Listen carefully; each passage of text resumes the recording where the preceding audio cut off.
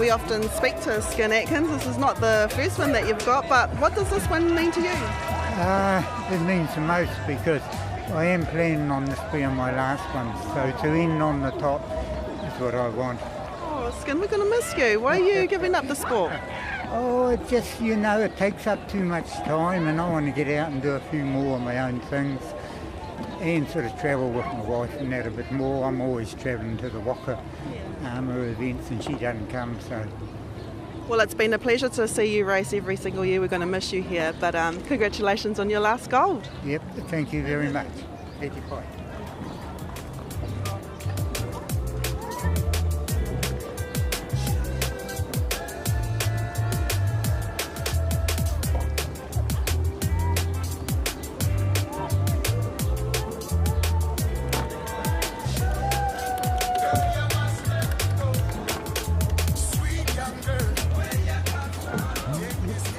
Ka pai kua toa i a koe tērā rehi e whai. O whakaro i a koe e rehi ana i te... Kua he rangatahi au i roti tēnei reanga sēnei reira ka pai.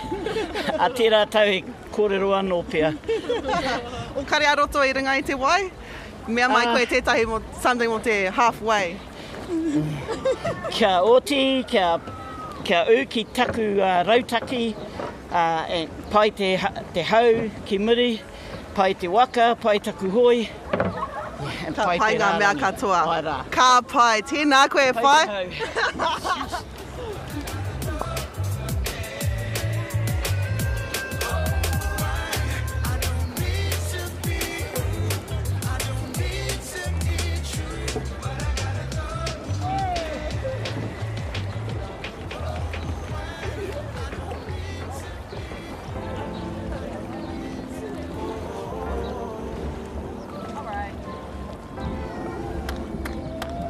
Got Maya Campbell here. He did really well at the Worlds last year and you always do well at the Nationals. But what does this win mean to you? You know, with everything that's happened, and we can't help but think of your whānau at this time. What does that win mean to you? I know it means a lot. Winning my first time with my mum here, so it means a lot to me and my family and my dad and my brother. So this one meant a lot. So yeah, thank you. How much aroha have you felt knowing that, your mum was loved by everyone here? I know I've had a lot of love and support from many people and many whānau out there and friends, even people across the ditch, so yeah, it's been good. Well, we're so proud of you, boy. Congratulations, our under-19s champion. Thank you very much. Thank you. You have a good day. Thank you. You too.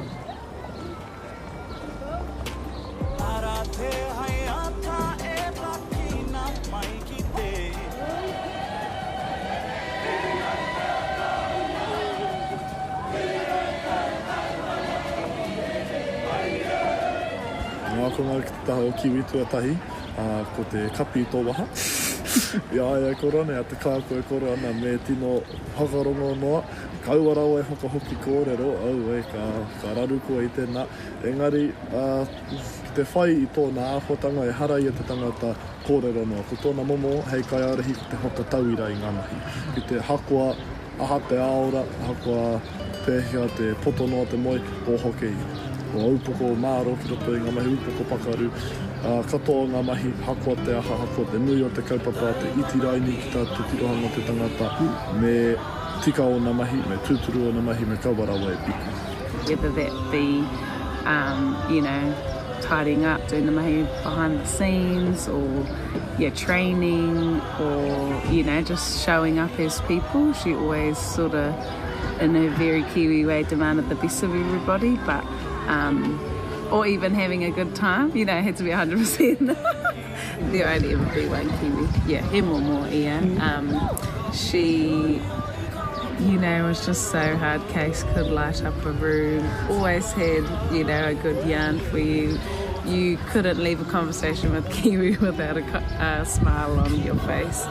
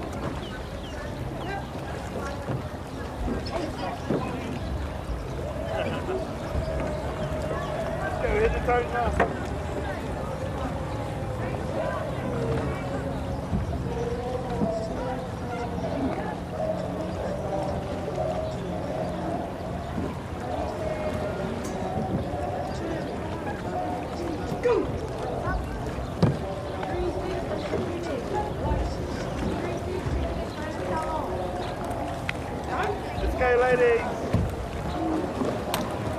Check on.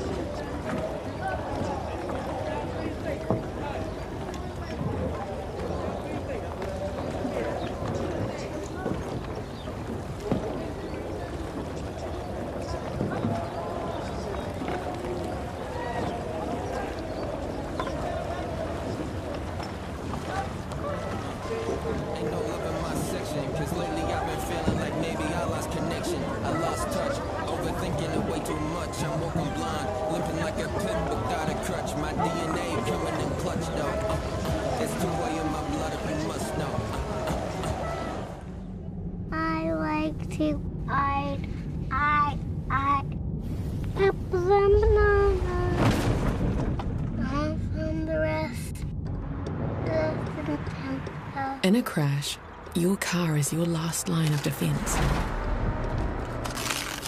What if it's not as safe as you think?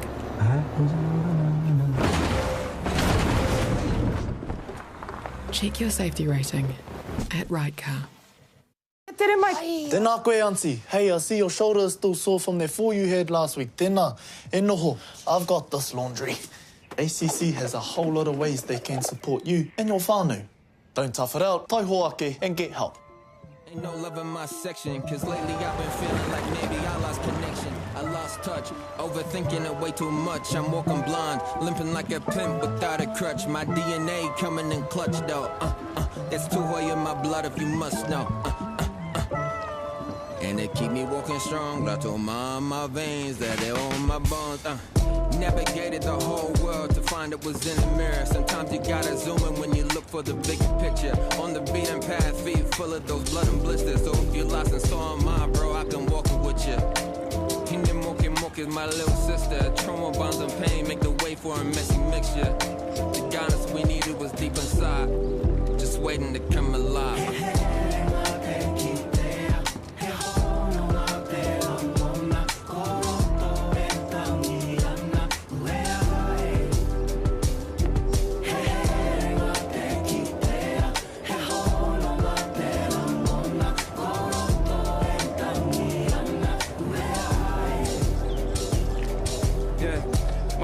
You keep that more in the bay. I got connections from all around the way. Ko hine moke tuake nei taku ngāko, so let it guide the way. Taura here tangata, he taura here manawa. Kaua e whati whiti ki tau wāse. Aha koa ngā piki me ngā heke, ka taia tonu e tātou te eke whiti ki.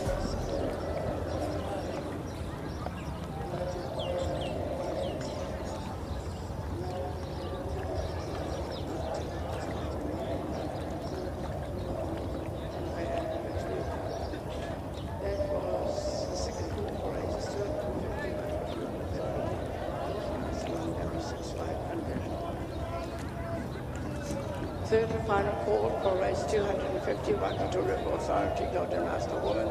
Heat 2 of 2, lane 1, Te Whare Mana.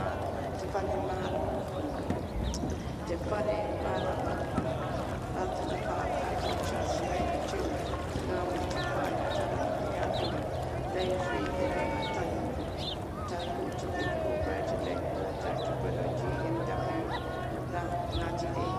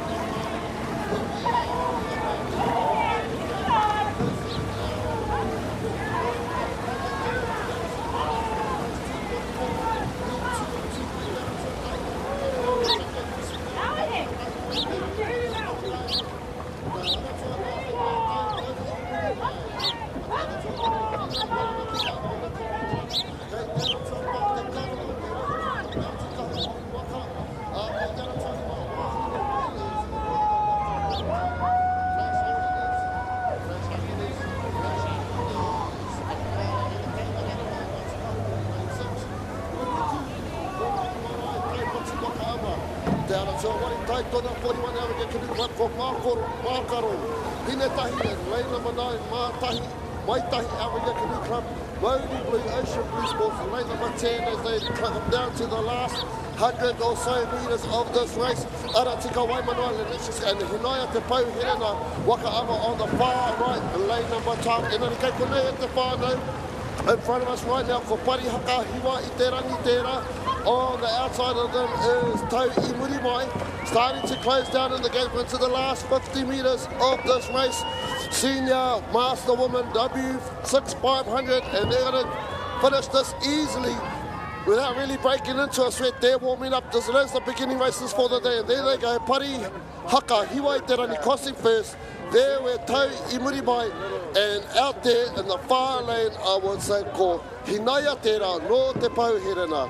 And that would wrap up as these last waka come across the line. This race 244, Senior Master Woman, W6500, Heat 2 of 2 e te iwi.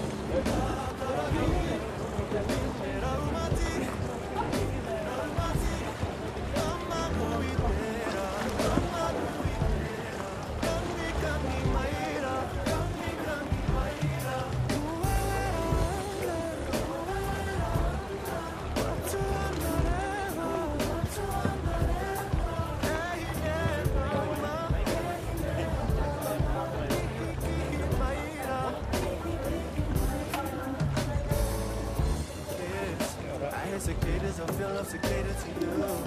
Do anything you wanna do me, and I'll do you too. Tamari,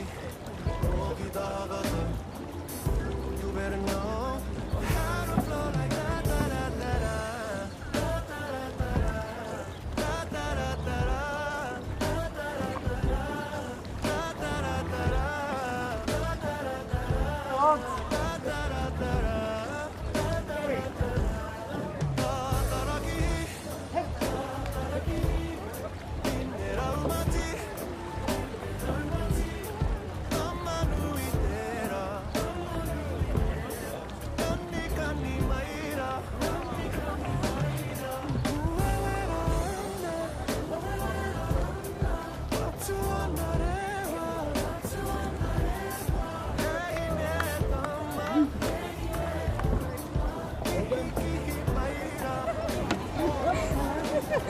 W6s returning from the race, please find your pontoon. Lanes 1 and 2 come straight in. Junior Waka ladies. Lane 3 and 4, you're going to reverse it.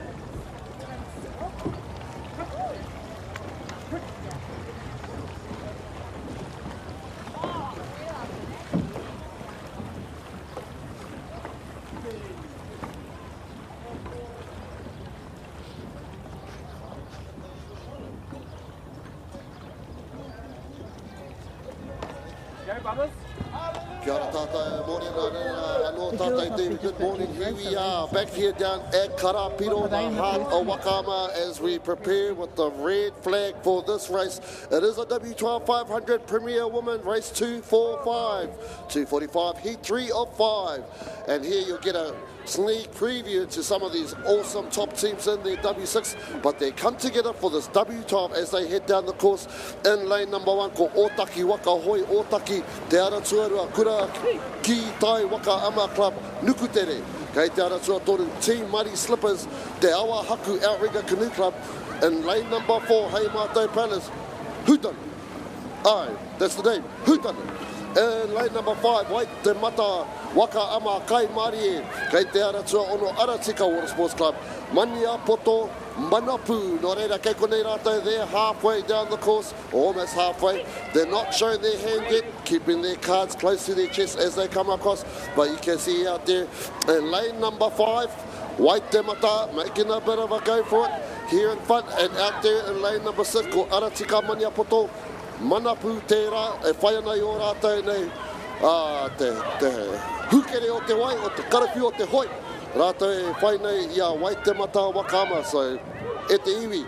You can win from anywhere. We have beautiful conditions here on our Lake Karapiro, te awa o Waikato, e rere nei. And we look there, Otaki Waka Hoi, starting to make a bit of a push there as they kind of leave the halfway mark, and then coming down Nukutere as well. With Team Muddy Slippers hard on their tail, but kei mua tonu e arahi ana, kei te aratuarima, ko kai mari e tērā, kei roto mai, ko hei mātou, who done it? And for those first time paddlers, welcome, welcome, welcome to our kaupapa, welcome, welcome ki te wakaama, and welcome, welcome ki Karapiro, ki runai tēnei o nā wai, hautipua o tātou, enari, kei te karapiu tonu, te rōpū o te tira hoi o Wai Te Mata Wakaama. They're going to win with a commanding lead, so we're looking like we're going to be setting up for some good semis as we progress through the day.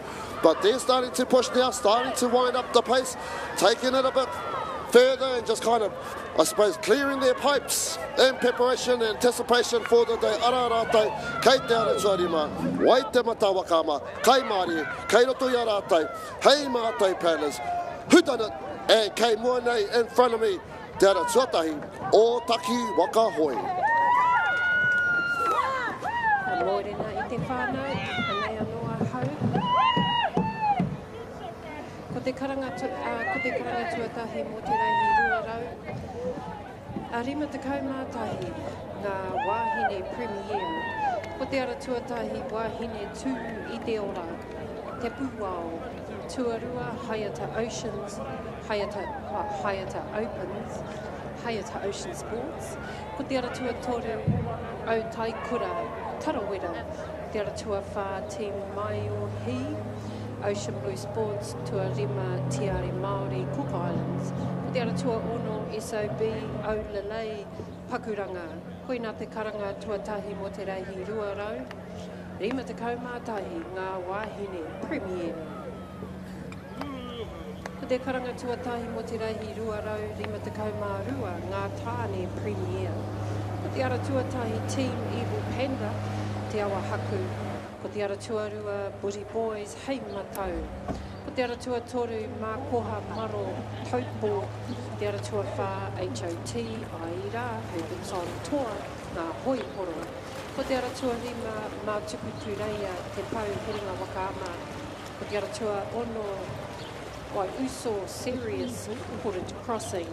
Ko te ara tua whetu Maranga Ninjas, Ninjas te pairangi, ko te ara tua waru tama ariki a rama, orake. Ko te ara tua iwa taiao waka ama, ko te ara tua ngāhuru for the nannies, horauta. Tua ngāhuru mātahi kai viti va a Favour, kai viti va a Fiji. Koina te karanga tuatahi mō te reihi ruarau, rima te kaumārua, ngā tāne premier. Ko te karanga tuatahi mō te reihi ruarau, rima te kaumātoru, ngā tāne premier.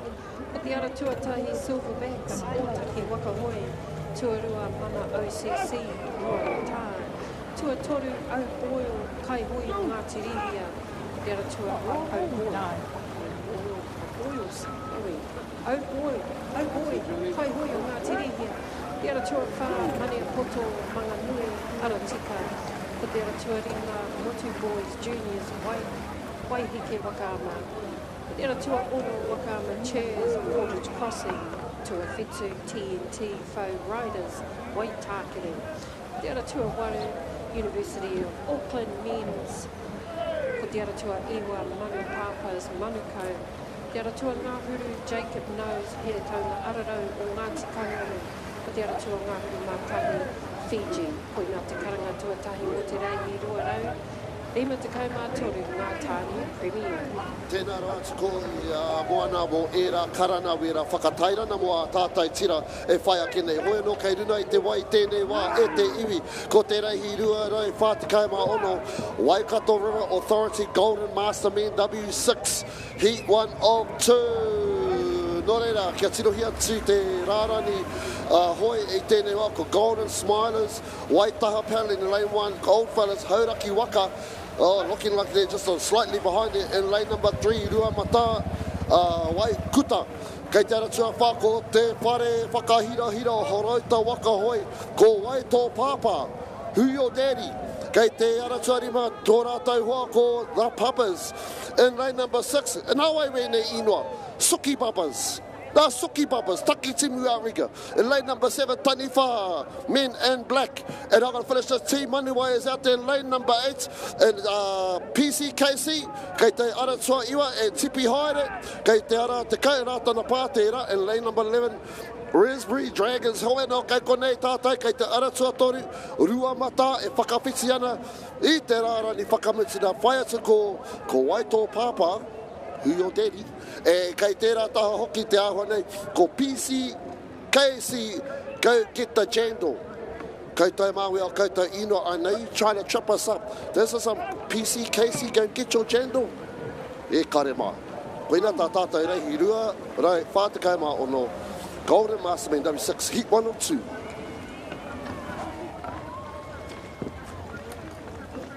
Ko te karanga tuarua mo te reihi ruarau rima te kaumātahi ngā wāhine premier. Ko te ara tuatahi wāhine tū te ora te pūao. Tuarua Hayata Oceans. Oh, e korero anō. Hayata Opens, Hayata Ocean Sports. Ko te ara tuatoru au taikura tarawera. Ko te ara tuawha Team Malohi. Ocean Blue Sports. Ko te ara tuarima te are Māori Cook Islands. Ko te ara tua ono SOB au Lalei. Pākuranga, koina te karanga tuarua mo te reihi ruarau. Rima te kaumātahi ngā wāhine premier. Ko te karanga tuarua mo te reihi ruarau. Rima te kaumārua ngā tāne premier. Ko te ara tuatahi Team Evil Panda te awahaku. Ko te ara tuarua Booty Boys, hei matau. Ko te ara tuatoru mā koha maro o taupo. Ko te ara tuawha HOT, Herbertson, toa ngā hoi horo. Ko te ara tuarima mā tukutu reia te pau heringa waka ama. Ko te ara tua ono Wai Uso, Serious, Portage Crossing. Ko te ara tua whetu Maranga Ninjas. Te pairangi, ko te ara tua waru Tama Ariki Arama o rā kei Watersports. Ko te ara tua iwa Taiao Waka Ama, ko te ara tua ngāhuru For the Nannies, Horauta. Ko te ara tua ngāhuru mātahi Kai Viti Va'a Theiva, Fiji. Koina te karanga tuarua mo te reihi ruarau. Rima te kaumā rua ngā tāne premier. Ko te karanga tuarua mo te reihi ruarau, rima te kaumā toru ngā premier, ngā tāne premier. Ko te ara tuatahi Silverbacks. Keisha Williams is our Premier Women's Champ again. This is 10 individual golds for her, a few in the rangatahi section and 7 in the Open Women's. Congratulations. How does this win feel for you? Very good. I'm just proud of myself. But of emotion at the finish, but gonna miss my mate's Kiwi. Yeah, because we know that Kiwi had a lot of time for you, and you were her little star, and no doubt you paddled for her, and should be so proud of you, Keish, as we all are. Congratulations! Thank you. Can't wait to see you in Kaiarahi Toa.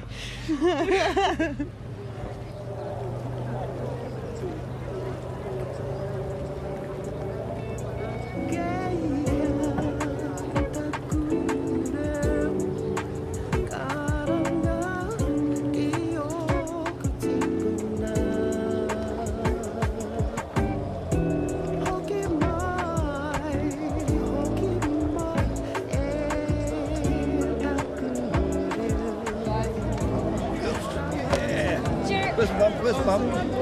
Too much.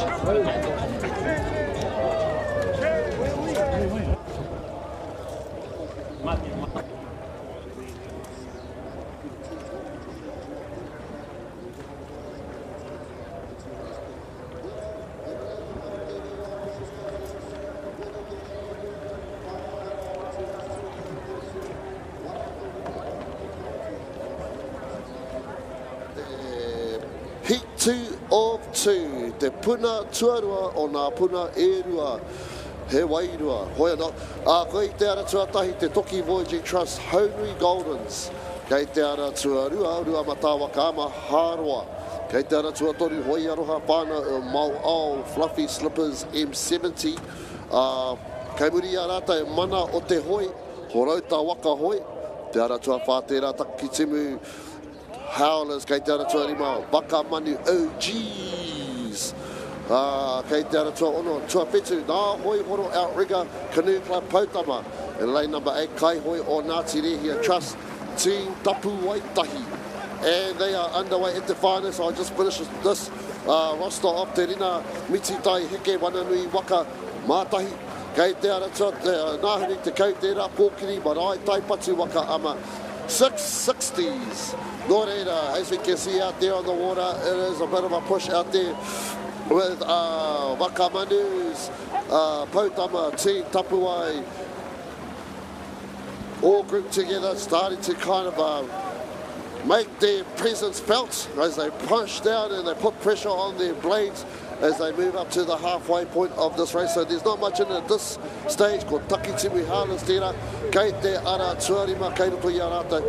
Fluffy slippers, just taking their time, just trying to gauge where they're going to go with their next move. E nari kei mua toni, e ara hiana, e wahora, I'd say, ko kai hoi. O nā tire hia trust era team tapu waitahi. Me kei roto i a rātou ko Pautama, nā hoi horo. No reira nā hoi horo in lane number 8. And we got nā tire hia, they're right there, they're cousins. Cousins ki te cousin, rai ki te rai, ihu ki te uhu. Upoko ki te upoko e tuki ana e nei pūri, e nei taitama o te taitoke rau. I runa i te wai tēnei wā kai hoi, nā tire hia trust, lane number 8, kei tērā taha, Pautama, nā hoi horo, Pautama nā hoi horo. Giant will have to make a push if they're going to catch up. Ki tēnei o nā tīma kai hoi o nā tire hia, with a bit of a more of a commanding lead now, just starting to stride out. Ara rātou, they will cross the line comfortably. Kai hoi o nā tire here, followed there by Pautama nā hoi horo. And down here in lane number 5, I suspect, ko Howlers tērā Takitimu with Harauta crossing the line as well. Nō reira e te whānau. Some awesome racing happening and we're just starting to warm up. Kua hiki, a tamanui te rā, e tuku ana i o nā hihi ki runa i a tātou, e wera haere ana tō tātou nei kaupapa. That was race 247. Golden Master Bean, number 6, heat 2 of 2. Ko te karanga tuatoru mō te reihi ruarau rima te kaumātahi ngā wāhine premier. Ko te ara tuatahi wāhine tū i te ora te pūwao. Ko te ara tuarua Hayata Opens, Hayata Ocean Sport. Ko te ara tuatoru o Tai Kura Tarawera, ko te ara tua whā team Malohi, Ocean Blue. Ko te ara tua rima te are Māori, Cook Islands, ko te ara tua ono SOB o Lalei, Pākurana. Koina te karanga tua toru mō te reihi ruarau. Rima te kaumātahi ngā wāhine premier. Te karanga tuatoru mō te reihi ruarau rima te kaumārua, ngā tāne premier. Ko te ara tuatai team Evil Panda te awahaku. Ko te ara tuarua Booty Boys hei matau. Ko te ara tuatoru mā koha maro taupō. Ko te ara tua whā HOT, Herbert's on tour ngā hoi horo. Ko te ara tuarima mā tukutu reia te pau herenga Waka ama. Ko te ara tua ono wai uso serious portage crossing. Ko te ara tua whetu maranga ninjas te pairangi. Ko te ara tua waru tama ariki a rama o rākei. Ko te ara tua iwa taio Waka ama. How are you feeling after that race? I'm tired, but okay. Yeah. Quick recovery. Was it everything you had trained for? The whole, you know? No, I think I made a few mistakes there. Went too solid instead of checking it up. So things to improve on. Yeah. I mean, you're a gold medalist, so you know you don't need to improve on much. I like to get better and better all the time, regardless. You know. Well, we're looking forward to seeing you in 2026. E rere ana ngā mihi. Thank you very much. Yes, thank you. Ta. Bye.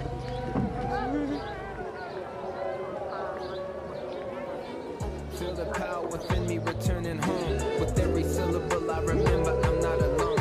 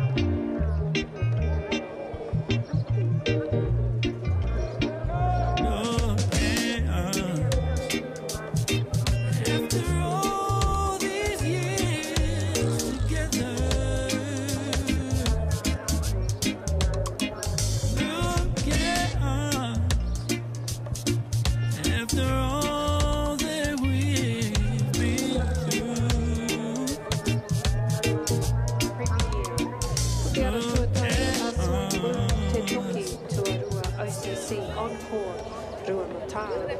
Te ara tuatoi team kina tanga o le Pacifica. Te ara tuawha na Aotearoa Blue Ocean Blue Sports. Te ara tuarima kini ula. Te ara tua Warmer Green Machines Waitakere. Ko te ara tua whetu Sons of Beaches Pākuranga. Ko te ara tua Waru Aotearoa o Rake Water Sports. Te ara tua rima Waka Manu Blake Manukau Outwigger. Ko te ara tua Ngāwuru Big Teds Hayata Ocean Sports. Koina te karanga tuatahi mo te reihi ruarau. Rima te kaima, rima ngā tāne Premier.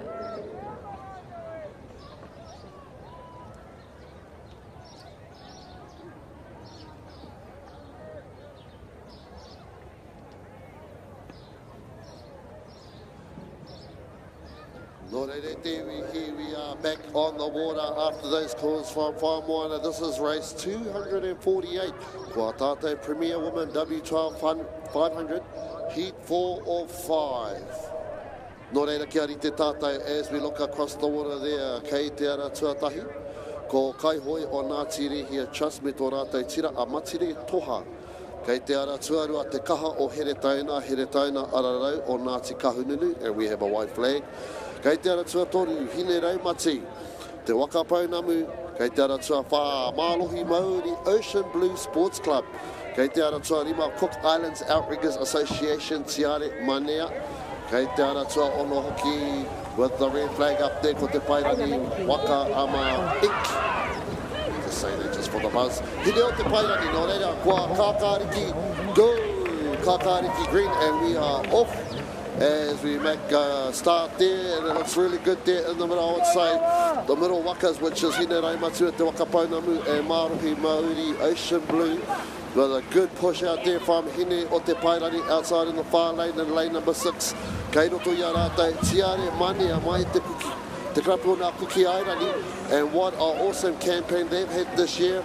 A full squad, full teams in each grade, and they've done really well to come down to this, the 30th Waka Ama Sprint Championships here at Karapiro. So kua roa tātātai kaupapa haere in 30 years at the whānau, that's no mean feat, and it's all because of you, and it's all because of all these kaihoi on the water that we are here today. So let's see them go. Mātire Toha from Ngāti Rehia doing really well there in lane number 1. Enari, kei te kaha mai ko Hine Raumati, Te Waka Paunamu in lane number 3, followed there by Mālohi Māori across the way there.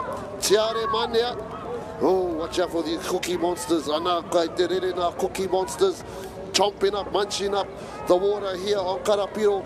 Kei tō rātou taha, their mates, their next door neighbours, their cousins from Hine o te Pairani. Nā kai hoi o te ramp, koine te whare o te hau, nā hau mai ani o Tāmaki Makaura e karawhiu nei I runa I te wai e te iwi, and let's not forget kei eira tonu ko te whare tapu o nā puhi nu tonu ara ko Ngāti Rehia, Mātire Toha, kei te ara tuatahi as they start to head down to the closing 100 metres o tēnei o tātou nei reihi. Kataia, can they hold off the rest of the pack? Tiare Mania, no, there's a push coming here from Hine Raumati, Te Waka Paunamu, and they're starting to put up their pace and really put the pressure on their paddles to push their waka forward as it slices through the water, glides mea ko te kaupapa, koina te kono, kei te glide, kei te rere tere, te waka kia tere tere, ko te tima o Hine Raumati tera, ko whakawhiti tuatahi, kei tērā taha, ko nā Cookie Mountains, nā Cookie Airani Tiare Manea, kei konei hoki, ko tātou whaia o Mātire Toha, kai hoi Ngāti Rehia, ai, paki e hoa mā, that was race 248, Premier Woman, W12 500, heat 4 of 5. Ko te karanga tuatahi mo te rei rima te pau o tāne Premier. Te ara tuatahi a Soy White te toki tuarua Pure OCC Rua Mata. Ko te ara tua toru team kina red mitanga. Ko te ara tua whā na Aotearoa White Ocean Blue.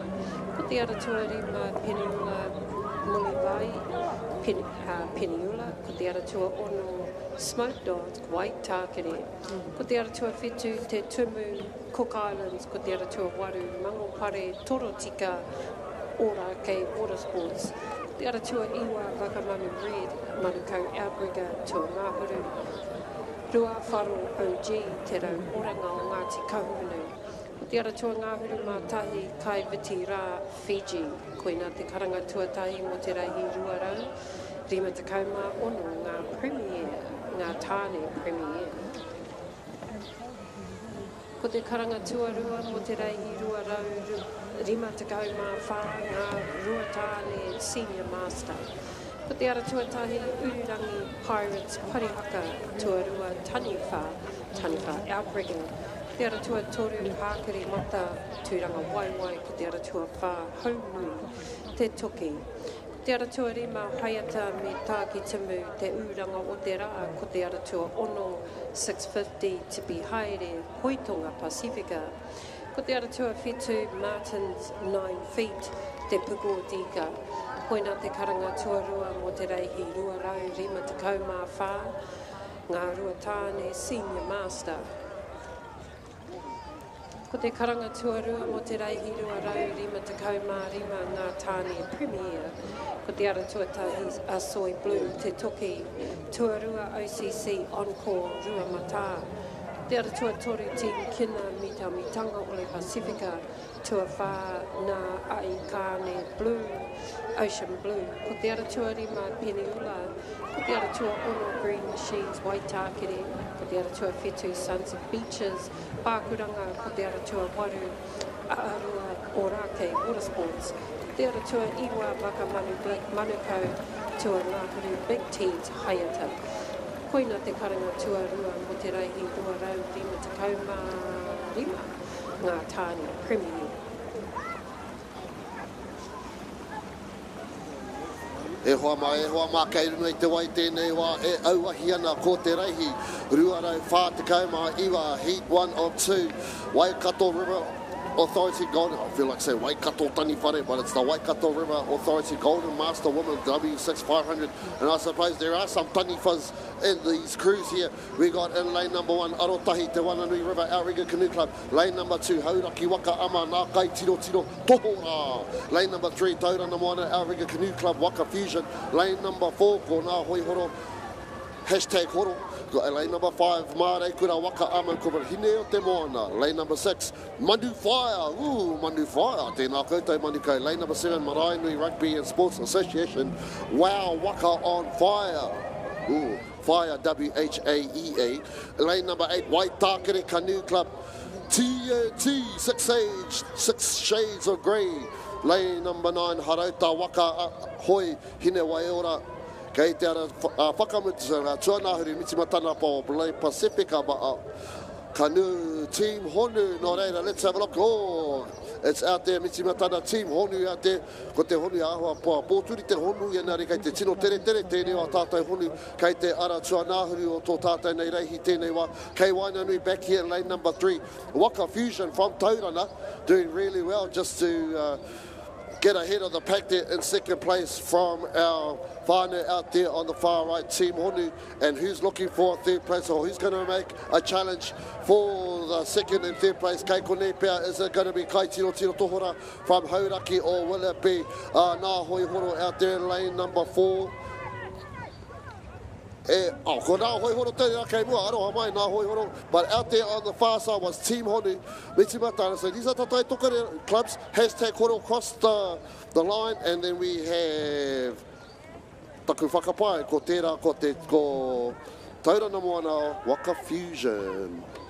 Nō reire te iwi, koina tā tātou reihi 249, Heat 102, Waikato River Authority, Golden Master Woman W6500.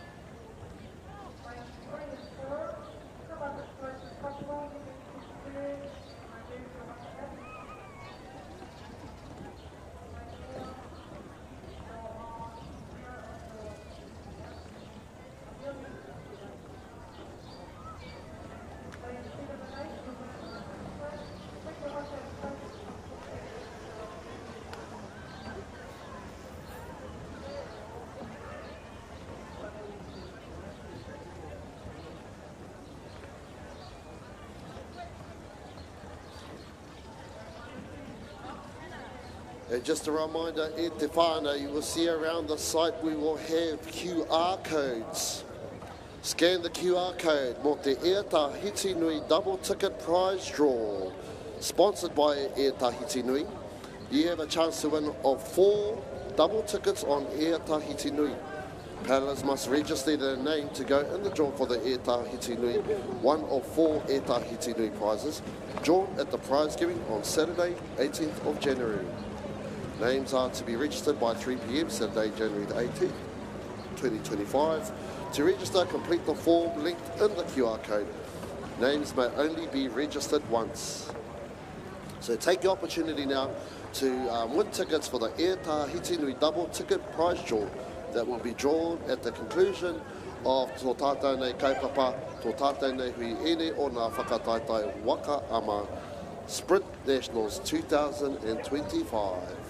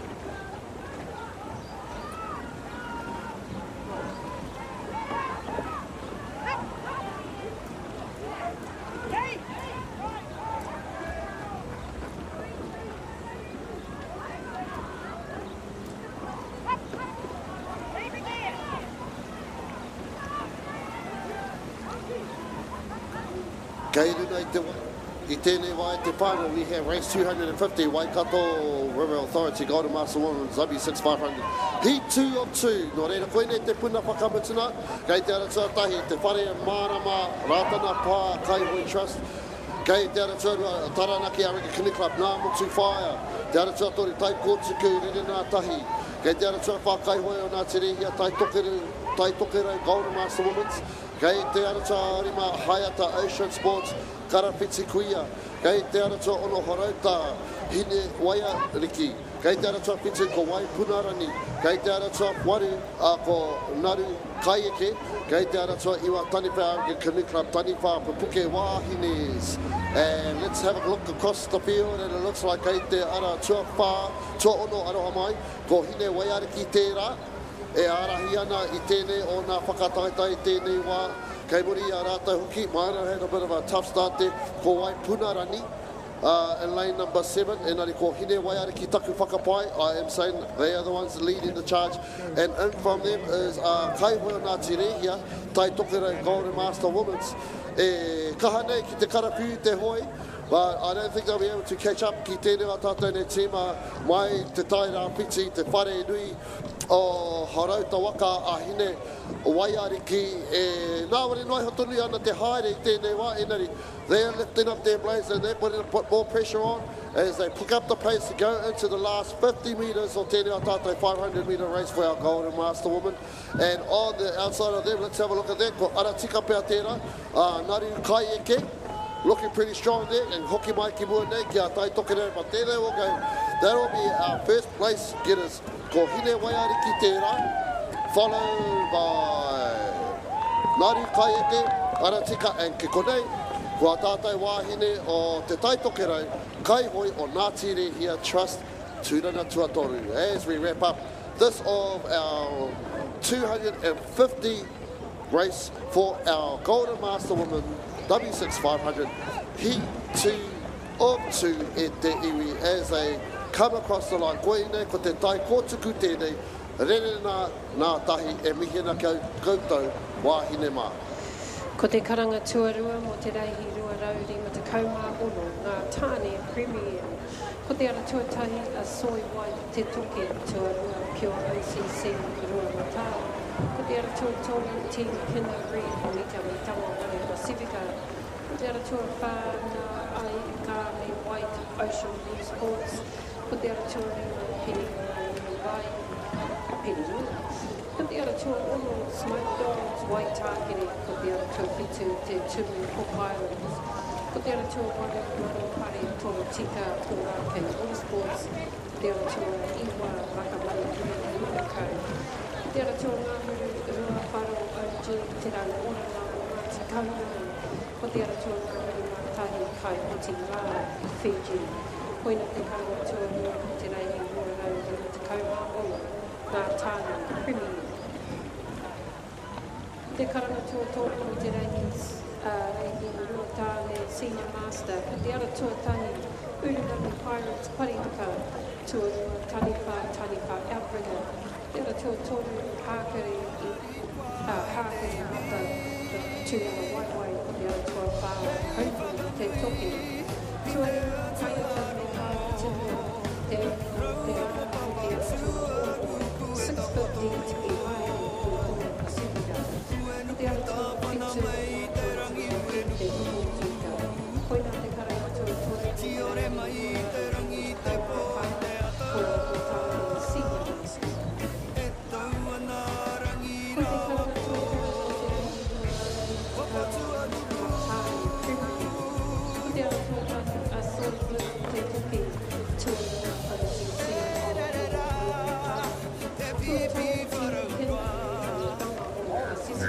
I love you, insurance. That's what you think when you need to use it. But no one ever thinks that before they have to use it. So we're making it simpler to get, simple to change, simply helpful, and simple to claim. More yips, less snars, and not freaky to pay for. So how do you feel about insurance now? We'll take it. State. If you're old like my nannies and cuddles and you get a test kit in the mail, please do it. It's not hard, but you do have to get a bit of poo, but just a tiny bit. We mokos love hanging out with you, so please do your bowel screening. If not for you, do it for your mokos. You got this.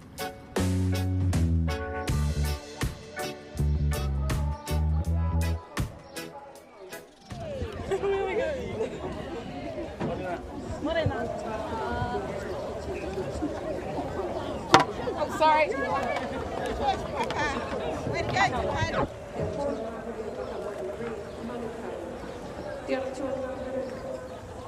Rua wharo OG te rauoranga o Ngāti Kahungunu, ko te aratua ngāhi ngā tahi kai iti rā, Fiji. Koina te karanga tua toru o te reihi rua rauri o te kaumā ono, ngā tāne premier. Ko te karanga tuatahi mo te reihi rua rauri mo te kaumā whitu, ngā rua hine senior master, ko te ara tuatahi Kiwi Manawaroa, te uranga o te rā. Ko te ara tuarua Hingaia, Henetu Rama, Auckland region. Ko te ara tuatoru Heimatau, Rua Mata, te Puko o Tika.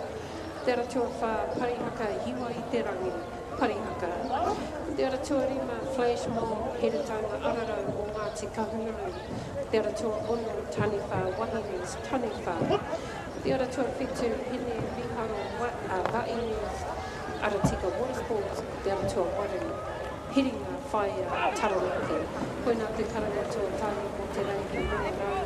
Rima te kaumā whitu, ngā senior master.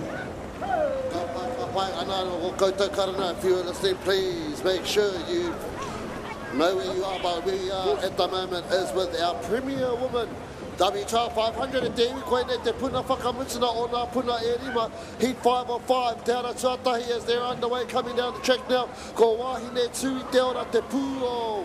Kei te ara tuarua, Haiata Ocean Sports Club, Haiata Opens. Te ara tuatoru Tarawera Outrigger Canoe Club, O Tai Kura. Kei te aratua wha Ocean Blue Sports Club Team Mālohi. Te aratua rima ko Cookie Island, Cook Island Canoe Association, Te Are Māori, te aratua ono, Pakurana Outrigger Canoe Club. O Pakurana, no reira, S-O-B-O-Lele, e Huama, absolutely.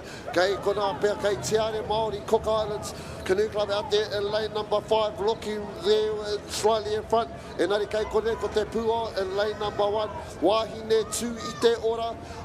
Next to them on the other side, the right hand side, ko Tarawera Tera, in lane number 3, Aotearoa. No, Aotearoa, kei te, on their far right is Team Mālohi, Ocean Blue, and we had Te Are Māori there back on the far side of the course, starting to wind up the pace, take it to these competitors. Warato hua whakataitai ki tai. Whanauna ki uta, ne? Whanauna tana ki uta. Nō reira, kei reira rātai, Te Are Māori, karawhiu ana o rātai nei hoi. Hukere, kia tere. Ko rātai tērā te tīma o Te Are Māori, Cookie Island, ko wai ka whai atu I o rātou tapu wai, kei te whakaara ko Team Mālohi o Ocean Blue, Cookie Island, whakawhiti ana tēnei wā, won't Pakurana be able to crack it? Yes, they have cracked it. Ko Team Ocean Blue tērā, Mālohi e whakawhiti ana, hei tuatoru, no tēnei te puna whakamutuna, Heat 5 on 5, Premier Women W12, 500, race 251.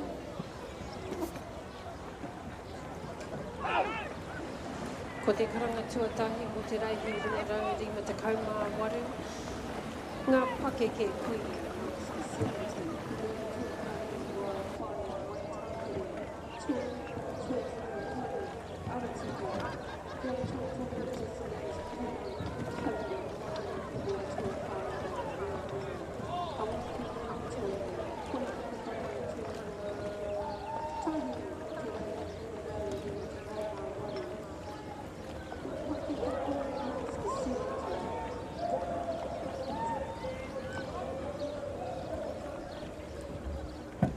Ko te karanga tuatahi mo te reihi rua rauri ma te kaumā iwa. Ngā pakeke tāne Master 70 ko te ara tuatahi. Ko wau tō pāpā horauta ko te ara tuarua kia tere kai hoi o ngā tirihia. Te ara tuatoru Commercial Cousins te Whanganui River ko te ara tuawha Fluffy Slippers hoi aroha whānau o Mauai. Koina te karanga tuatahi mo te reihi rua rau rima te kaumā iwa ngā pakeke tāne Master 70. Sorry about that. We have absolutely no bias up here in the commentary box. There is no bias whatsoever in the commentary box. Wai no, ko te reihi tēnei wā ko race 252 Premier W6 500 Heat 104. Kei te aratotahi team Evil Panda as they come down. Ooh, Evil Panda. Te awa haku Outrigger Canoe Club. Bunty Boys. Hei mātou lane number 2. Wā koha mano. Taupō Waka ama. Kei te aratua whānā hoi horo. Herbert's on tour. Te aratua rima te pauherena. Mā tuku reia. Mā tuku reia. Aroha mai. Kei te aratua ono Port George Crossing. Why you so serious? In lane number 7, te Pairani Waka ama Marana Ninjas. Kei te aratua waru o Rākei Motorsports, and they're starting to really put on the pressure now. Bunty Boys, and there's Taiawa Waka ama in lane number 9, and we've got Horeta Waka for the Nannies out there on the far right, and they're looking like they're smashing at Taiawa Waka. Let's see what's going to happen down there with our team from VT, and we here na kia koutou pull up and knock up, and nari kei konei tātou Bunty Boys, lane number 2, and next to them out there, lane is Herbert's on tour, tēnā wā tātou nā te taitokarei katoa nei tīma, and then we've got Taiao Wakaama out there, starting to smash it, but I think it's over here for first place and second, ko te Bunty Boys, ko te Herbert's on tour, ooh! See you at the next race, cuz. Let's see you in the next race. That was Herbert's on tour. Bunty was really making a go of that one. That was awesome. And Taio on the far side in lane number 9. As we wrap up, Tēnua tātou reihi Premier Men W6 500 E104 252. Ko te karanga tuarua mo te reihi rua rau rima te kaumā whetū.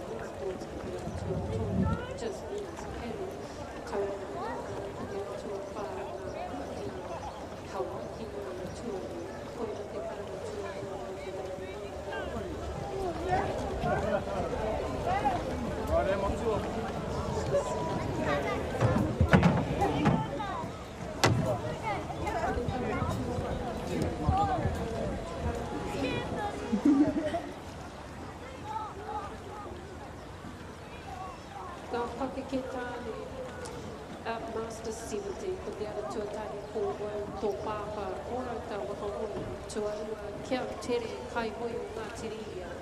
Ko te ara tuatoru commercial tazi te Whanganui River, ko te ara tuawha fluffy slippers hoi aro ka whānau o Maurao. Koina te karanga tuarua mo te reihi rua rau i mo te kaumā iwa. Ngā pake ke tāne Master 70.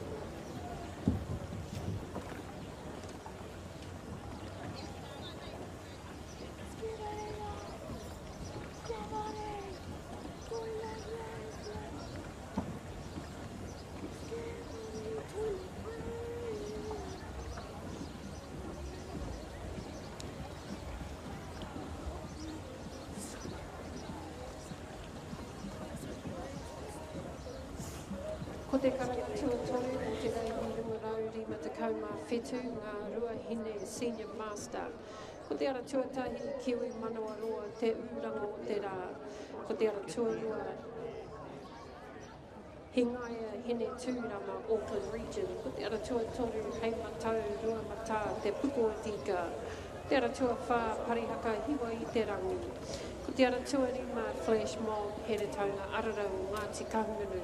Ko te ara tua ono Taniwha Wahines, Taniwha. Ko te ara tua whetū hine Miharo Vaines, Aratika Watersports. Ko te ara tua waru Hiringa Whaia, Taranaki.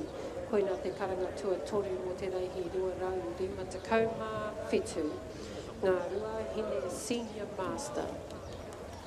Ka pai, those were your calls, and out here on the water, let's call this one with a black flag going up for this, our Premium NW 6500 Heat 2 of 4. So we've just seen the previous race, so it's been a pretty quick race, that one. So we're expecting the same thing here with these Premier men. These are the, I suppose, the elite, the premiership, the top of our kaupapa here in terms of our tāne. So let's just go through the roster here with the green flag on down. It's Silverbacks, Otaki, Waka Hoi, lane number 1. Rua Mata, Waka Ama, Mana, OCC. Kei te ara tuatori ko kai hoi o Ngāti Rehia. Just, oh boy, in lane number 4, Aratika, Waka Sports Club, Mania Poto, Mana Nui. Kei te ara tuarima, Waiheke, Waka Ama. Man, they're moving fast. I'm going to have you up and say these names before they finish the race. Naughty Boys Juniors, in lane number 6, Waka Ama, Chairs, Portage, TNT, Phone Riders, One Way Tarkin, lane 7, lane 8 is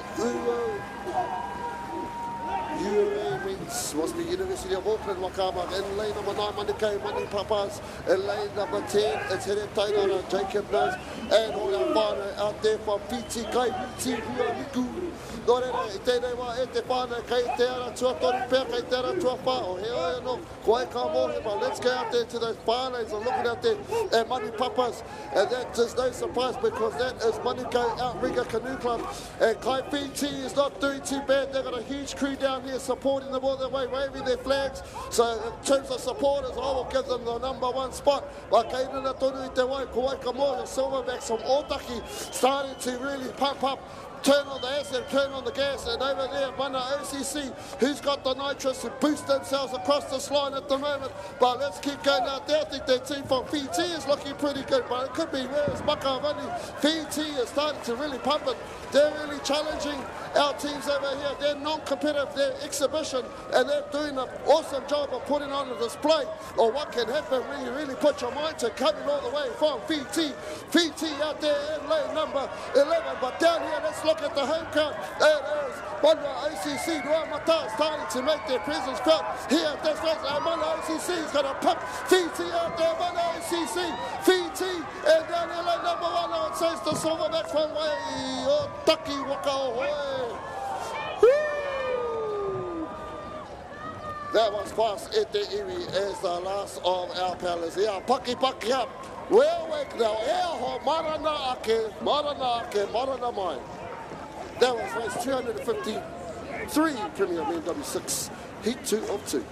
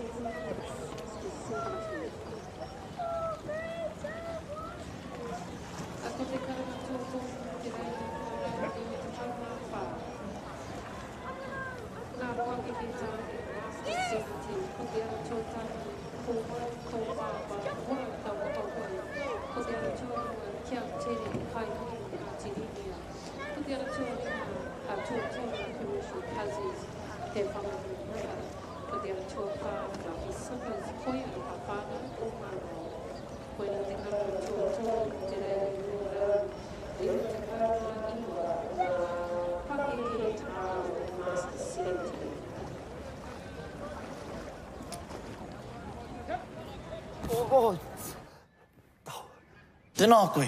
Hi koe. Did you know that ACC supports access to rongoa Māori? I could really do with a miri after the fall I had last week. Don't tough it out. Tai hoake and get help. Te whānau, ki te tai atu tetahi ki te whakamātautau tatari whekau ki tō kāinga, tēnā whakamahia. He māma noiho, he koriutu hoki, ka apine tia, kia kitia tumuatia, te mate puku I ngā whekau. Nō reira, kia kaha, kei a koe te mana.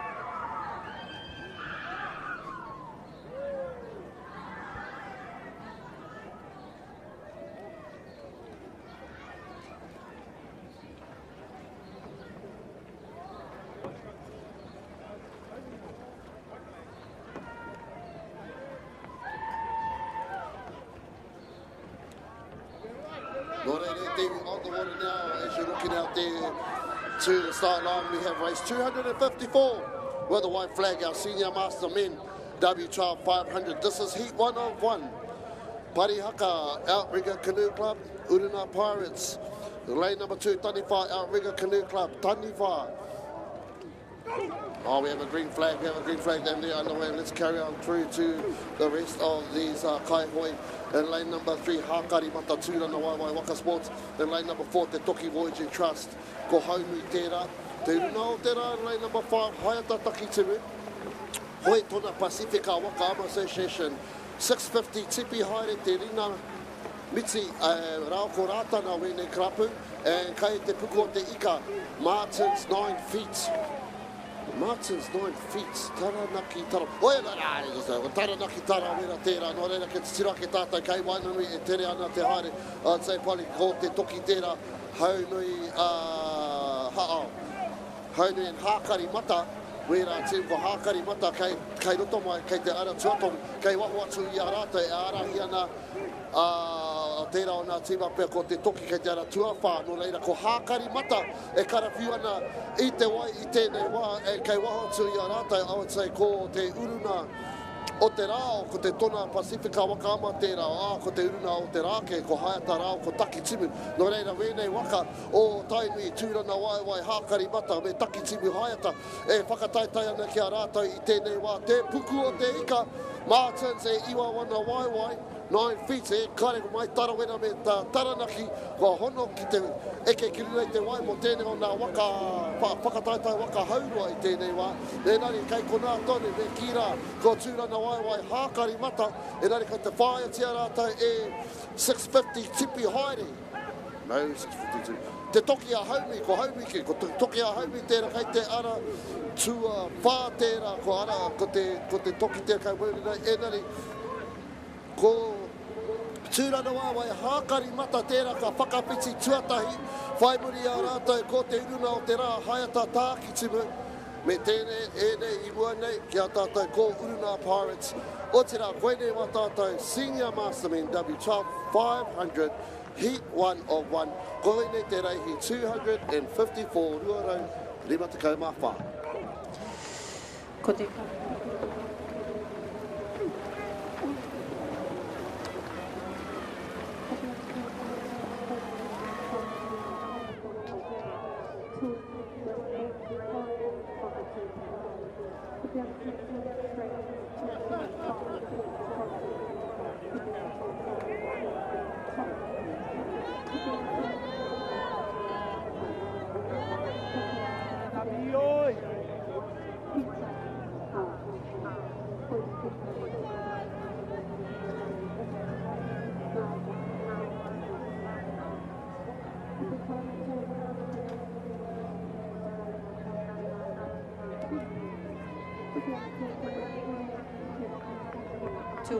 TMOCC Slay Sisters Tauranga Moana.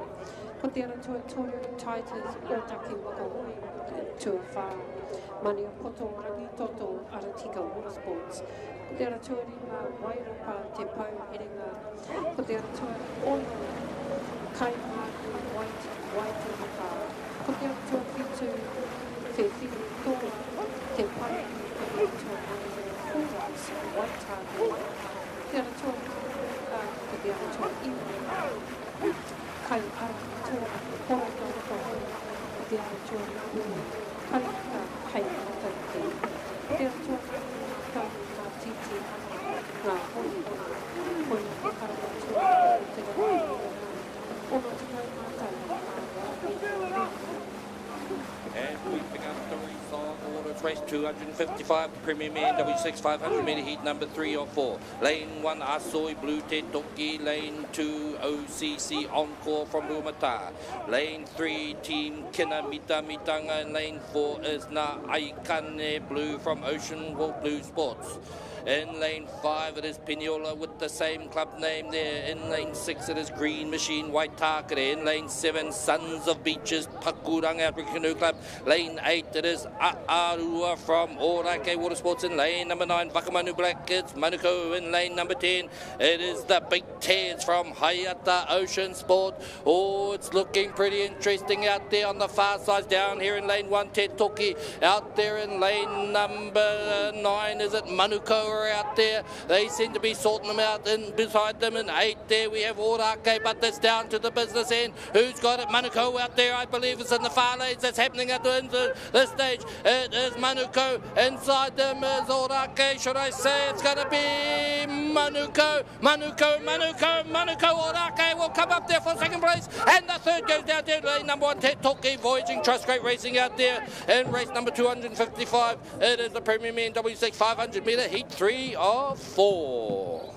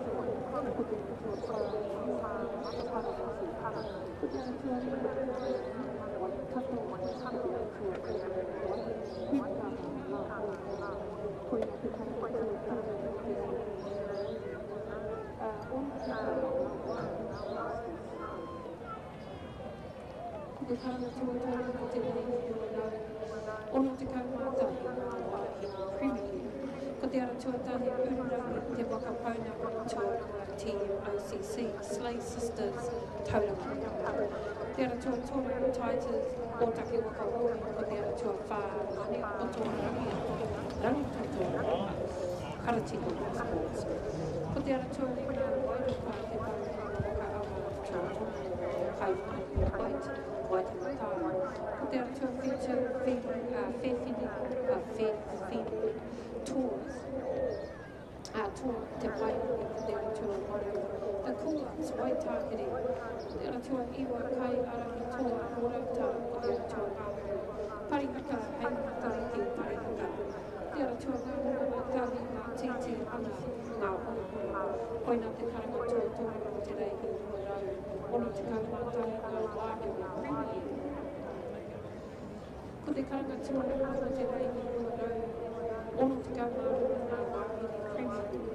Te Aotearoa tahi te te ahaku tō the kinds of ohareka te aurere ko te Aotearoa tōna o te rere mua ātara. Ko te Aotearoa whātia ko Highlands. Ko te Aotearoa rima Mairangi Ocean Blue. Ko te Aotearoa oro UOA Women's Auckland University of Auckland. Ko te Aotearoa whitu Kuringa te Painanga. Ko te Aotearoa Fire Hazards Waitakere, te Aotearoa iwa Uawa Iraroa Tolga Bay. Te Aotearoa ngāhuru wahine Marika te Pūmata, ko te Aotearoa ngāhuru Mātahi, Kaiviti Fiji. Koina te karanga tuarua o te reihi ua rau, ono te kaumātua ngā wahine premier. Oh, we've got flags flying up there. What great timing there. The green flag is raised just as we finish that last announcement. It is race number 256, the Premier Men W6 500 metre, the final heat 4 of 4. Lane 1, Asoi Waite Toki Voyaging Trust. Lane 2, it is Pure OCC Ruamata. Lane 3, Team Kina Red Mita Mitanga Ole Pacifica Va'alo. In 4, it is Na'aka in there, White from Ocean Blue Sports. Lane 5, Piniola Mulivai, Piniola Incorporated. In lane number 6, it is Smoke Dogs, should I say. Smoke Dogs from Waitakere. In lane 7, it is Ete Tumukuka Islands Advocates Association. In 8, it is Mango Para Dorotika from Orake. In lane number 9, it is Wakamanu Red.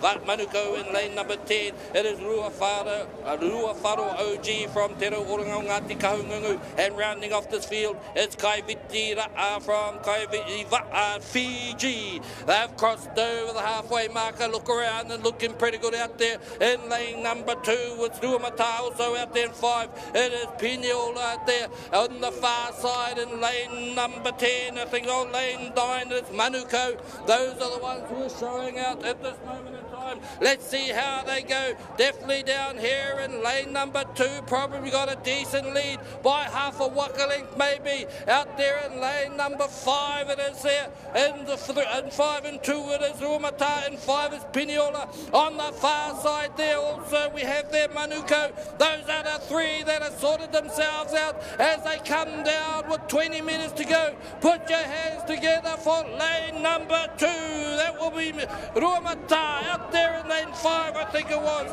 Pinola and also Ocean Blue, should I say. And also on the far side, Manuko. You just watch race number 255. Premier Men W6 500 metre heat number 4 of 4. That was 256, my bad.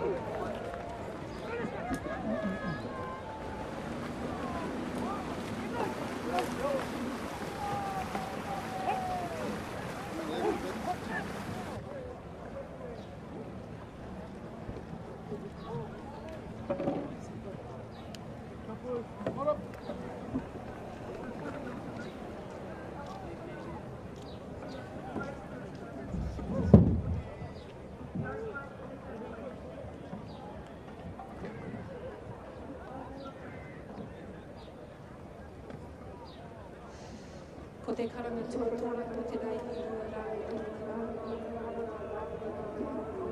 Ko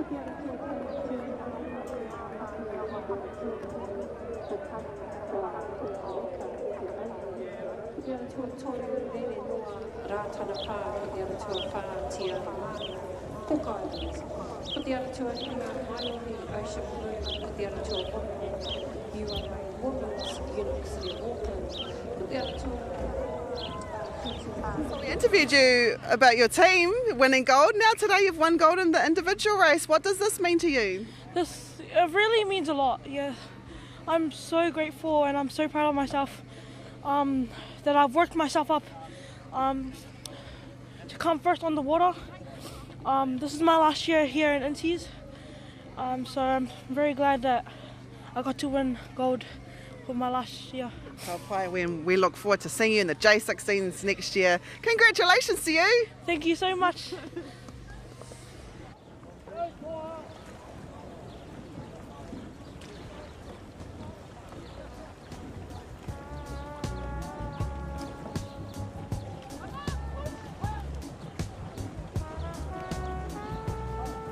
Here at the second qualifying time, you might be able to hear that he's still huffing and puffing because he put everything on the water and you've won a gold medal. Tell us about that race. How was it? Just heard the family and the team cheering, so just had to push hard. Just tell us, how was it like on the water? Because you know you had Kaha to your left and you had a few others to your right. I was just pumping and pumping until I won, and here we are now. We'll let you go and celebrate with your teammates. It's just over there. E rere o ngā mihi. Thank you very much. Kia ora. You don't got to worry, no hesitation, darling. Don't you worry. We're all in it together now. You and me forever. I'ma rise up to the occasion. Come around if you need my love. I'm gonna treat you so right. Come around if you feel me, I'm gonna treat you all night. So we have Losiane here, the new winner of the W1 race. Just tell us, how does that feel to know that you're a gold medalist for Māraukura? It hasn't happened in a long time. It's very big weight to carry on my shoulders, especially after all of the races. Māraukura, as we know, left with sadly nothing, but at least this is something, a medal to put onto the the list of everybody's 100 million medals, and you see Māraukura down at the bottom of the one. But yeah, it's a really amazing feeling. Yeah. And this is just the start. Because I have a feeling. Yeah, I'll see you guys at next long distance nationals. Thank you so much, Losiane. Go and enjoy your gold. Wait, I just wanted to say one thing. Yes. That was run on hopes, prayers, and God. And I thank my God and my family and my coaches for getting me to where I am today. All those trainings at Anzac Park. Yeah, in the morning and night, and then on weekends we would do 3, 4, 5. Like the weeks before this, I was doing 5 trainings plus a day, and I was doing gym right after all of those. There you go. That's what it takes to be a champ. Thank you so much. Yeah, thank you. Bye.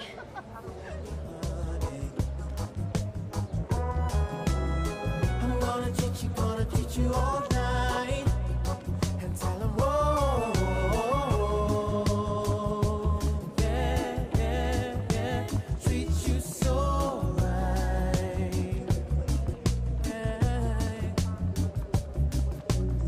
I'm gonna treat you so right. I'm gonna treat you all night. Just keep it rocking, don't stop. Just keep it rocking all night. I'm gonna treat you so right. I'm gonna treat you all night. Just keep it rocking, don't stop. Just keep it rocking all night. I'm gonna treat you so right. I'm gonna treat you so right. Just keep it rocking, don't stop. Just keep it rocking till I roll. Yeah. Treat you so.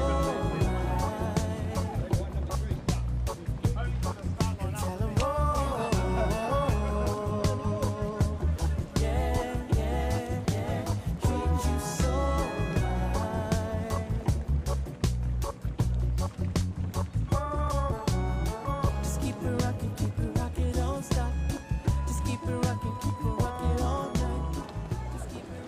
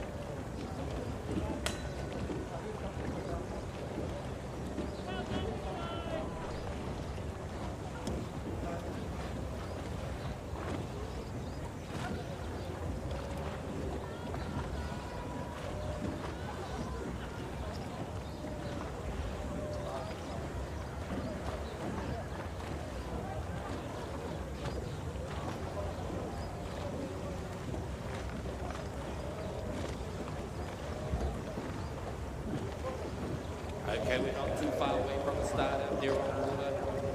It'll be race number 257 will be there. It is Senior Master Win W12 500 metres. Heat number 1, 8-1 it is. You'll see crews going up in front of you on the spectator bank. That's the next race afterwards. That's the Master 70 men, Sergeant Master 70. Women are up there as well already, and then heading up there in front of you at this moment in time, Master 70 men.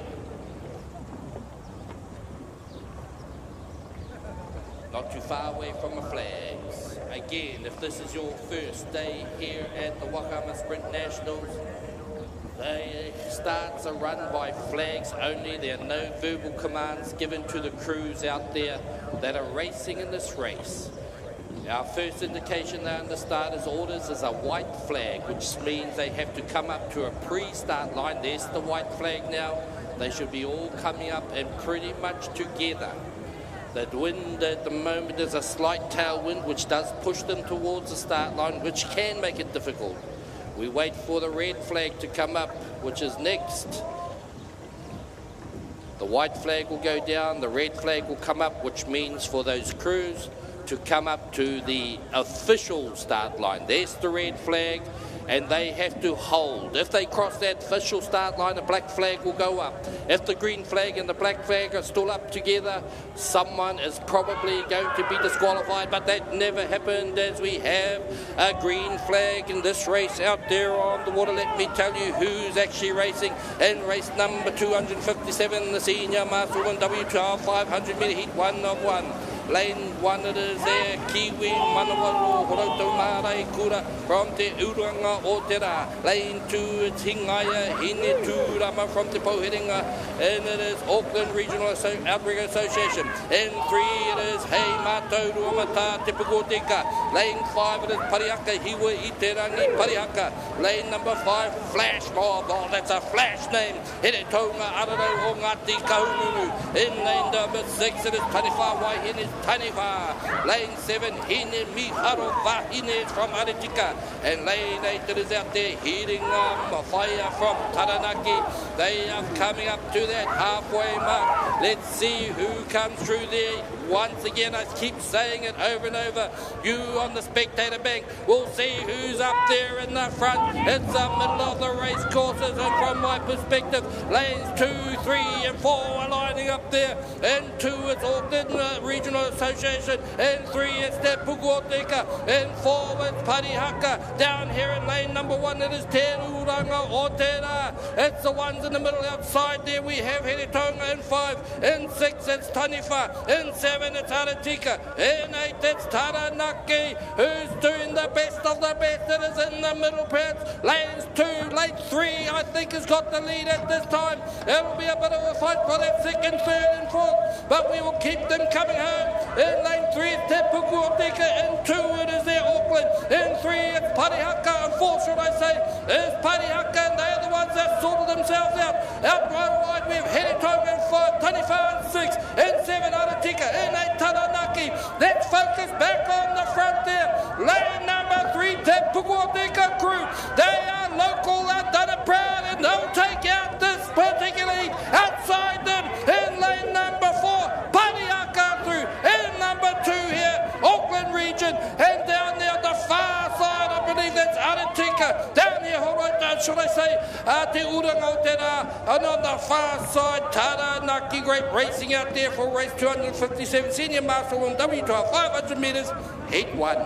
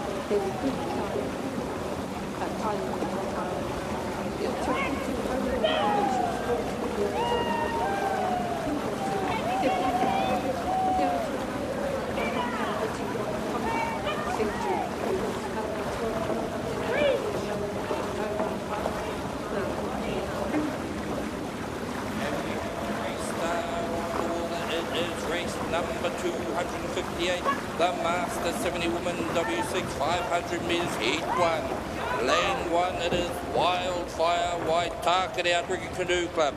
Lane 2, it is Tuahine Hoi M75 from Aotearoa Water Sports. Lane 3, it is Just Let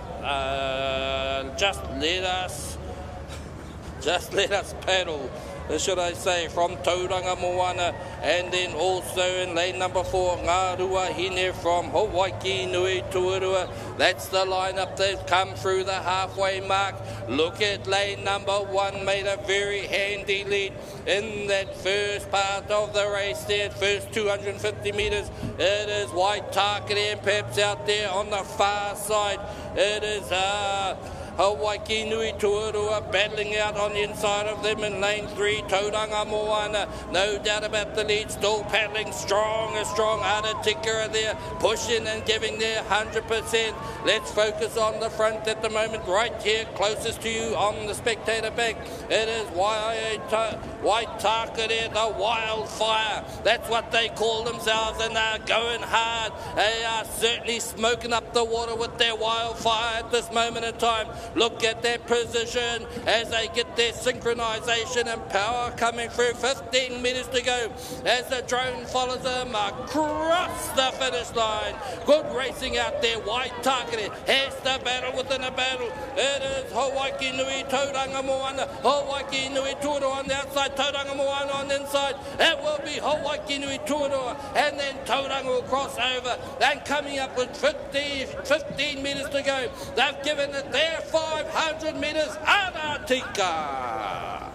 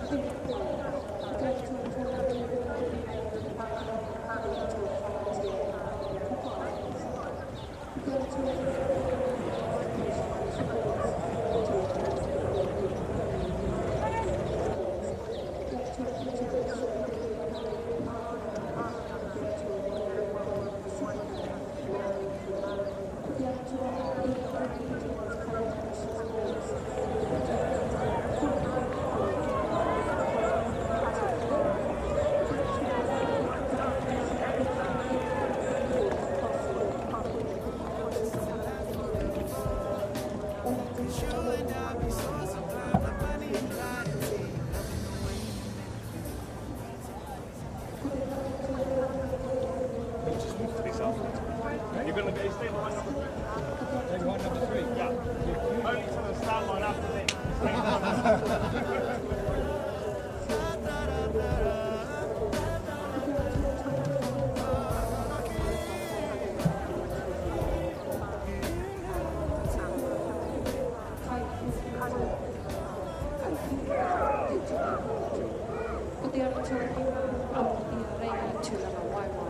Koina te karanga tū tore, mo te rei mi rua rau, mo te kaumā tore, ngā wāhina Masters.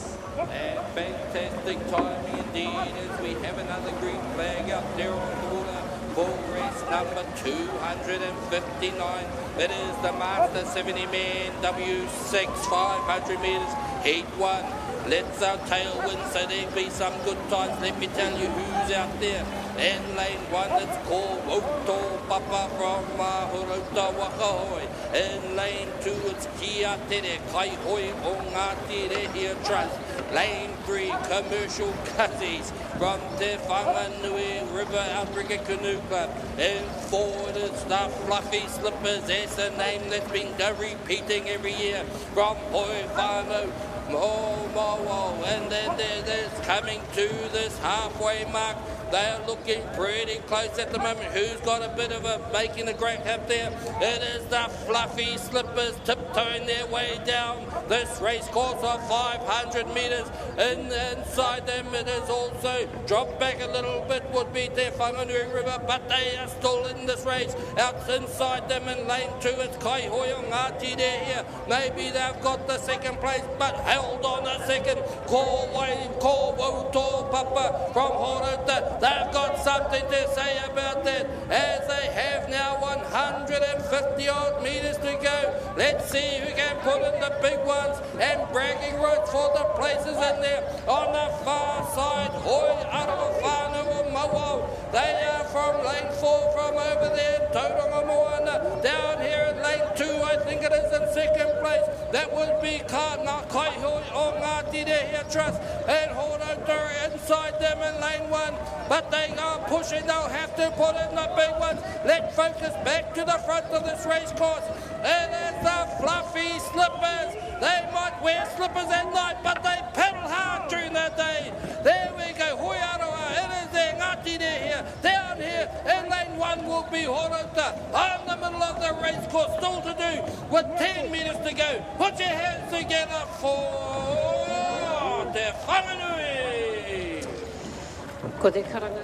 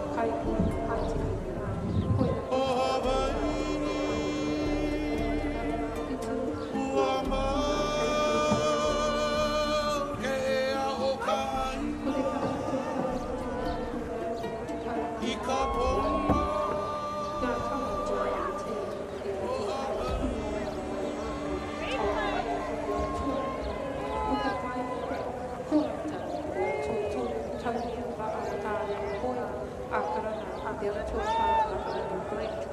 Manukau Ra'atana, the other two Kuro Artika, the other two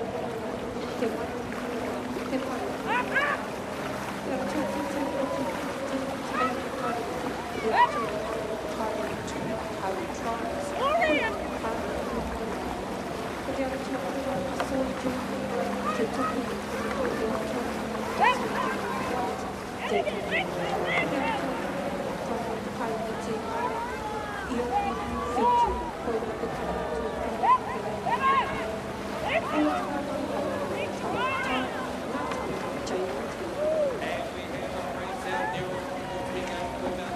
Seconds race number 260, the Master One W12 500 metres, heat number 1 of 2 heats. Lane 1 it is Ngā Kōpara Mai Tāwhiti from Horo to Waka in lane 2.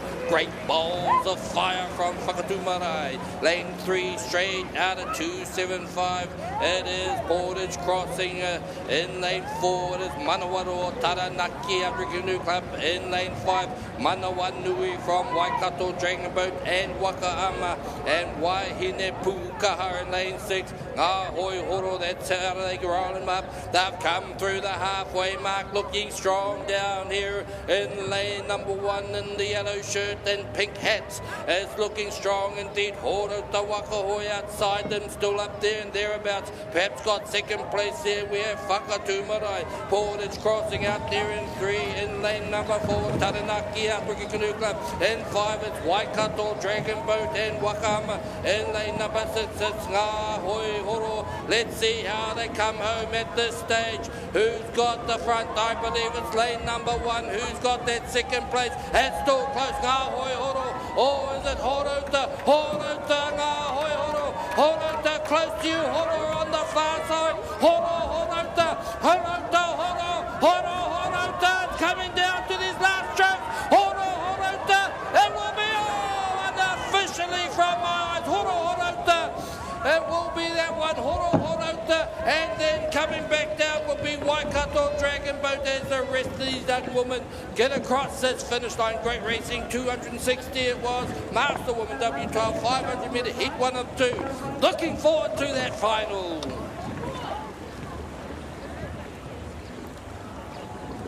W12 proceed to the east, top 2, landing down the back.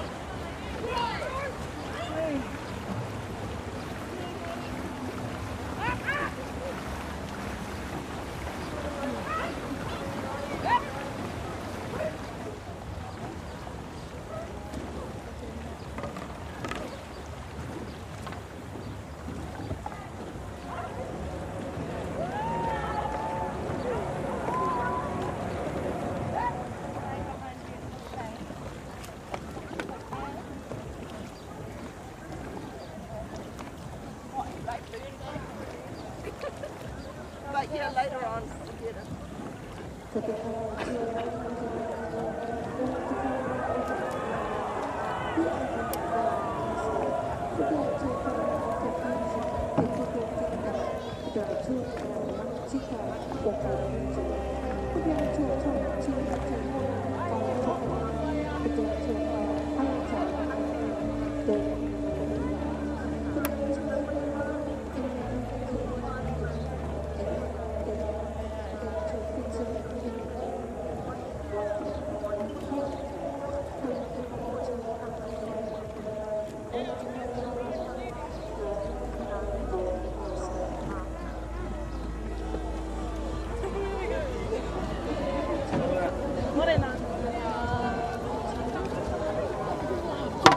Sorry.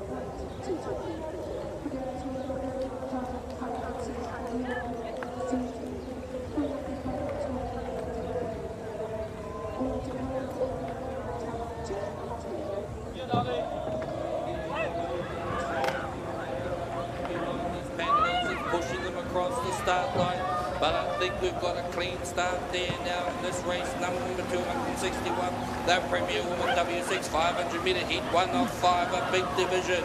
In lane 1 it is Ururangi Te Wakaponamu. Lane number 2 it is TMOCC Slay Sisters Tauranga Moana. In 3 it is Titus from Otaki Wakahoi. Lane 4 it's Maniopoto Rangi Toto from Aotearoa Water Sports.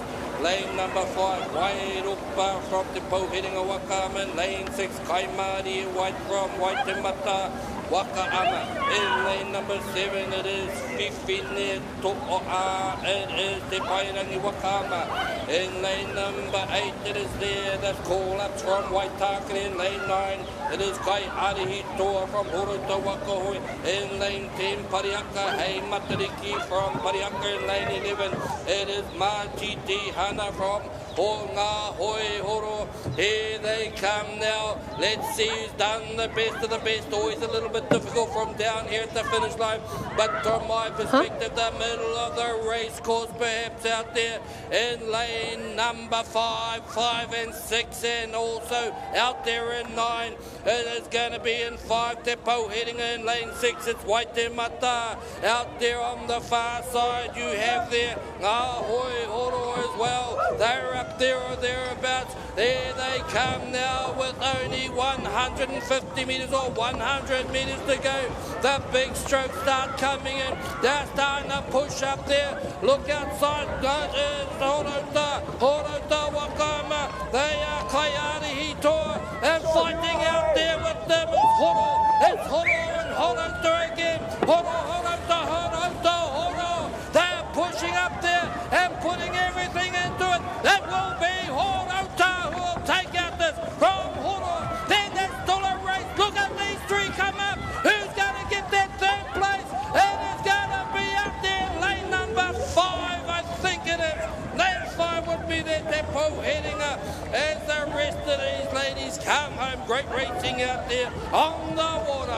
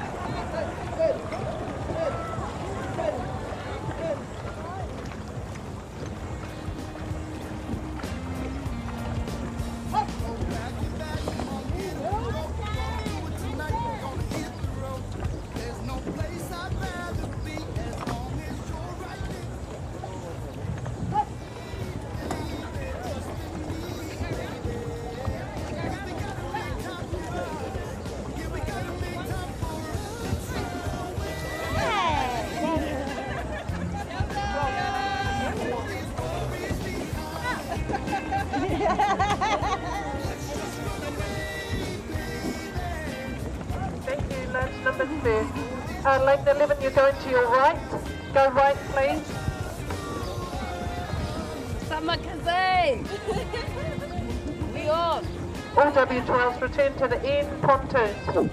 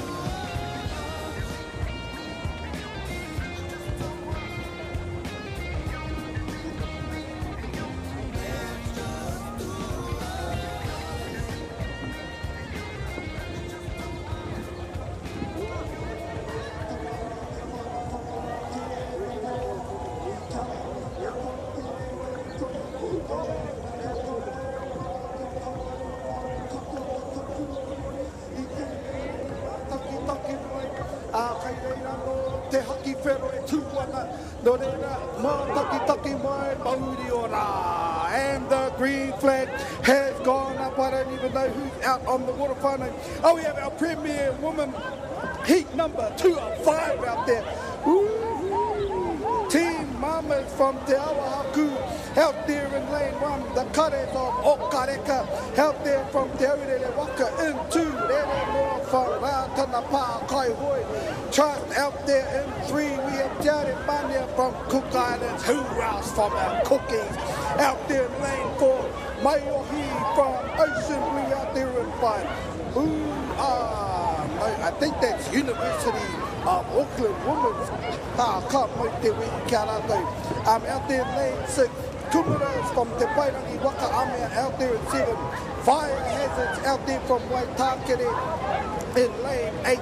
Uawa, Iranui from Tolaka Bay Surf Life Club. Saving and 10, we have Te Pua, Wahine Marika out there in lane 10. And our farmer from Fiji, Kai Viti Maro from Kai Viti Va'a and our hookup. And these Wahine Toa are already at the halfway or gone through the 250 metre mark. Looking good over here in lane 2. That was the Kares of Okareka, Te Aurere, Waka Ama out there in lane 2. Lane 4 looking good too. Tiare Mania out there from the Cook Island Association, Outriggers Association out for doing nicely. 2, 4, 5, lane 5. Who's out in lane number 5? Maiohi from Ocean Blue. They've been doing some mahi this year, or more so the end of last year. We've seen them come through with some their juniors, but over here they're looking like they got a good waka length on the rest of the fleet out here. Out there in lane number 5 from Ocean Blue Sports Club. Maiohi out there will take out this heat number 2.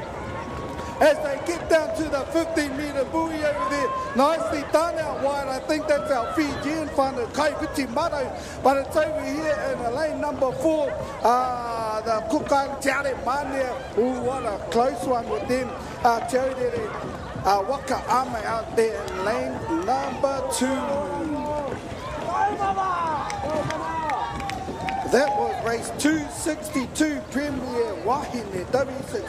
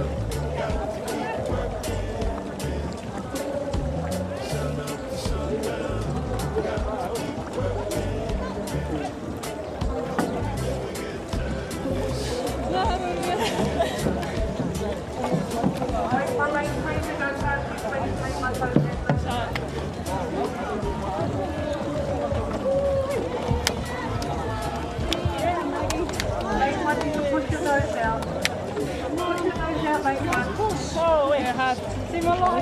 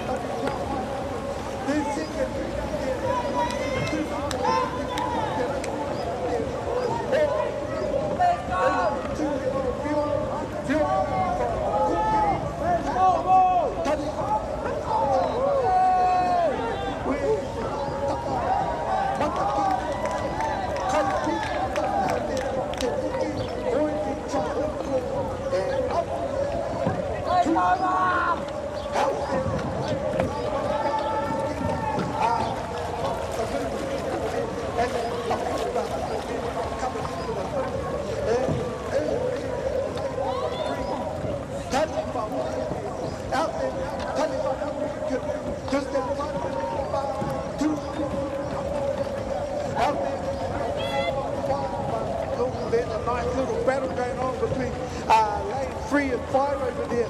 We have Taniwha, Tūranga Waiwai, Taniwha, Tūranga Waiwai, Tūranga Waiwai out there in the far lane, lane number 5. They both crossed that 50-metre buoy out there, and here we go for some big ones coming in from Taniwha Wahine. As they push that 15-metre buoy, nicely done out there wide. Tūranga Waiwai will take this second heat, yes, second heat of our master women's. Just inside it is Taniwha Wahine from Taniwha. How big a canoe.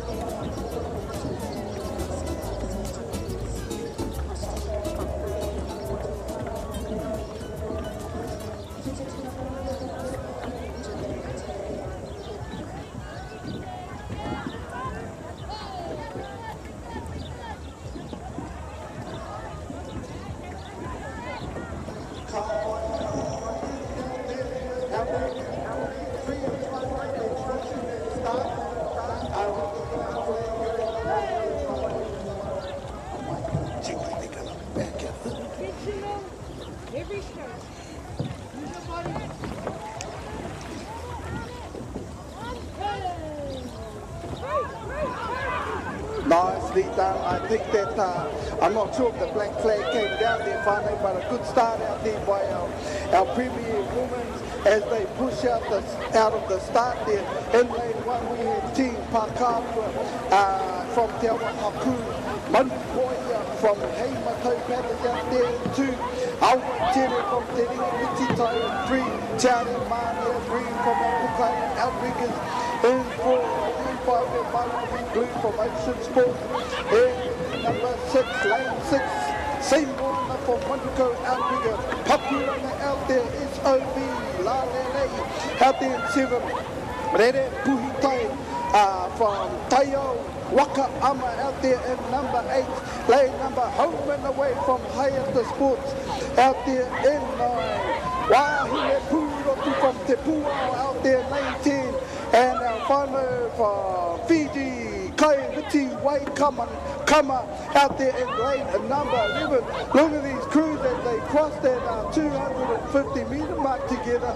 I think with their nose here, it might be over here in lane number 2 from Heimatou Paddles. Manu Hoya over there in lane number 2, just outside of them. Aotearoa from Te Ringi Mititai, also doing the business out there in the far lanes, in the middle lanes I should say, is same one from Manukau Outrigger in lane number 6, just outside of them. Takuranga in lane number 7, pushing them hard, keeping them honest, but I think at this present time it's over here at lane number 2 is Manu Hoya from Heimatou Paddles as they approach that 100 metre mark coming into the home straight. Their 500 metres is our Premier Woman. Oh, this will be nice and fast as they come down. Nicely done, 2, 4, 6 out there. Manukau are still pushing hard. Our crew inside there. Looks like they got their nose ahead with that little push they had at the marker there, the 50 buoy marker. They might get this one on our inside lane. See one out there, lane number 6. There you go. Oh, what a close one for that second placing. If that was 6, that was lane 7 out there, Pakuranga, and back inside here to Heimatou, Manu Hoya. That was race 264. Premier Women's Heat 3 of 5.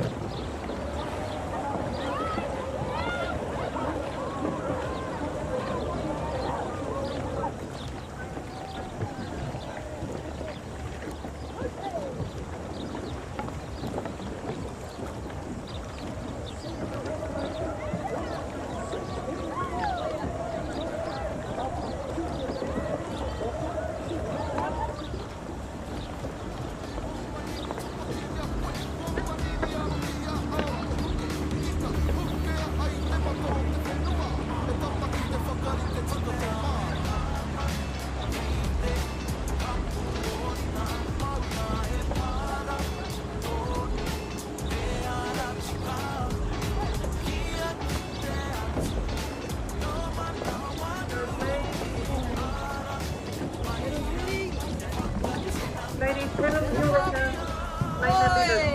You pedal your water. Pedal forward. Lane 10, start back to the left, please. Happy to hear.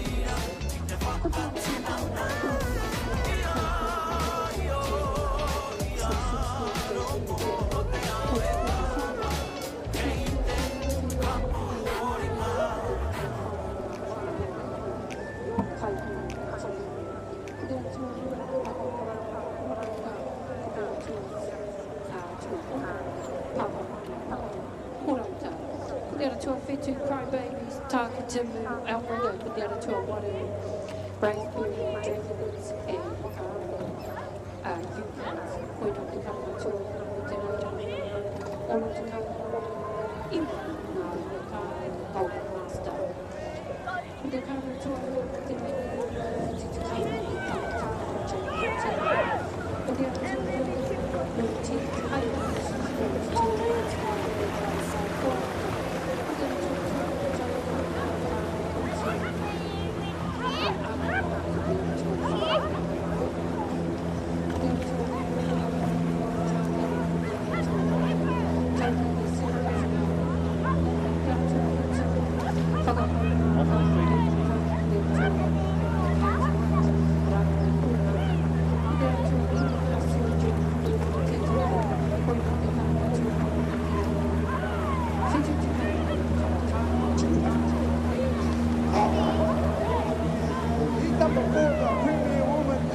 Wana wahine out there, the moment whānau out there. Lane number 1, we have Aotearoa from Tarawera, outrigger in lane 2. Out of seats from Heimatau, our paddlers out there in lane number 2. Ururangi from Akarane out there in 3. Te Māori, Cook Island outriggers in 4. Out there in lane number 5, Malori White from Ocean Blue Sports Club. In 6 we have Ihi Te Mārie from Orake Watersports. In lane number 7, SOP Manai from Pokuranga outriggers. Lane 8, Wahine Pacifica Mare Kura Waka Ama. Lane 9, MJs from Hayata Sports. In lane 10, Kaihoyo Ngāti Rehia Koro Ripo. And lane 11 from Porters Ocean Cruisers. Purple, as we take a look up at these mana wahine, these wahine out there. Premier Women's ad already at the 100 metre mark there. It's over here in lane number 1. Aotearoa from Tarawera, pushing hard though out there in lane probably number 9. MJs from Hayata Ocean Sports as they come down through that 50 metre buoy and push hard for a little, there you go. For a push into the next semi-finals. They'll need top placings with this many heats out there, but I think it was out there and wide with MJs from Hayata Ocean Sports, and back here to lane number 1 with Aotearoa from Tarawera.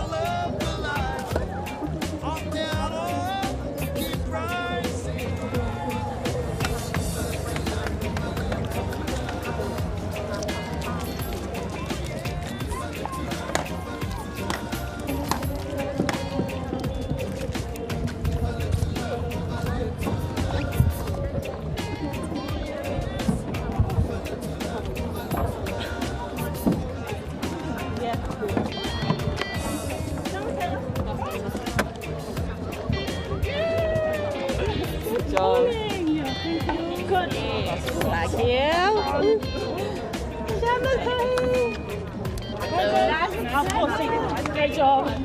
That was awesome. That was nice and smooth. Amazing. Nice one. Thank you.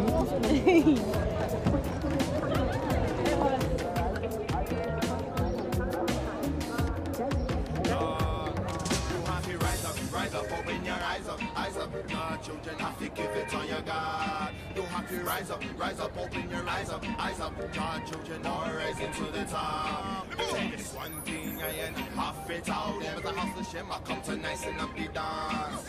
One more time, I ain't half it out. There was a house to shame, I never up to give up.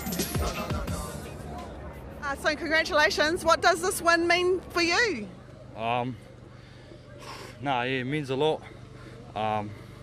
Especially all the races I've been doing in the past, but training up for this. But yeah. Has it sunk in yet that you're a national champ, an individual national champ? Still trying to process things, but yeah. We'll let you go and process it, but congratulations on behalf of us. Thank you. Thank you. Thanks, bro.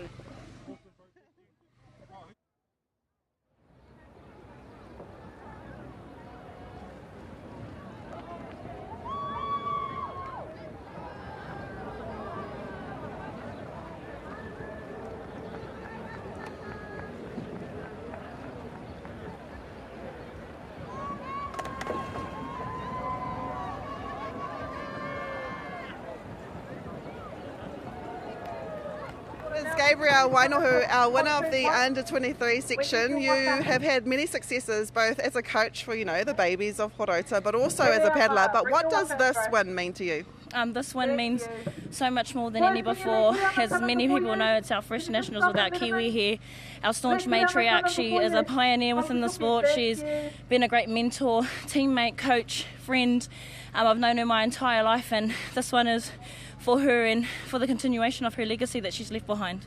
Well, we look forward to seeing you in Kairahitoa. We got the scoop, and looking forward to seeing you race also at tomorrow. Yes, thank you. Thank you. Thank you.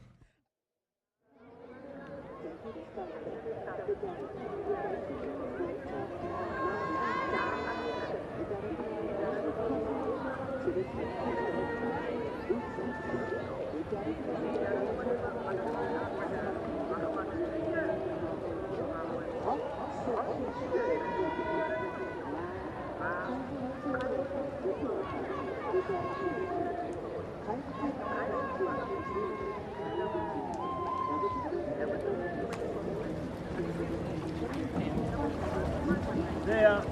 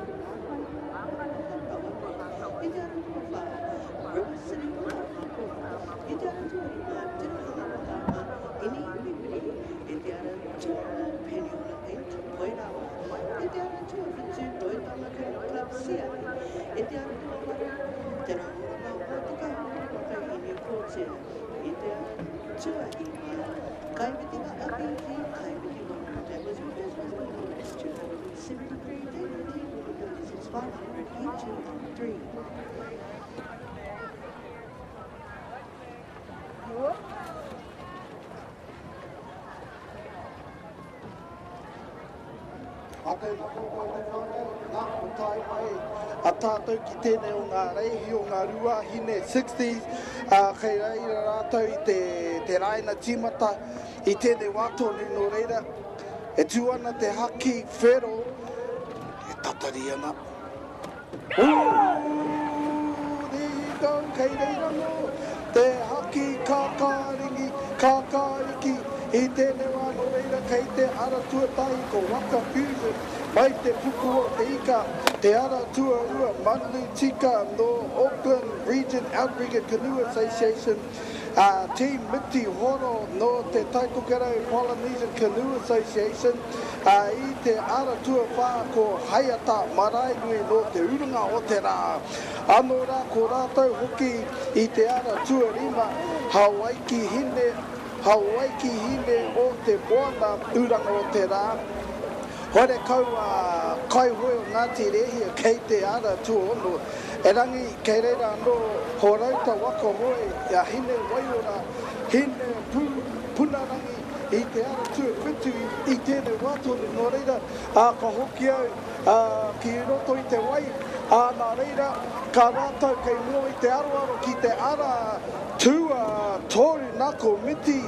Team Miti horo mitanga ngā hoi horo no te rohe o te taitokarau ana hoki e hoi kahana I tēnei wā tā rātou ihu I mua I te nuinga o ngā waka haurua I rongi I te wai kei wahui a rātou nā ko horauta aroha mai ko uranga te uranga o te rā Hayata marae nui I te ara tua whā te tua rima, te ara tua rima, hene waiariki, hene o te moana, mai te rohe, o te uranga, o te rā, no reira he pakanga kei te haere, ko tai rātau ki te kotahirau, mita kei te toi, kei a rātau, tā rātau ihu I mua, I ngā waka kei raro rā, nā ko te taitokerau, ti miti horo, miti mitanga, ngā hoi horo, ka kaha tonu ana koutou ki te hoi, haka pau wera I tēnei wā,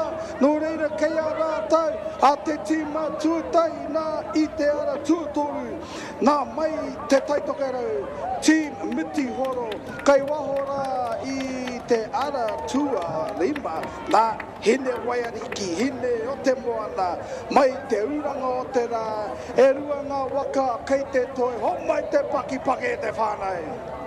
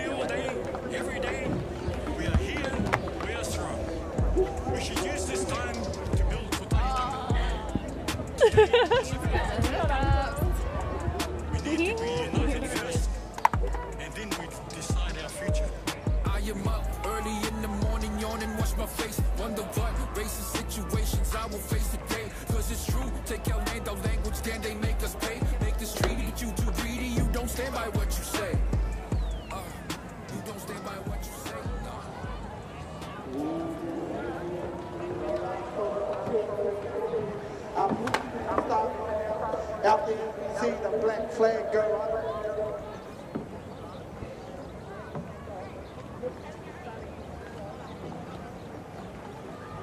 Waiting in anticipation. Go, boys! No one wants to back up. And the green flag is up, Bonzo, the black flag is still up as well, which means someone will be DQ'd out there in this last heat of our premier woman.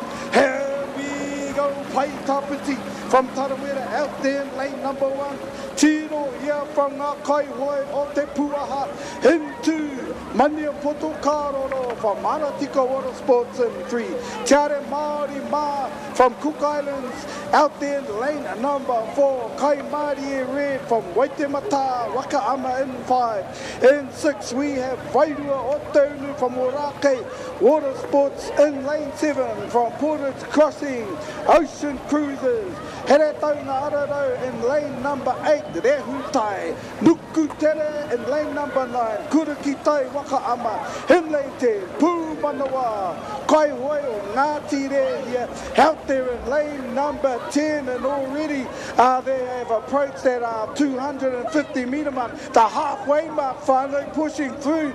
I think it's out there in lane number 4 looking the business, our Cookie Tiare Māori Ma out there in lane number 4 pushing hard though in lane 1 and 2, Tiro here, Pai Tapiti, Tarawere ngā kaihoi o te pūaha. They've been coming through this week, not only with their adults, but their tamariki mukapuna as well. But I think over here looking like they got a nice, comfortable lead over there. Lane number 4 is Te Are Māori Ma from the Cook Islands Outriggers Association. In lane number 4, but keeping them honest in these inside lanes. Lanes 1 and 2, Pai Tawhiti from Tarawera. Tiro here from ngā kaihoi o te pūaha as the big long straights coming at that 50 metre mark. Just outside of the cookies is Waitemata, Kai Māori Red, but it's going to be over here with the little push going into the 15 metre, into that finish line is Te Are Māori from the Cookie Outriggers. And lane number 4, nice little battle over here. Lane 1 will take that second spot. Tarawera Tiro here, Aroha Mai Kaihoi, Pai Tawhiti, and that blanket finish out wide there as we see the last of our heats for our premier woman, our wahine out there. Right to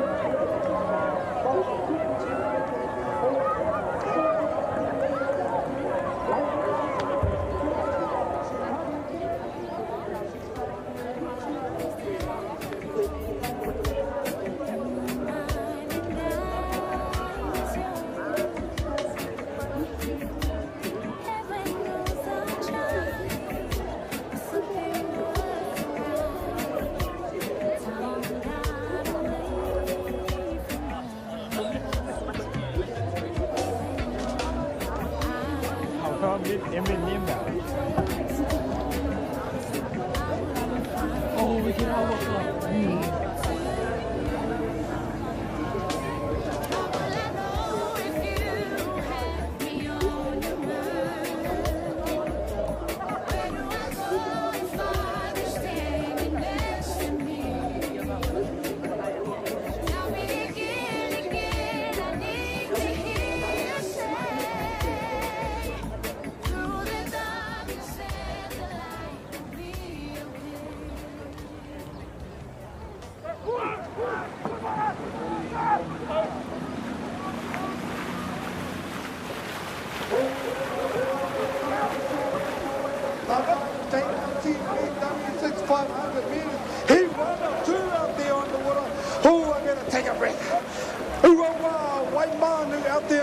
from Talaga Bay Surf, Huka Taiora out there from Horeita into Taurea Vaatane Hoi from Akarana in 3, Waka Manu Black from Manuka out there for Mania Poto Korora from Aratika out there in 5, Te Manui Rewa of course from Te Pau heading a Waka out there in lane number 6, Putties 19 from Heimatai Panthers out there in 7, Tidal tribes from Aotearoa whānau o Maua in 8. And 2 of our Te Toki local teams, Asoi Junior Black in lane number 9 and Asoi Juniors White in lane number 10. And our whānau from Kaipiti out there in lane number Little Holy Makaloli. Who's out there in lane number 3? Akarana Taurea Va'a Tāne Hoi. Out there in lane number 3. What's going on over here? 1, 2, 3, 4, 5, 6, 7. And that must be Heima Taurea Puti J19's out there. Trying the business, but look at these boys as the water flies off those paddles as they come inside that 100-meter buoy. There's no one chasing down these two. They have their own battle going on at the moment. It's lanes 1 and 7, Ottawa Mine, 3 and 7. Akarana, Heimatau, Akarana, Heimatau. Ooh! We're going to go with Akarana for that first spot and out wide Heimatau. Those are our J19s as our crews. Here we go. Manuko pushing through. Homai te Paki Paki whānau, race 268 as we see the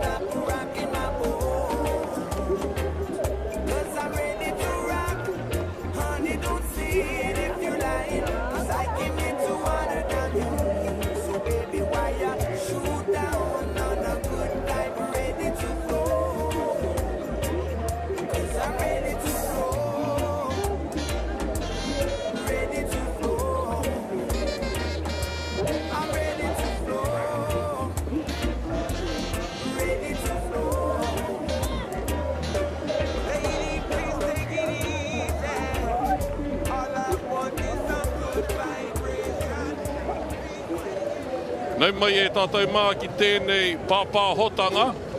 Ko te rehi rua ono iwa tēnei Golden Master Man W12 500 heat 1 off 1.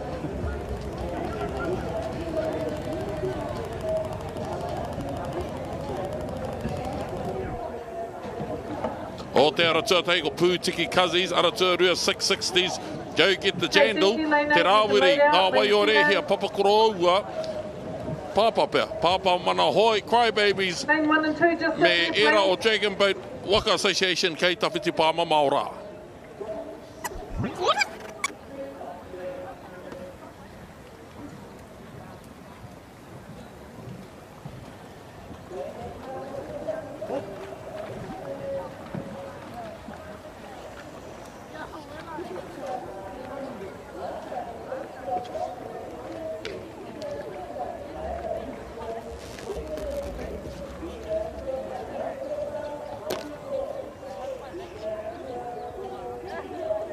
Little teeth. Yeah. They count the little teeth.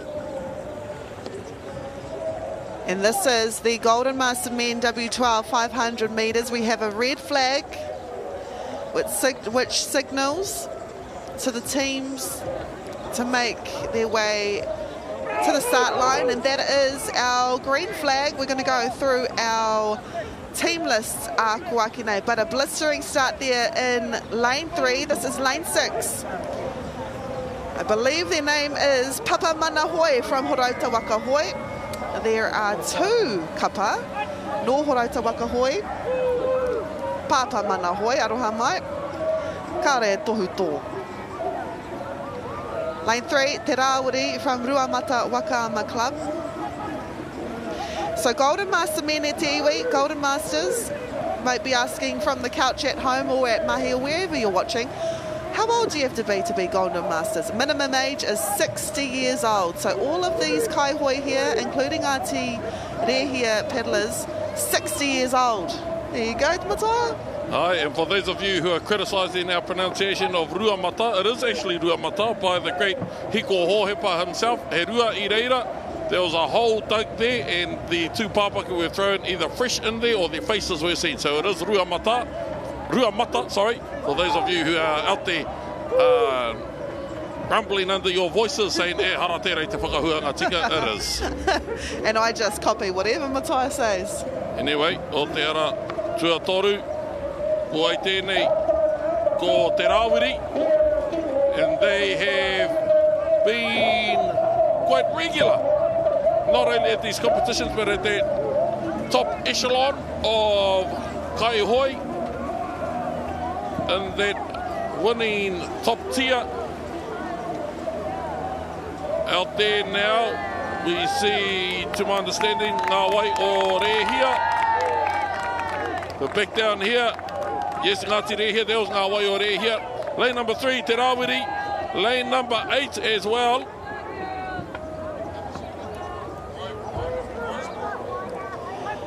Raspberry Dragon and Waka Club, they are a exhibition group. Engari, ko Te Rāwiri tēnei, no Ngāti Rehia, who are in this team. I can see Uncle George there in the powerhouse, seat 3. Who else? Oh, steering is Stephen Hohepa. Engari, anei te tīmatanga. A few teams out there in lane 5 and 6 had a good start, including lane 3 here. Ngā wai o Rehia.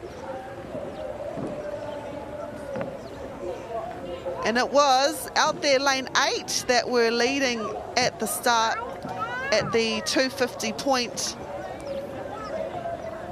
Beautiful shots here all in sync, and that's what it's all about in the W12 races. Probably the fastest races in the 500 metre category that we'll see today. Close finish there too. Engari, it was your team from Ruamata. Te Rawiri with a time of 1:57, 1 second behind them. Raisbury, Dragons and Waka me ngā waiore i tuatoru.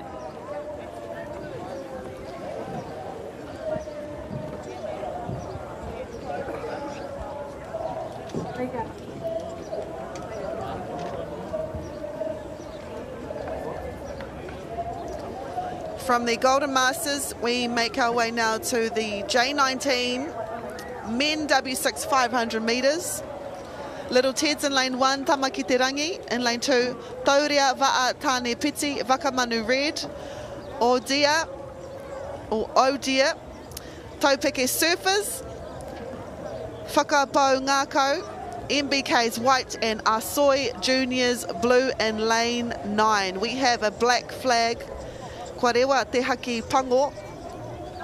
Maya Campbell there, newly crowned champion in the under-19s section. Also paddled in Tahiti for a little bit last year. Did really well. And what a place to learn. They're off with an explosive power, looking to take an early advantage. It is lane 2, and this team here in lane 4, Vakamanu Red from Manukau Outrigger Canoe Club. Ampi, Aotearoa, tā Tamaki Te Rangi. E hoi ana mō te hemo tonu atu. Kei waho atu i a rātou, ko Taurea Va'a Tāne Piti, no Akarana, Aratua Wha, Vakamanu Red. Year after year, I'm tasked to pronounce Vakamanu Red, black and white. And more often than not, from this day onwards, this category division onwards, that name is quite regular. Whether it be J19s, whether it be 23s, whether it be opens. This is the breeding ground, hey, that steersman, under 19s champ. Under 16. Under 16s champ. And we've seen that throughout the course of this competition, e te o ngā tai tamariki, I piki ake ki tētahi reanga ke atu ki te urungi, but there in lane number 2, Tamaki Te Rangi. Aroha mai, he was one of the top paddlers in the under-19 section. It was a teammate in this team right here. It was Maya Campbell that took out that title. There he is, Maya Campbell there. Spoke to him yesterday. He said he does miss his mum, and everywhere he does look reminds of his mum, but he's lucky that his whānau are here and his teammates are here. Fraser Wainohu, Caden Thrupp, Kane Soto, Kian Aitum, Liam Nepe. Those are the names of the team in Tamaki Te Rangi who have just won the second heat of 2 in the J19 men's W6 500 metres. Followed closely by Vakamanu. And te timatanga, wow, nothing. It was like an aggressive launch, setting the pace for the rest of the race. And here we go, here's Vakamanu, as Matai alluded to. It's a name that we will be saying a lot of. Been working this for about 16 years, I believe. 2009 was my first Wakama Nationals. And ever since then, I've always been saying Vakamanu, Manukau, they are powerful, including this team right here from Horota, Tamaki Te Rangi, your winners of the second heat in the J19 men's W6 500 metres. Here's your times right now. Tamaki Te Rangi with a time of 1:48, Vakamanu Red 1:50, and Asoi Juniors Blue 1:53.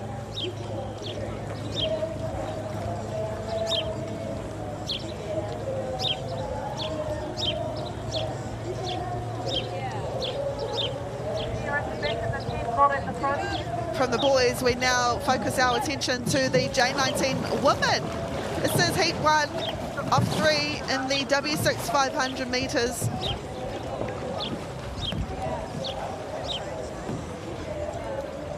Kei te ara tuatahi, Tarawera Waka Princesses, Aotearoa Ahi Pūkahu. We'll have Maungarongo, Hokianga Maidens, Hawaii, Sei Moana, Hine Korito, Ngā Manawa and Bayside Legacy Juniors, and exhibition team in lane 9.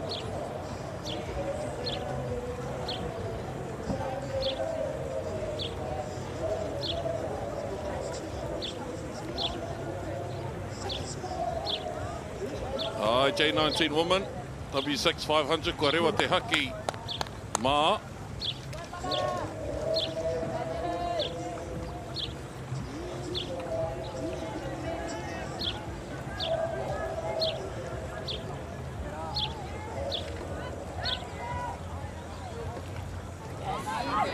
Kua rewa te haki kākāriki.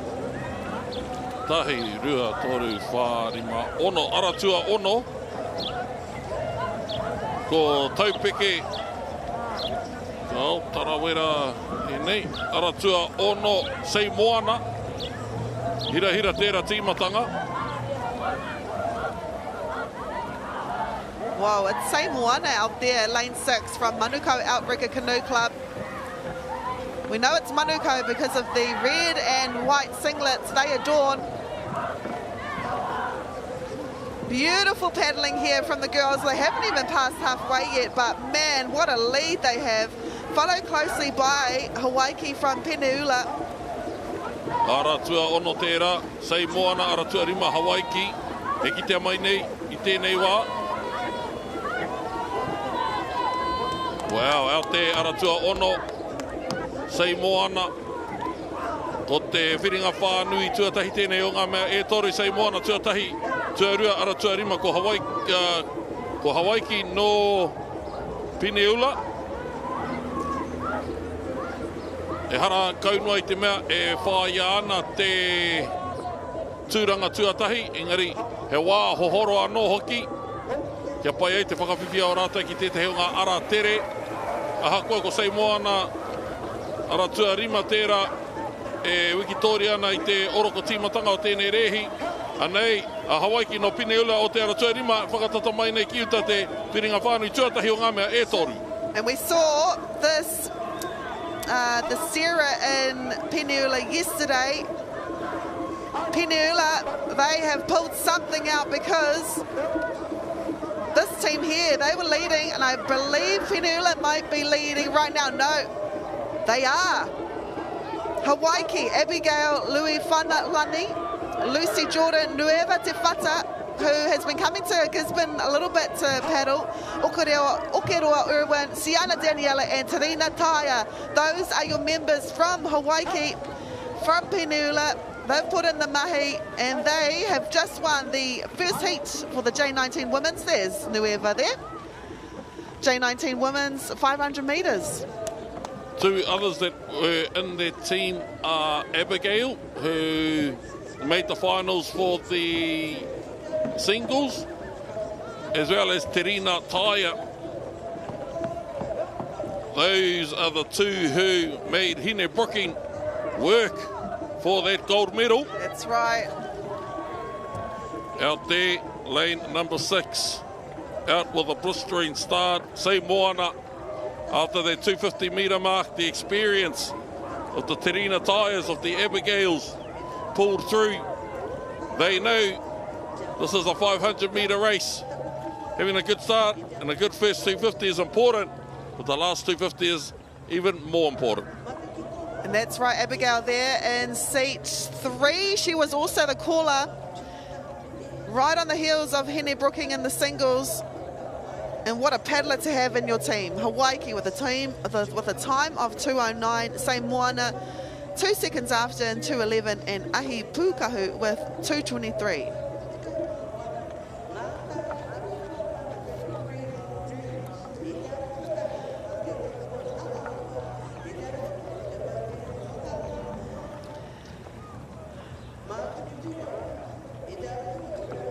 If you think that race was fast, we've got a fast race coming up at the whānau.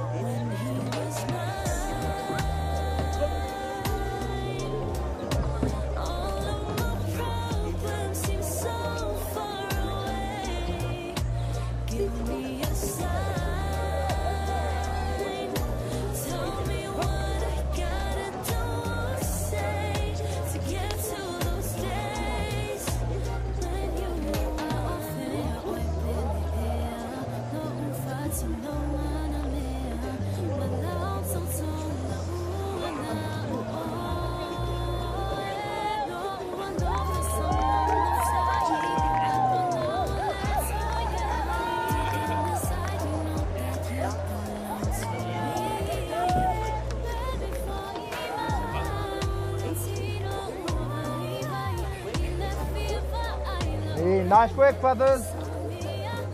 Go get them, boys.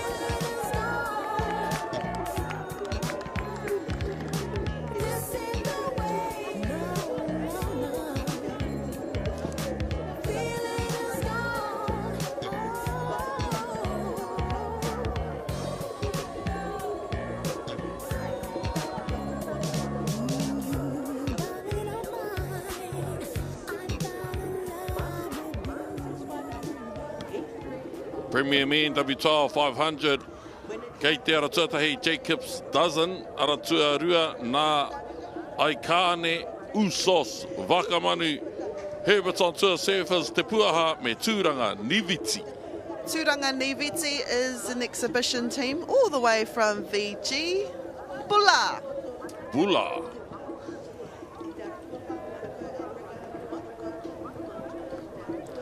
Here they are right here. What a cool little holiday, eh? Yeah, pono. Coming all the way from a sunny Fiji to a sunny Kirikiriroa. Oh, there it is. There it is. They're the ones who brought Tamanui Te Rā here. It definitely wasn't us in Gisborne. Oh my goodness. So every year, Fiji, you have to come back because it is because of you we have Tamanui Te Rā. Herbert's on tour. I think in the front there were Sean and Chase, brothers. Also awesome to see some of the younger paddlers, the under-19 paddlers. I saw Elite Reti in there. And not to take it away from our Premier Men's champ, Jake Suitauloa and that Wakamanu team. Oh, so gracious too in his win. What a good boy.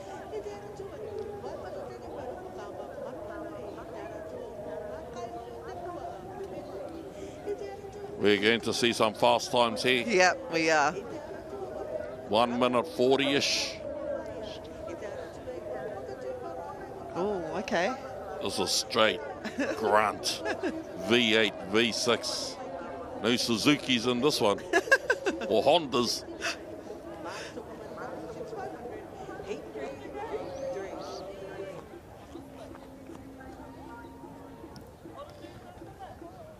We are a little bit behind schedule as well.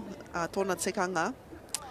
This race was supposed to race at 12 to 11, but of course, I tau mai te kohu, ki konei, ki Karapiro, and we had to wait for it to rise. Engari kei te pai, because usually when there is kohu on Karapiro, that means it's going to be another beautiful day. And it is. Stunning conditions here. Not much wind. But it is 30 degrees, so it is a wetter. Red flag. We'll see our teams creep up here. This is a beautiful shot, so we'll be able to see the start of the race. O mata ki te hoki whakamuri. Lane 4 there. The second paddler could touch the starting line. That's how far over they've gone. Lane 2, back it up, back it up. You're going to be disqualified. If we do see a rise of the green flag with the black flag still up, oh, that's good. It'll tell you that someone has been disqualified, but there are no disqualifications here. Starting strong, all teams laying down their intentions right from the get-go. This is Jacob's Dozen from Heretaunga Ararai o Ngāti Kahungunu in lane 1. Lane 2 we have Nā Ai Kāne from Ocean Blue Sports Club. 3, the Usos from Portage Crossing. And wow. Waka Manu pumping, showing us why they're the example for what a champion team looks like, for what a champion team is. But outside of them, we have Herbert's on tour. Tupu King there, Aaron Herbert. Some of those Reti offsprings. There it is, lane number 5, Waka Manu. And they're so fast. We missed the halfway, but I believe Waka Manu are leading. Hot on their tail, though, is Hot. Herbert's on tour, a mixture of young and old. And this team right here, lane 5, Waka Manu. They've won this category many times over many years at the national sprints. They will want to win once more. We've got paddlers like Marlon Tolua, Keisa Ngātaki, Julius Peterson, Joshua Parese. Of course, the Tua o Te Tau, mō ngā mahi takitahi. Jake Suitoloa, here it is. We're supposed to be watching races of this closeness in the finals, but heat number 1 of 3 out there, lane number 6, Herbert's on tour, inside here, Waka Manu. Now that is what you call a race. Wow, Herbert's on tour, man. What a push from them. Stroked by Tupu King. Steered by Elite Reti. I believe lane 2 may have crossed over to get 3rd place. Herbert's on tour. They should be proud of that. They were up there. Absolutely. If memory serves me right, Herbert's on tour started from the Herbert's whānau, from ngā hoihoro there. But throughout their evolution, oh wow! Something happened to Waka Manu. 144, as I said, 140-ish. And then they became a team that would merge with with Hawaii at the Molokai long distance. So they've continued to push that name through, and we're very fortunate to watch that skill set, watch that puna mātauranga come to fruition today in that win in the Premier Men W12 500. Mataia mentioned Herbert's on tour. That's what HOT stands for. You're probably asking how many Herberts are in there. Aaron Herbert, Bo Herbert, Chase Herbert. We've got Sean Herbert and Zenon Herbert. Anyway. Oh, and John is commentating. It's whānau affair. He's the middle brother. Anyway, this is the J19 Women's. Let's get into the J19 Women's now. Race 273 for today. This is the second heat of 3. Ihilani Blue in lane 1, Ka Manu in lane 2, Tawanui, Pono, Hine Pipiri, Poirava, Siale, Hine Kotea, and in lane 9 we got Kai Viti Vonu from Fiji. This is Ka Manu, or is it supposed to be Ka Manu?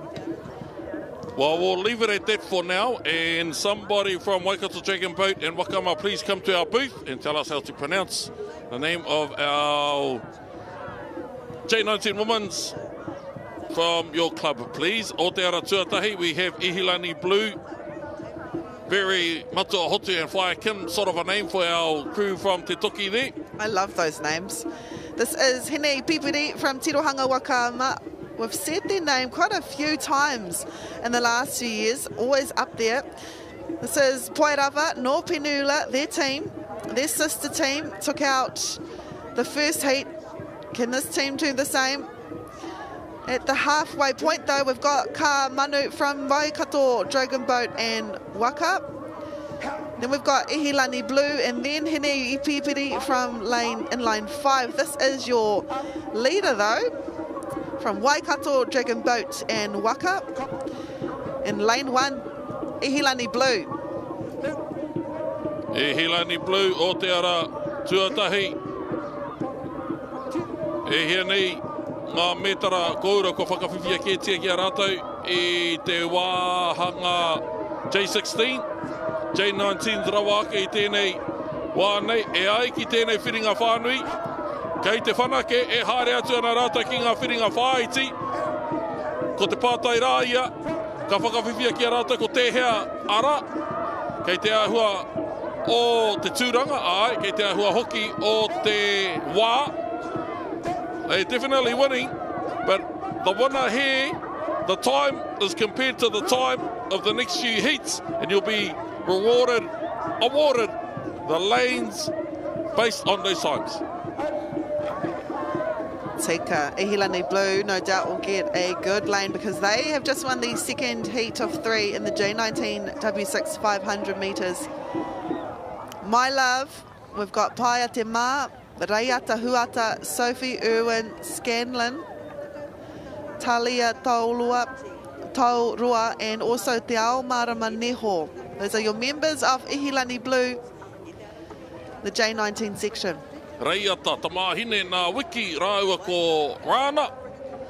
Tētahi no roto, tētahi o ngā uri, no roto I ngā whānau I tīmata mai ai. Tēnei karapu, te whānau heke iho mai I te ramārei kura o mātou. Ia te rita, Ihilani Blue, tuatahi tuarua ka manu, tuatoru, hine ipipiri.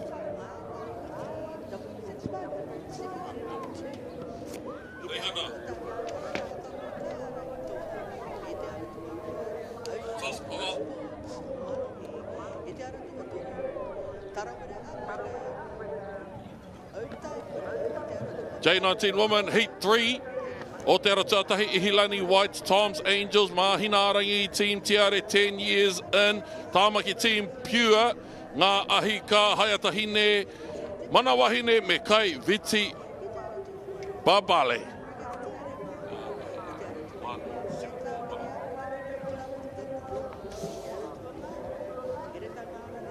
Kai Viti Babale tēnei.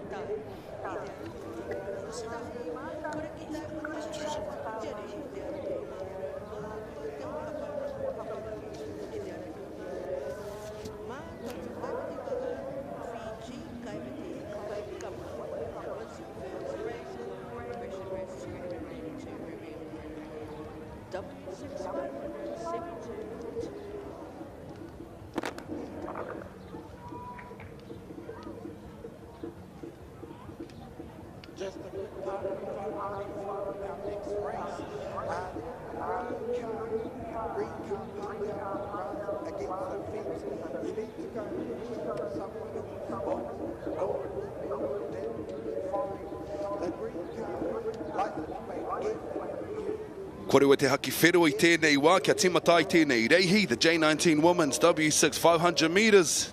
Ko ngā whiringa whānui tēnei, toru, o ngā mea e toru.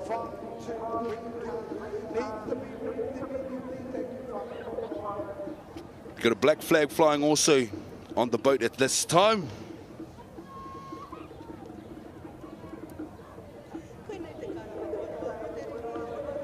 Korua te haki kākāriki, and they're off.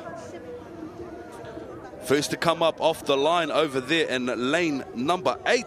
Horauta waka hoi mana wahine. Ihilani on screen now, Ihilani White from Te Toki Voyaging Trust. Times Angels from Heimatau Paddlers. Aratua toru tērā, Mahinarangi Otaki waka hoi.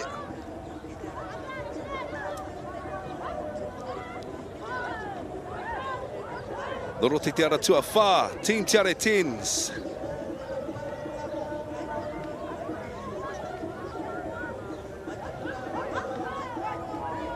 Out in lane 3, lane 5, Tamaki Team Pure. Pumped out through that first 100 metres of the course now. A little bit of a lead at the front there. Team Tiare 10s, Tamaki Team Pure on the outside of them. Anei e hoi mai nei ki te ruarau rima te kaumita. Kei te ara tua whā. Team Tiare 10 years in. I wonder if that's a description of how long they've been together. If so, e tino ki te ana te hua o te mahitahi. Hey, te kōhine kei te tūru tuawhā. E pupuri ana I te haki, I te hikoi, o toi tū te tiriti. Kia ora e ko, mai te hikoi ki te hoi. Anei koe, e whakakanohi mai nei, I ngā iwi o te taitokerau. Kei wahora, ngā hoi horo team tiara 10 years in.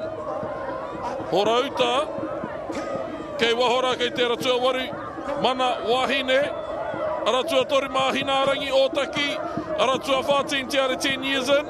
He whakatata mai nei ki te rārangi whakamutunga. I nā koa, ko o rātou hoariri, mō tēnei reanga heat, I te heat 2, ko kā mānu, kei te haere, team tiara 10 ki ngā whiringa whāiti. Ngā hoariri, tēnei wā. Ko Ihilani Blue mo taku he, o rātou ngā toa.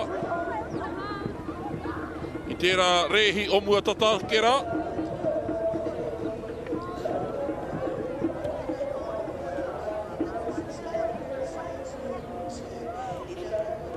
With a time of 2:09, Team Tiara 10 years in, Mahinarangi tuarua tuatoru, mana wahine.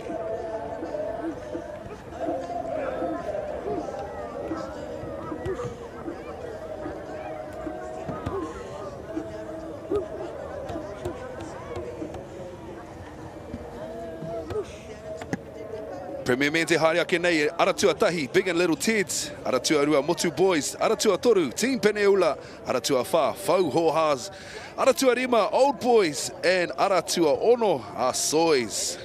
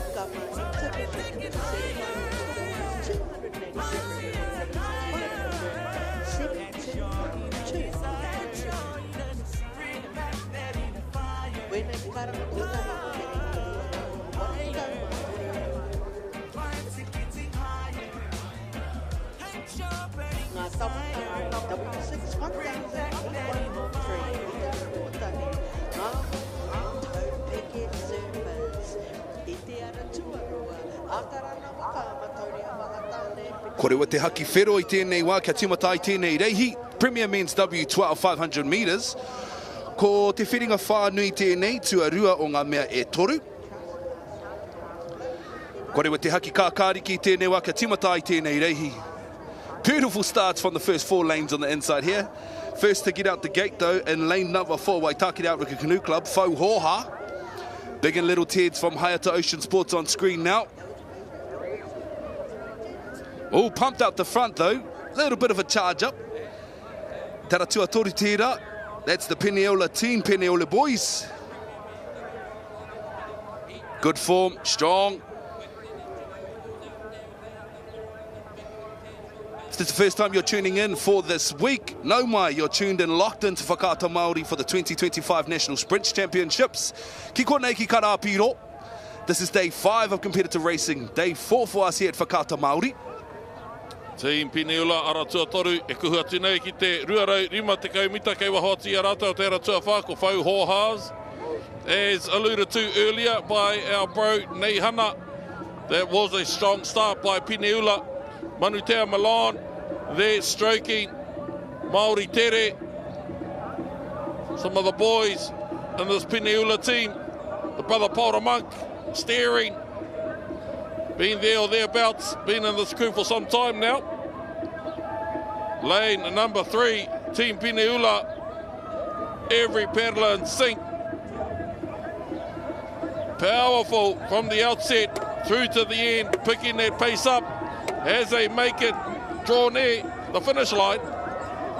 Pineula boys charging up the front with it. Whole Waka's lead advantage in front of the rest of the pack. Behind them though, and Te Aratua Whā Waitakere. Waitakere Fau Hohas, crossing the line now, Team Pineula, followed by Te Aratua Whā. Waitakere Fau Hohas. Oh, could be 6 or 2, I'm going to call it. Te Toki Voyaging Trust, Asoi's coming across in their 3rd position. Team Pineula, our champions for heat number 2 of 3, Premier Men. Bearing in mind, Whakamanu took out that first heat. Followed, no, actually, I think they were disqualified, or was Herbert's on tour. Te kohe, kia ora brother.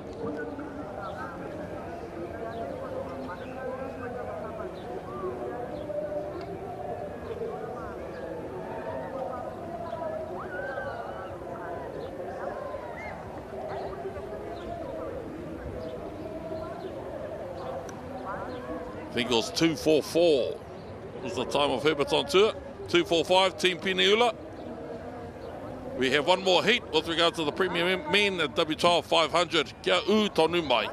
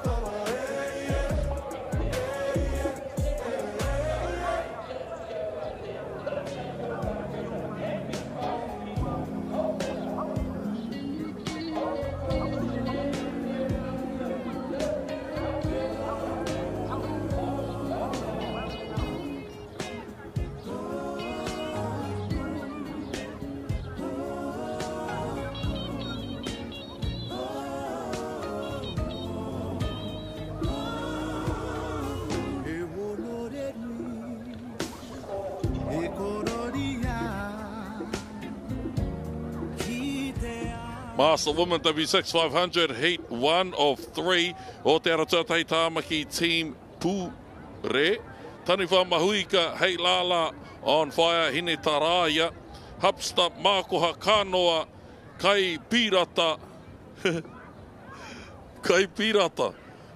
Is it eating pills? Name, not to make a Kai Matua. Wā Hine Pūmaya, Mahutonga me Hine Ora. I'm sure it's not. I'm sure it's not. I'm sure they'll be pumping today. Ke wahora kei tera tua ngahuru marua hine ora.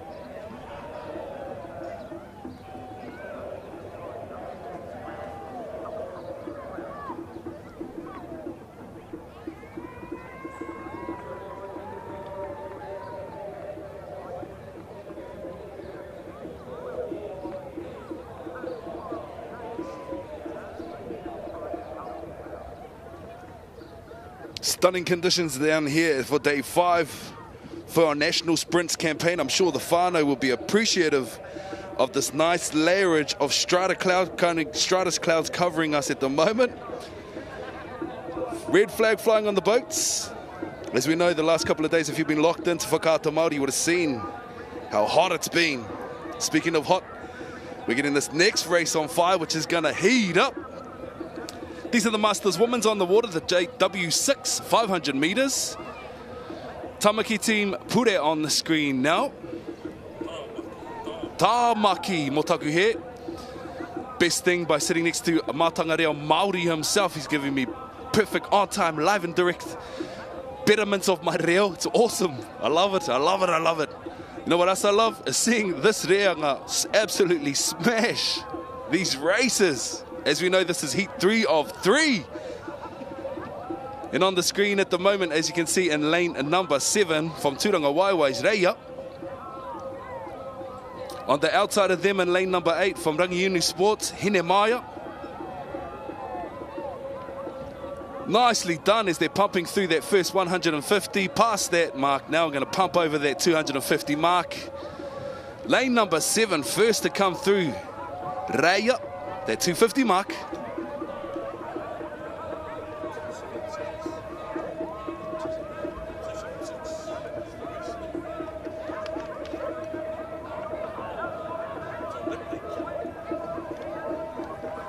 E hoi mai nei. Ara tua whitu. Mākoha. Te krapu waka ma o taupo. Making their way through not only to the end, but through to the semi-finals. Ara tua whitu, Mākoha.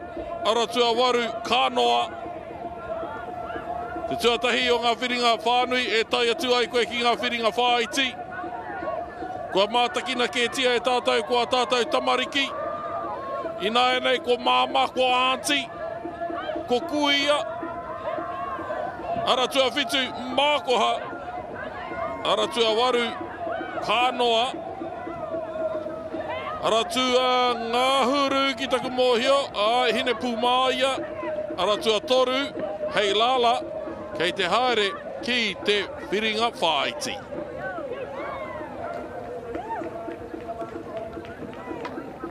Mākoha, who will be progressing through to the semi-finals based on their performance.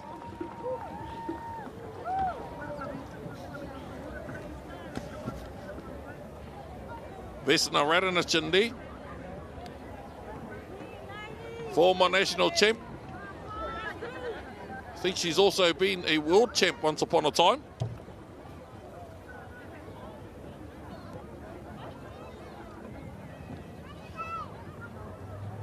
Nei, te ara ki te rehi e kainamu mai nei tata tonu e te ki te ara pautama. Engari, i tētahi whiringa whānui Masters Woman ki tētahi atu. Arā te ara pau, arā te rārangi ingoa. Po te tuarua ngā whiringa whānui, still out of portage, no Mangere, taniwha roto wāhine. I waho atu i a rātau.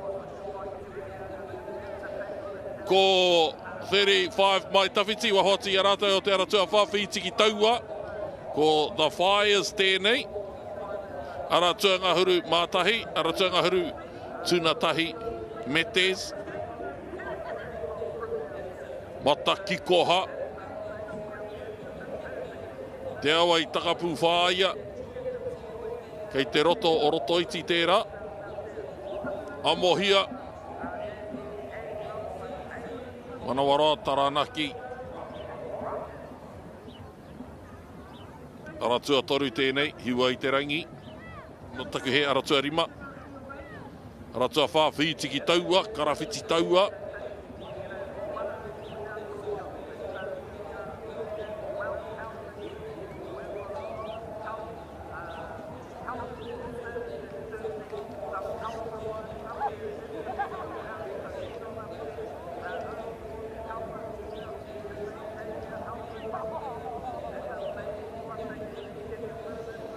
Red flag flying on the support boats to start the Masters Women's W6. I must apologize, I was calling the incorrect race.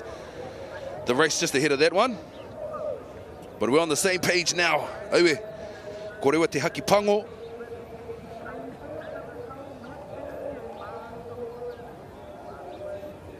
This is heat 2 of 3 for this division, the Masters Women's W6.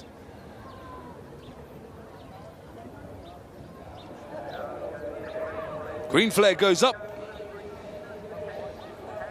And down the course they go. First to come out of the starting blocks there. Aotearoa, Horauta, 35 mai tawhiti. Out of lane 2, Taniwha Roto Wahines. Nice. 35 mai tawhiti there on screen now from Te Aotearoa. Whitiki taua from Tamaki. No, Taranaki mo taku he.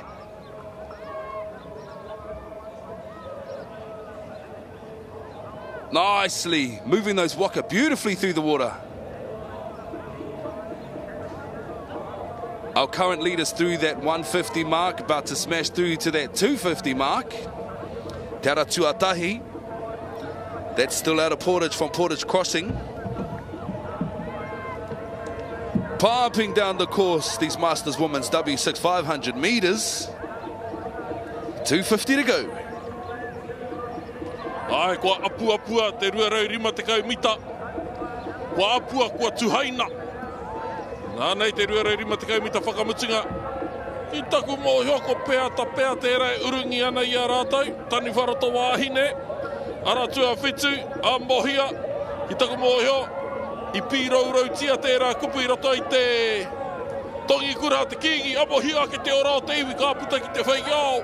Aratua iwa, mata kikoha no te krapu o te toki. Pai keu ngā pōtai, pai keu ngā pōtai. Aratua rua no, Taniwha Roto Wāhine, kei te haere ki te whiringa whāiti.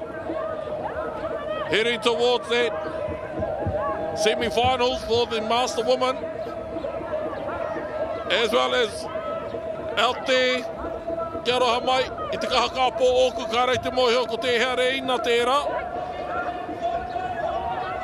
Might be 9, Mata Kikoha from te toki.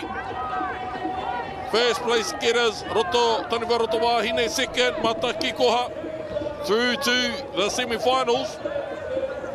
And then from the semi-finals through to the finals. I don't want to jump the gun and say that you're through there. Things might happen and lead up to or in the semi-finals, but based on their performance, ladies and gentlemen, ki taku mōhio kei te haere koutou ki te whiringa toa. with a time of 2:14 and within that second, Mata Kikoha from Te Toki and Amo here in lane, third place.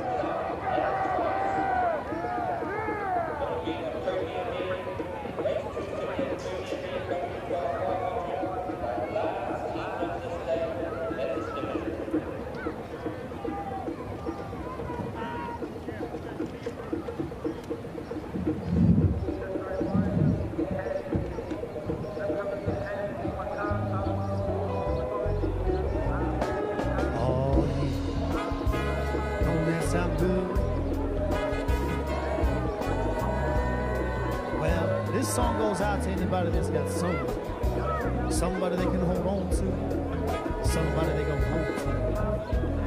See, that's why I call it a good thing.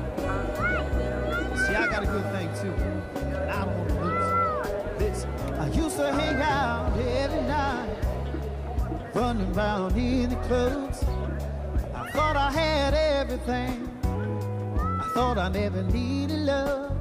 That's when God sent an angel straight down from up above. She came and swept me off my feet. She showed me the meaning of true love. Now my friends, yeah, they ask me why I don't hang like I used to. And some even laugh and call me names like home man and party pooper. But I found be a good thing, and I don't care what they say. So tell them when I get some I might come through, but I can't come through to stay, can't stay too long. I gotta keep moving, 'cause my girl, she waiting, and I don't wanna be foolish. Got a good thing going on, and I ain't trying to lose it. I can't stay too long, can't stay too long. I gotta keep moving. See my girl, she at the house. I know that she waiting on me with a big smile on her face, yeah. Looking real good, smelling real nice and sweet. She know I'm out on the road, doing my music thing. She know the temptation comes. She know I'm only just a man.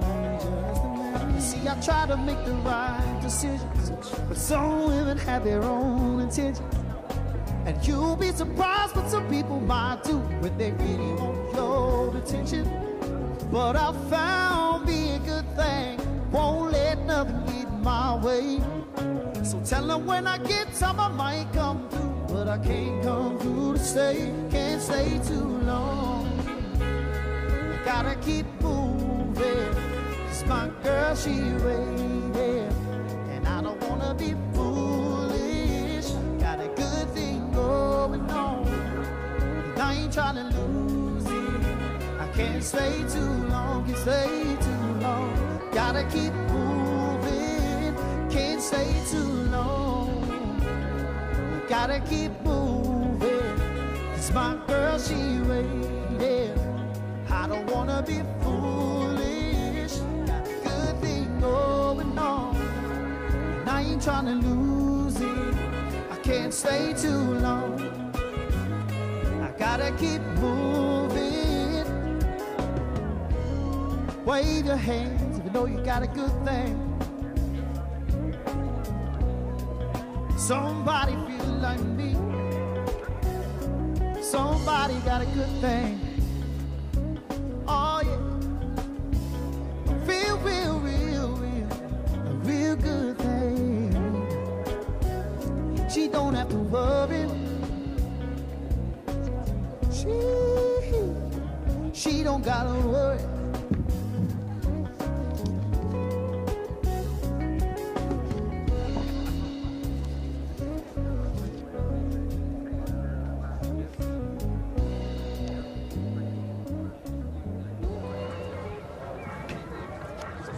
The boys from OCC. Is it right?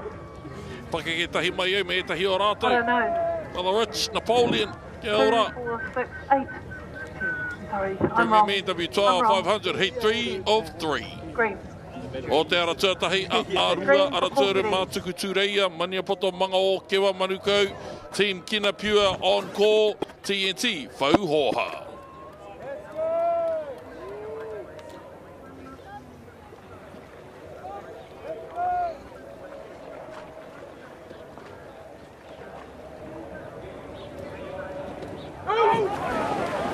Ka rewa te haki kakariki.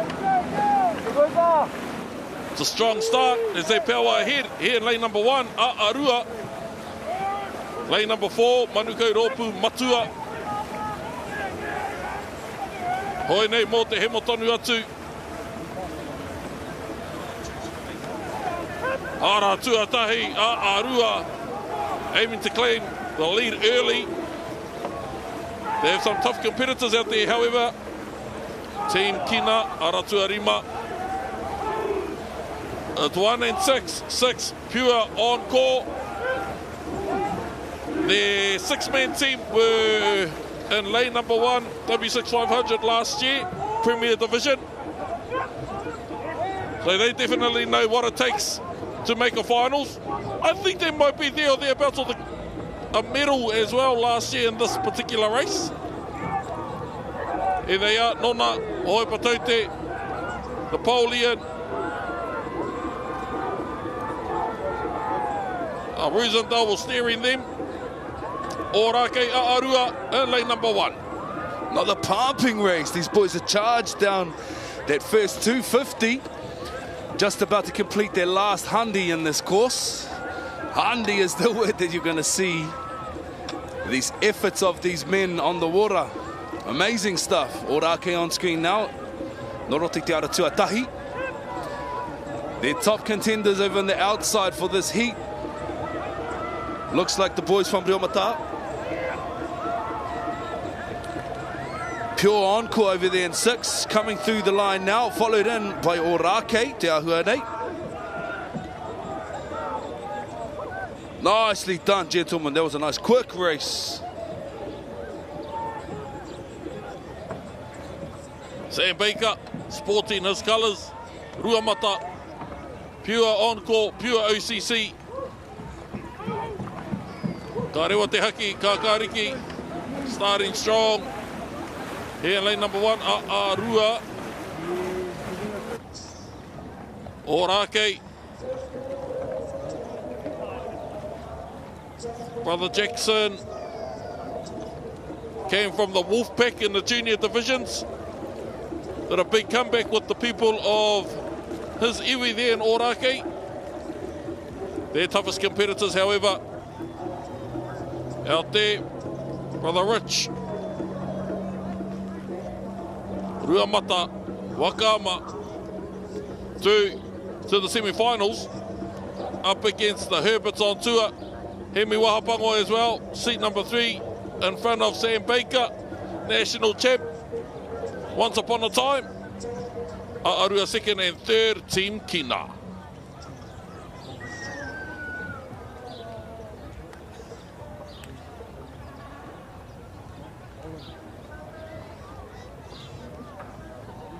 Master Woman W6500, Heat 3 of 3. O te Aratute straight out of Portage up to Auntie Te Waka Huia.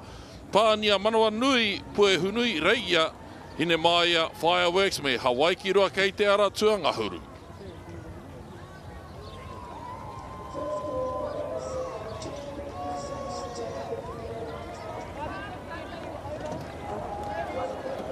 Primo conditions for these aunties out on the lake today. For the W6500, Heat 3 of 3.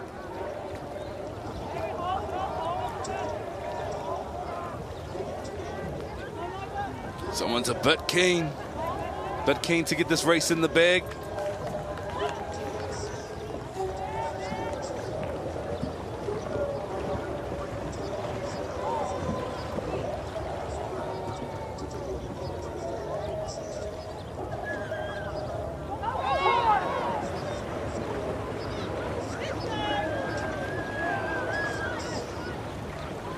Nice start across the board. First to come out the gate though, Te Wakohia and Te Aratuatoru. Nicely done. Aratuarua sneaking up the front there. That's up to Auntie from Pakuranga. Pue hunui ngā kai hoe te puaha.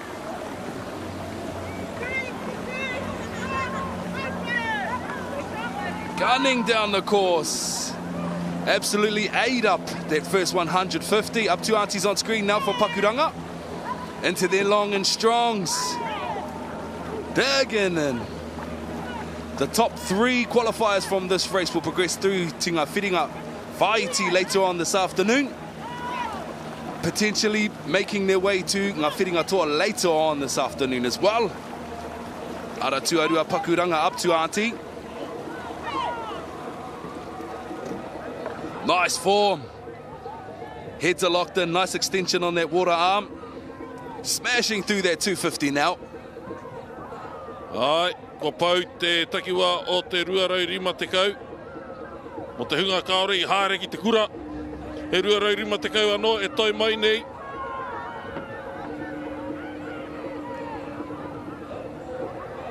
Nei tātou. E mātaki-taki nei te tuatoru o ngā whiringa whānui. Here we are watching heat 3 of 3. From here, based on your time, you make it through to the semis. From the semis, based on your time and placings again, you get through to the finals. Only then can you be kora toa whakai Waka. As they make their way to the end. Aotearoa up to Auntie.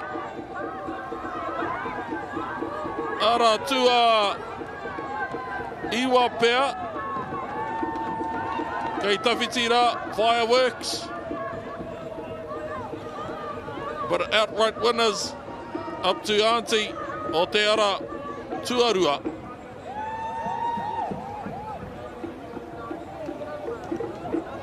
Have a look at that replay now of that start of that race. A little bit of a nose out the front there, snuck past that starting line. Tuatoru, but as you can see, with a kick and a push, up pushed Pakuranga up to Aunties in lane number 2. Charging there now, locked into each other, eyes on each other. First to cut through that 250 was still the up to Aunties.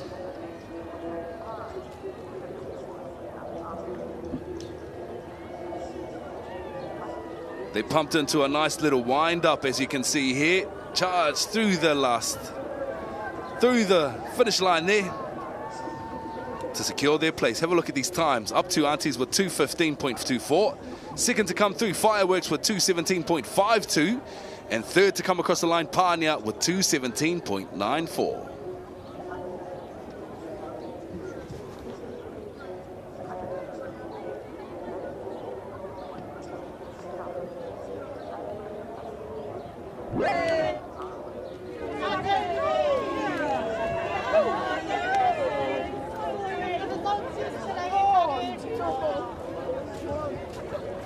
Premier Woman W6 heading out to the water now.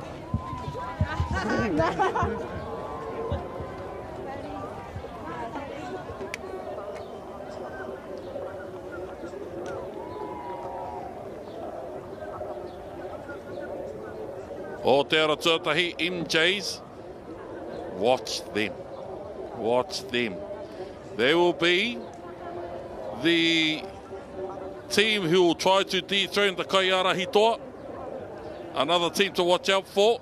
MJs outside of them, Te Are Māori Mā, Sei Moana, Matiti Hana, Paewhiti, Wahine, Pacifica, Tirohia, the Kares of Okareka, Kai Mārie, Pūmanawa, SOB Manaia, and Kai Viti Marau.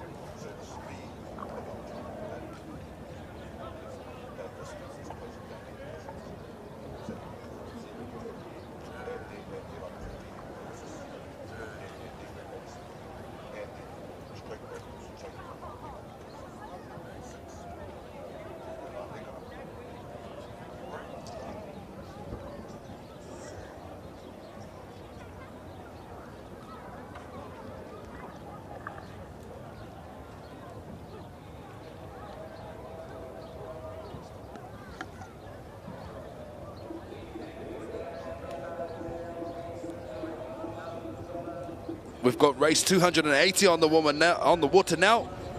These are the Premier Women's W6 500 meters, semis 1 of 2. Red flag flying on the boat.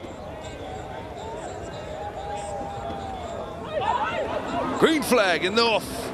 Now watch who charges up the fastest to get across and off the starting blocks. Looks like lane 1 and lane 3. Lane 3 with a little bit of a nose at the front. Manuko outrigger. Sei Moana. Nice, pumping out with a speed of 4.2 meters per second at the moment. MJ's Hayata Ocean Sports Incorporated pumping down the course in lane number 1 from Hayata. Te Rere Laubert at the front of their boat there. Too much Kazi. It's Te Area Māori Mā Cook Island Outriggers Association. Nice. Power. The positioning. Love the way they're just here to paddle. And not just paddle, but paddle incredibly well as that.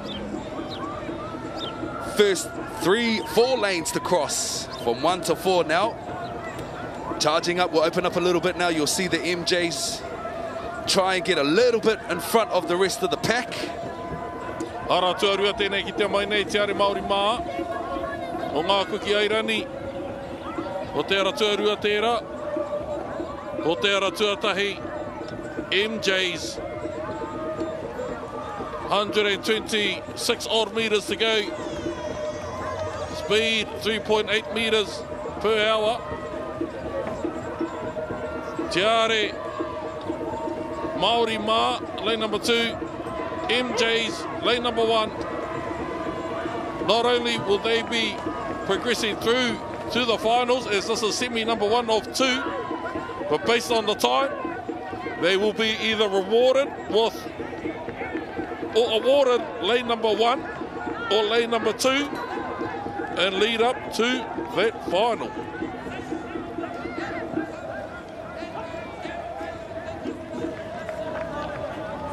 Annie there in seat number 2, champion.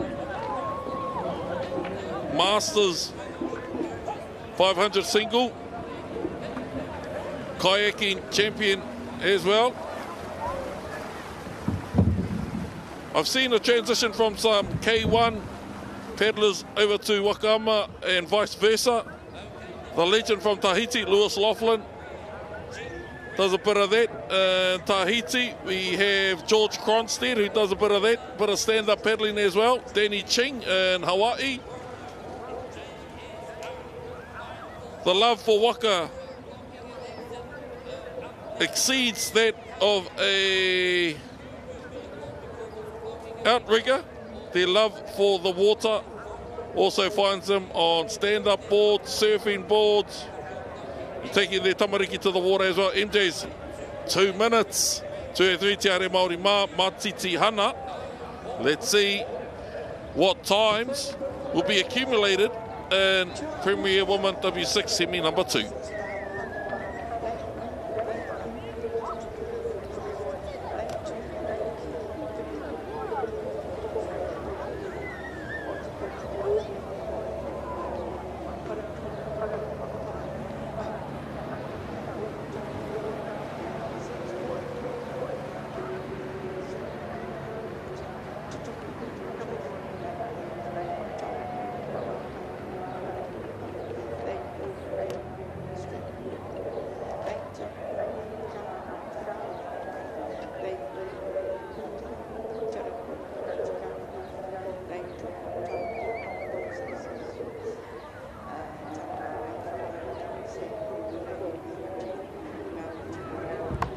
And a Master Men W12 500, heat 1 of 2. 2-2. Troy Dalton, Premier Woman. my cousin Ray, giving up the lawnmower and the weed eater for the week. Uncles, Te Tumu, Hohas, Fly, Tu I Tonga, Hei Matau Masters.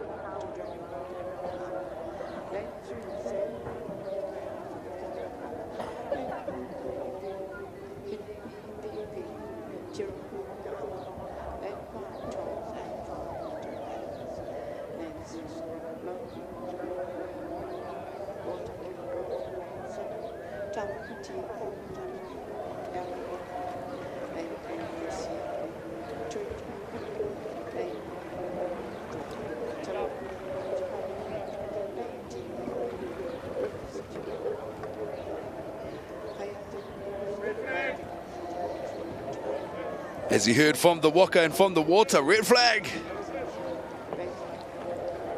Red flag's flying on the support boat. Up goes the green flag. And down the course they all go. Nice little pump out the front there. Lane number 5, Heimatou Paddlers, Heimatou Matsuas. The Masters, to Itonga. Mate Matonga. Yeah, charging up the front of the course though and leading the pack in lane number 5. Heimatou Paddlers, Heimatou Masters. Looking strong. Kasi Jody at the back there, uringa na tewa Waka.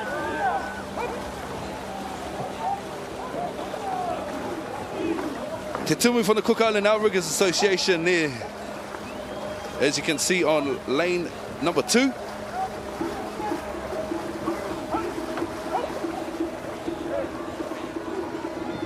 Nice. Pumping down the course comfortably together, charging through that 250-metre first. Heimatou Masters. Te the Orcles, looking sharp. Ai, kua whakawhiti mai rā, I te ara I piko I whiti, te 250-metre mark.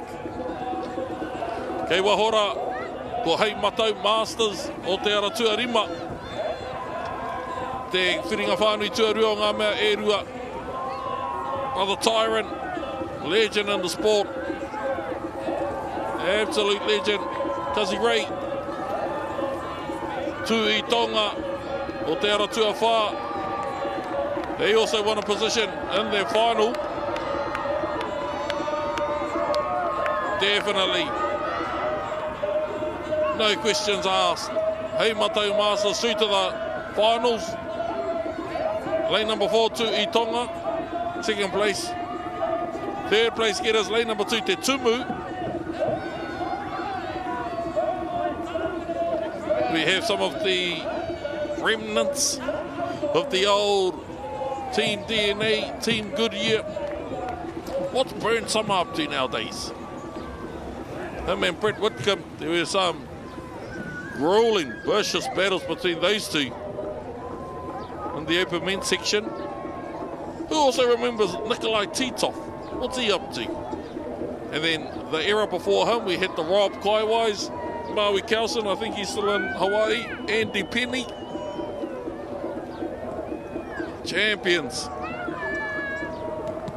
And then obviously, there or thereabouts, we had the Bo Herberts. Ken Pospisil, what's he up to? Heimatou Masters of the time of 150. 156 to Itonga and Te Tumu in third.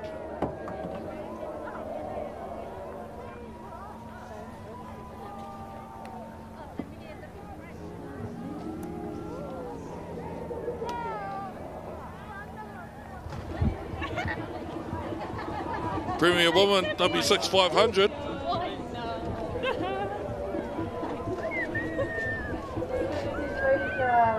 Loaded, can we please release them?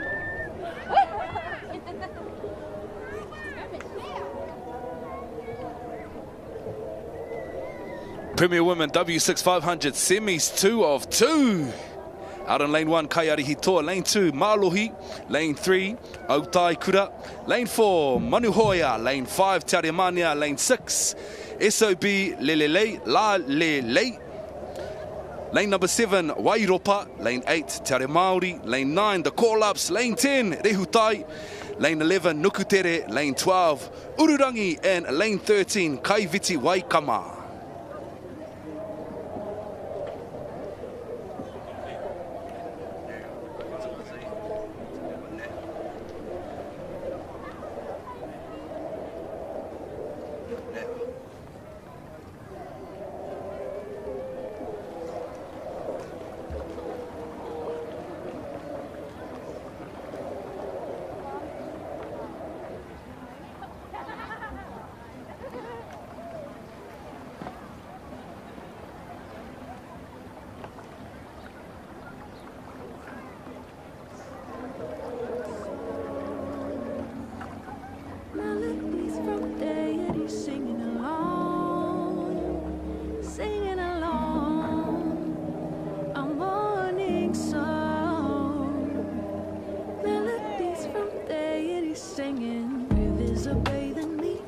hydrating me. Oceans of flavoring, so in my head to my feet. And I'm not scared of the dark. I got the super southern sky, guiding my deepest night. Multitude holding my spine. We gon' be fine. Melodies from day, singing along, singing along. A morning song. Melodies from day, singing along, singing along. A morning song. Melodies from day, sing. B-R-O-W-N, B-R-O-W-N, B-R-O-W-N. Melodies from day, singing. B-R-O-W-N, B-R-O-W-N, B-R-O-W-N. Melodies from day, singing along, singing along, singing melodies from day, singing along.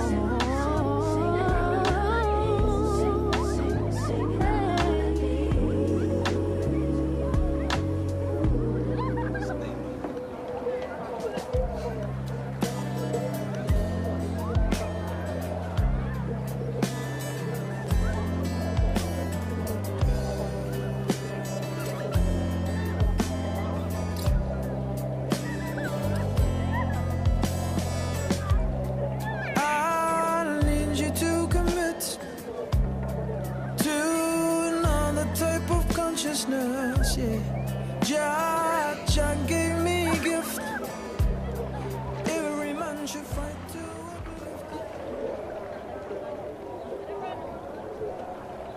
It's another stacked heat for the Premiers Women's. Another stacked semi, I should say. As they make their way up.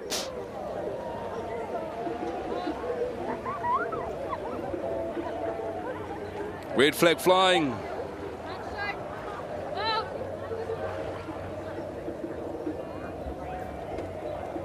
Nice start.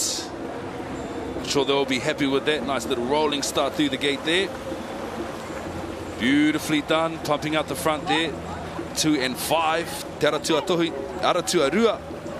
Maluhi from Ocean Blues out in lane 5. Te Manao. From our Kukainen whānau.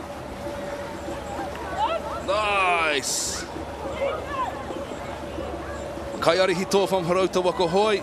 As we know, consistent contenders across all categories. Talks to the longevity of that beautiful club. As we all know, Wakaama is not just a sport, it's a lifestyle. And many of our paddlers from all of these clubs live, breathe, eat and sleep Wakaama. As you can tell, they've gone down that first 150 now. 30 more meters left for them to pump through that 250 mark. There they go, first to charge through that 250. Look like tight, neck and neck, neck and neck. Maintained the speed of about 3.8 metres per hour to 4.2 metres per hour. And Kaiara Hito, we have Acacia Williams, champion Premier Woman, seat number 4 there, Gabrielle Wainohu, I think she's steering, but out there. And lane number 3, pushing Kaiara Hitoa, U Taikura.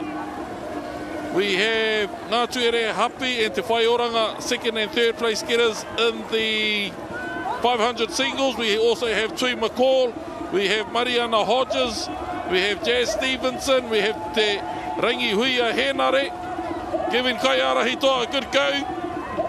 Kaiara Hitoa, lane number 1, Utai Kura, lane number 3, Whaioranga steering them. This is going to be a battle and a half. Bearing in mind it was 2 minutes and Premier Woman W6 500 semi number 1 from MJ's. Whaioranga, Mariana, Ngātuere.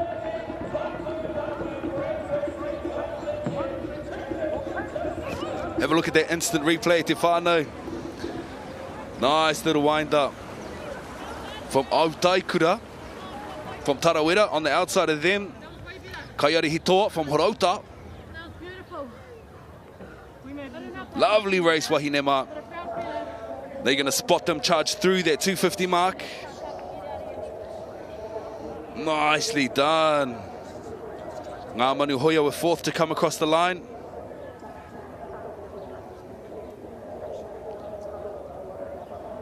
Beautifully done. Seeing these Tarawera women pumping out at Lake Karapiro. Lucky to call that place my office. Nice office for me. Check these times out te whānau. Aotearoa 201.65. Kaiari Hitoa in second position with the impressive time of 202.68. Mālohi in third with 208.36. They'll be impressed with those times.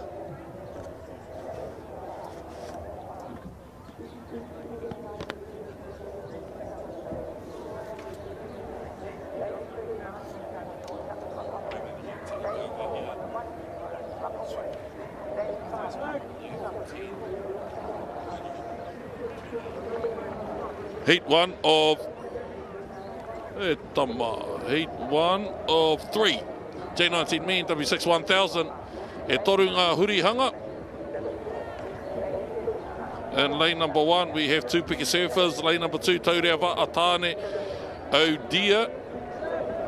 And lane number three, we have Huka Taiora, lane number four, Asoi Junior Boys Black, lane number five, Tidal Tribes, lane number six, lane number seven, MBK's White, and Kai Viti out there in lane number eight, the exhibition from Fiji.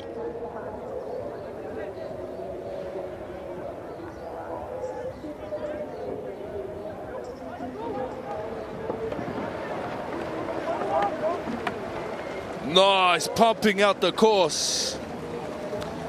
For the J19 men's W6 1000 metre heat, 1 of 3 taupeke surfers. On the outside of them, Peniula. No, Motaku here. MBK's White.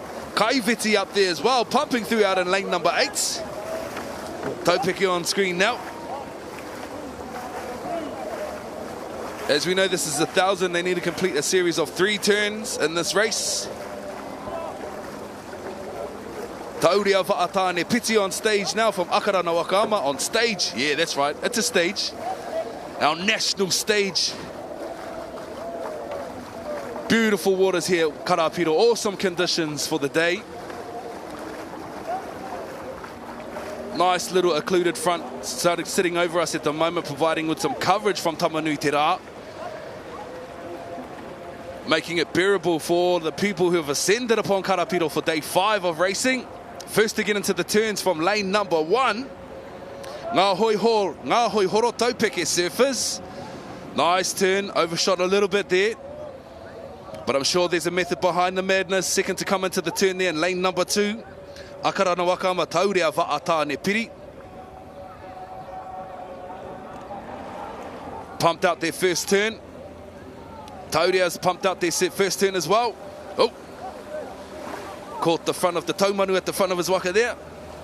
Keitipai brushed it off and back in his stride, as they would say. Nice little lead at the front of the pack there. Te ara tuatahi ko ngā hoi horo tērā, taupeke surfers. Looks like our exhibitionists are doing massively on the outside of there. Rahui Pōkeka, MBK's Whites in 7. And Kaiviti Va'a from Fiji in lane number 8.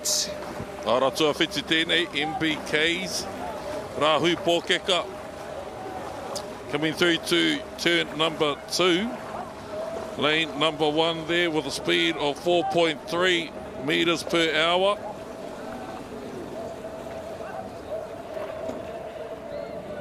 Elite Reti bringing their nose in. Ka tiro, ka toro atu, tērā kei te tūrutua, tahi me te tūrutua rua. Ko tīmata, te anganui atu o te ihu ki te hurihanga whakamutunga. Tino pai rawa atu, tai tama mā. Kua puta anō, ko ai mā, kei roto i te tīma nei o taupeke surfers. Ko Pau Herbert, ko Elite Reti, JJ Herbert, Manaki Pickering, Mātahi Heta, me Nico Henry. E te heo ngā kanohi I kitea some of the faces we watched race in the V1s and the W1s.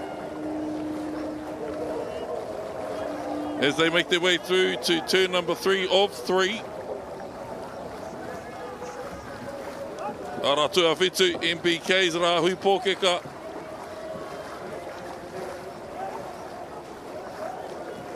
Ka pai, tamama. Hurihanga whakamutunga. Every peddler in sync, working to navigate the flag quickly and cleanly. I love watching these approaches into these turns, man. It's a technical game, these turns races. Oh, stunning. Bit of a kihi for the boy there. It's the boat elites at the back there, working the back end of their waka around into this third and final turn too. Taurea over in lane number 7. No, Motaku here, that's Rahui Pōkeka. Taurea's coming into their third and final turn now too. On the inside lanes here in lane number 2. Our Fiji whānau into their third and final turn as well. 7's out, 1's out. Gunning down their last 250 metre stretch down the course. It's all hands on deck as they make their way to the finish line.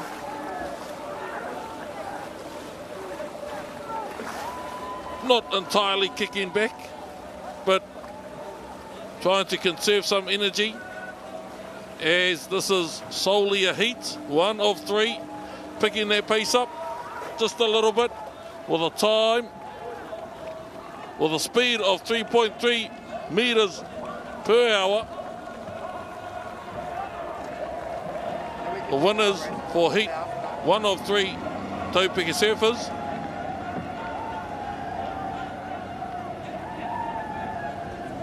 And in second place, out there, MBK's from Rahui Pōkeka, lane number 7.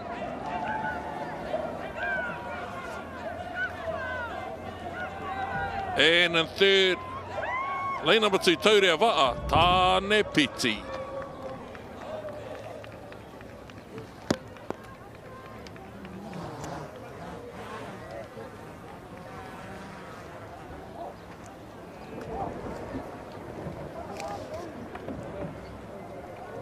Koe rā no, te tīmatanga o tērā rehi. Out strong. Early advantage.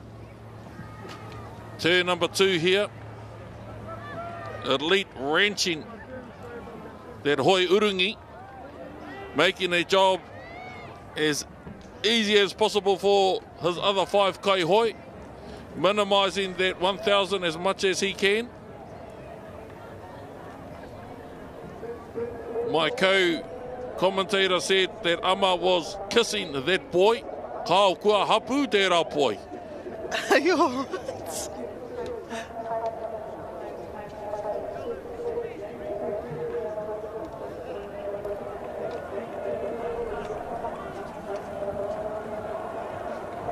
Ara tuatahi taupeke surfers whanake nei ki te whiringa whaiti with a time of 5:01, 5:18, 5:29 Taurea Wa'a, Tāne Piti.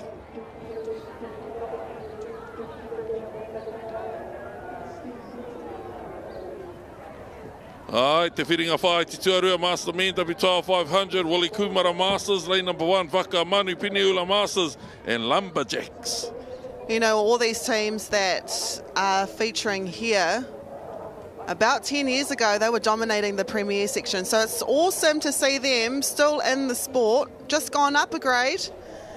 But I tell you now, most of these men here could give our Premier men a good run for their money. That's the beauty about Wakama, though.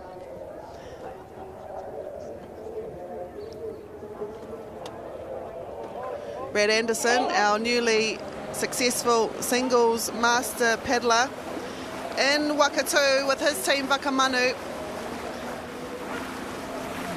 with Mark Malaki Williams. Rudolph Berkey steering them from Manuko. Jeff Akoi in their Peniula team.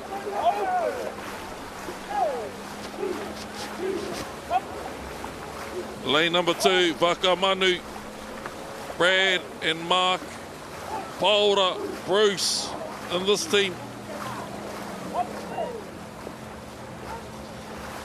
But it is Waka Manu who are leading at the moment. Those flags just before them, that signals the halfway. It's good to see where all the other teams are.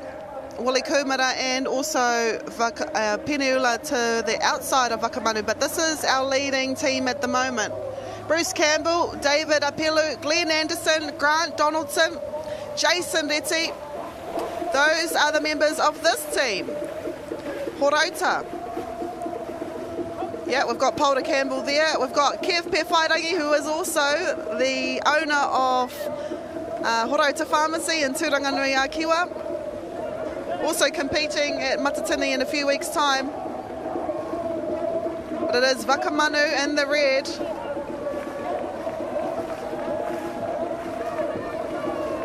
Waka Manu making their way through to the finals by winning heat number 2 of 2.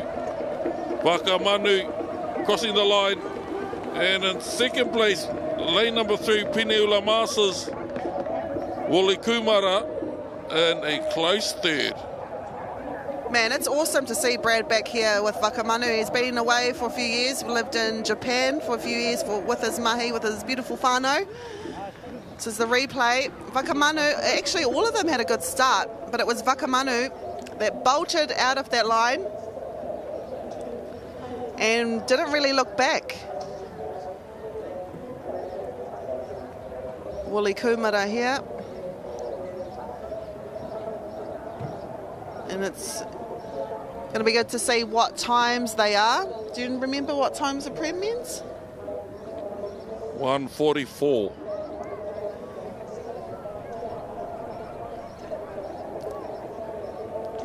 Nearly by a whole waka length.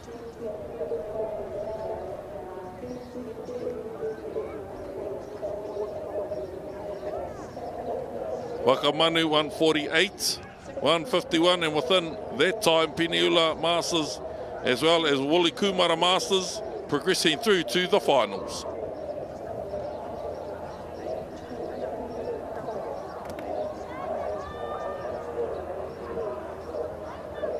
The following race, 285 J19 men W6 1000 Te Manu I Rewa Waka Manu Black Maniapoto Korora Tamaki Te Rangi Asoi Juniors Blue me Puti Boys, Buddy Boys. Someone from Heimatau send me a DM on how to pronounce that. Every year I struggle with it. Buddy Boys. Puti. Anyway, we're here. Lane number 1, Te Manu I Rewa. Starting strong. Laying down their intentions right from the get-go. Tamaki Te Rangi, lane number 4. 3 turns here, e kare mai. I'm sure I just saw Maya not too long ago in another race. When some races are back-to-back, you have to double register. This was back in the days when you could jump divisions.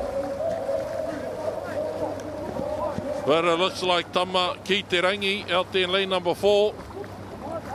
Heading in to turn number 1. It's all about control and timing here. And if we remember, Tamaki Te Rangi did really well in their 500s. This is all about the turns though. All working together, completely in sync, creating a smooth turn. Out there in lane number 6. Butsi, 19s. From Heimatau. Lane number 4 there, Tamaki Te Rangi strong straights. But the do or dies are in those turns. Puri's 19s with a commanding lead into the long and strongs.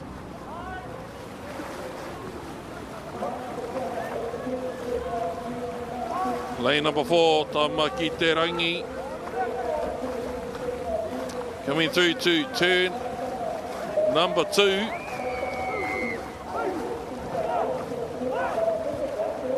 There's a level of invisible confidence that happens when you have a lead like that. Quietly confident that you don't have to overcompensate in turns, stress too much. When you're neck and neck, shoulder to shoulder with another waka, and you're not as resolute or don't have that mental fortitude necessary to push through that pain, that's when we see who really wants that gold and who doesn't, who has had that mental preparation and who hasn't. With a lead like this, Buddy boys can not chill too much, but take a back seat a little bit with regards to how they would like to approach this turn. Can be a bit more clinical, can enter with a bit more patience and come out as safely as possible. The thing is, we do see at the Nationals who's been focusing more on their straights and who has been focusing more on their turns. Now, without a doubt, I would say the Buri boys, no doubt, have been training or have been together for a long time. They're just in sync. Everyone knows what to do. And their third and final turn, and it's another good one, man. Beauty, precision. Hamiora Katsu, Hawaiki Hurihanga Nui, Jack Gifford, Kingston Thomas, Tawhiri Lecom, Hepburn, and also Teri Taraka. Those are your members of the leading team as they make their way to the end. Hey, Kingston Thomas. Is that Tyron's son?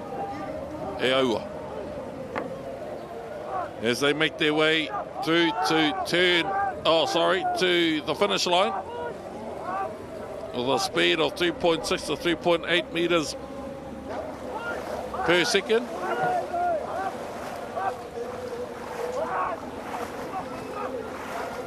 Lane number 6, Butti boys, Butti 19s.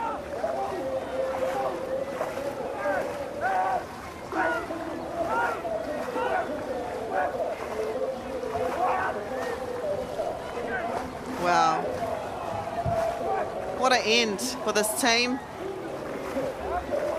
That name is well known in the senior section, and it could be well known as well in the junior 19 section. They have won the second heat of 3 in the J19 men's W6000 metres, and that wide shot showed how much they led by. Second is Te Toki Voyaging Trust's Asoy Juniors Blue.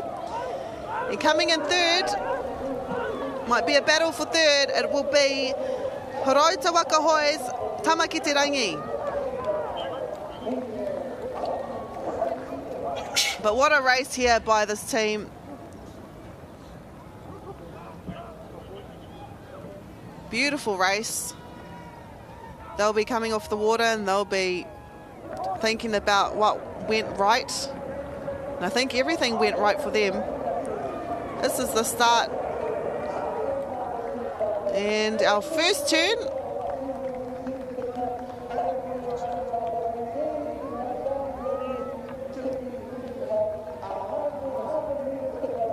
I don't mind, that was the second to last turn, so there's a second turn. Maya Campbell there having a look around to see where his team is compared to everyone else. And here's the third turn and the final turn. Oh my goodness.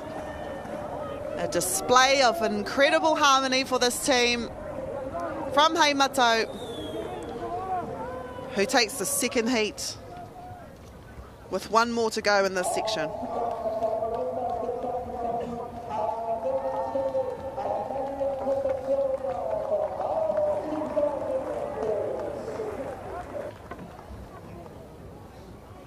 Butti 19s, 4 minutes 45 seconds. About 16 seconds behind them, Asoi Junior Blue and Tamaki Te Rangi in third.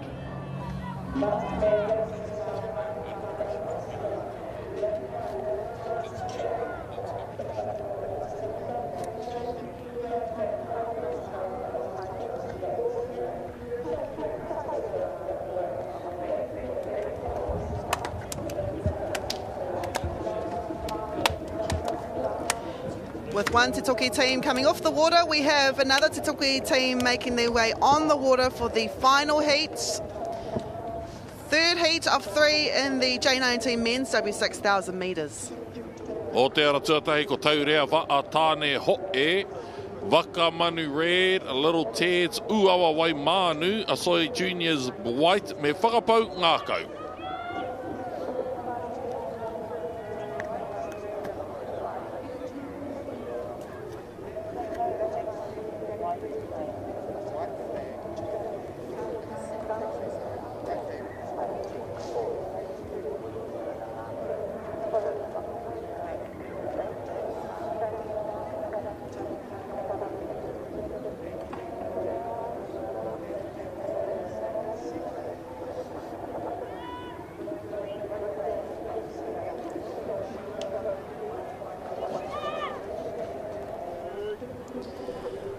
Preparing for our green flag here. Everyone looks like... Oh, nice start here. I love it when the green flag goes up, when everyone is at the line.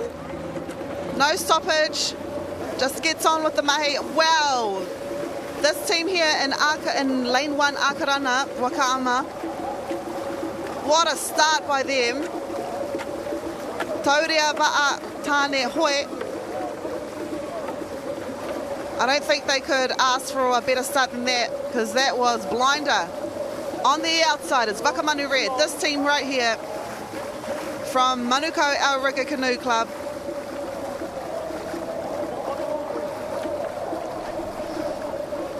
Whoa. In the first 125 metres, two teams have stood up to say, nope, we want to get to the turn first. We want to get there first. We want to get out first. Here's the first turn. Oh, mate. It's neck and neck. Ai, kei konei, kei te ara tuatahi me te ara tuarua. Taurea Wa'a hoe, me Waka Manu kei te ara tuarua.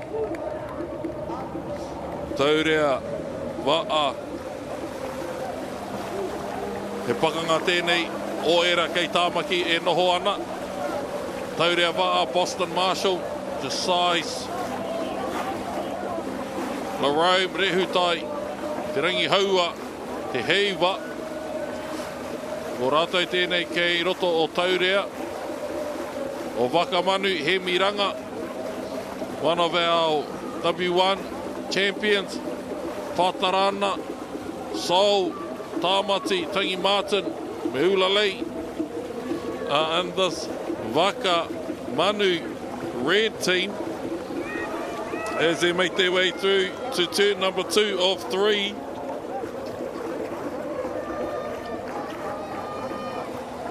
Here we go. Just as important as the straights are, the turns are just as important. Second turn. Beautiful turn here by Manuko Waka Manu. Living up to the name of Waka Manu. And they are away. You can't afford to relax just now, because hot on their heels is Taurea Wa'a tāne hoe from Akarana Wakaama. And just as important as turns, and your turns are in the Waka, sometimes, you know, when teams are this close to you, you kind of hope that their turns are not as good, but there is nothing between these two teams. And this is just a heat there, Tefano. You would think it was a semi or a final. Waka Manu Red e ahua tuana ki te hurihanga whakamutunga. E tata ana hoki ki o rātou nā reke reke, ko taurea Waka tāne. Wakamanu Red, e kuha atu nei ki te hurihanga. Pai te hurihanga i te ara tuarua. Pai anō hoki te hurihanga i kuna i te ara tuatahi. Kuhu tuatahi atu, puta tuatahi anō mai ko Wakamanu Red. Tei te ahua o tēnei, ruarau rima te kau tōtika. Anei rātou, he aki hia ana.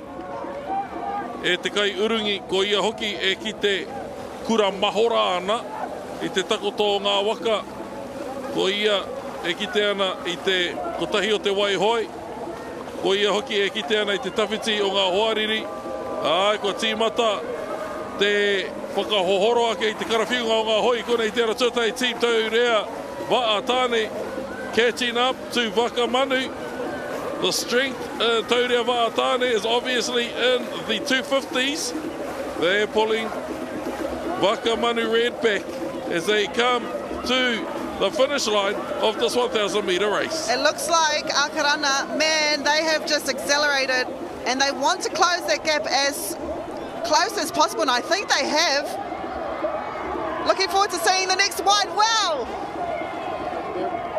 Whoa! Taurea Waka tāne hoi, what a race! That was second place for the majority of the race. But at the end of it, that's all that matters. They've come out as the victorious team in Heat 3, pipping Wakamanu at the line. This is the start of the race. This is where Wakamanu took the lead and didn't look back. Some strong individual paddlers here. This is the second term. Wakamanu, of course, still leading. Cool, calm and collected. But just on the inside there was their brothers from down the river. And despite Wakamanu having a lead of about 2 strokes, I think it was this turn that got Akarana back up there. I don't know, it was a little bit static from Wakamanu, not as good as their last 2 turns, and that's where Akarana not only caught up but took the lead to be able to win this heat. Not a semi-final, not a final, but it's a heat. So no doubt these 2 teams will see each other in either the semi or the final. What a great race from both teams. Taurea Waka tāne hoe in first, second Wakamanu Red and Asoi Juniors white.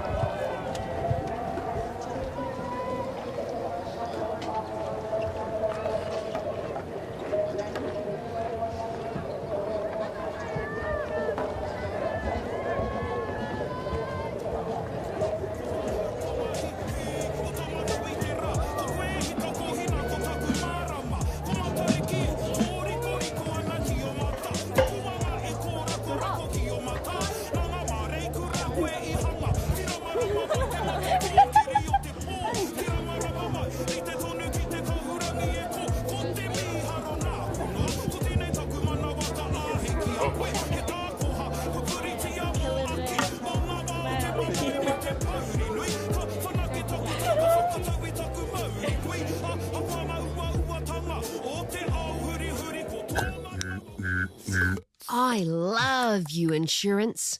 That's what you think when you need to use it. But no one ever thinks that before they have to use it. So we're making it simpler to get, simple to change, simply helpful, and simple to claim.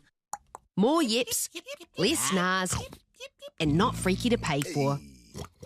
So how do you feel about insurance now? We'll take it. State. If you're old like mine and some cuddles and you get a test kit in the mail, please do it. It's not hard, but you do have to get a bit of poo, but just a tiny bit. We mokos love hanging out with you, so please do your bowel screening. If not for you, do it for your mokos. You got this.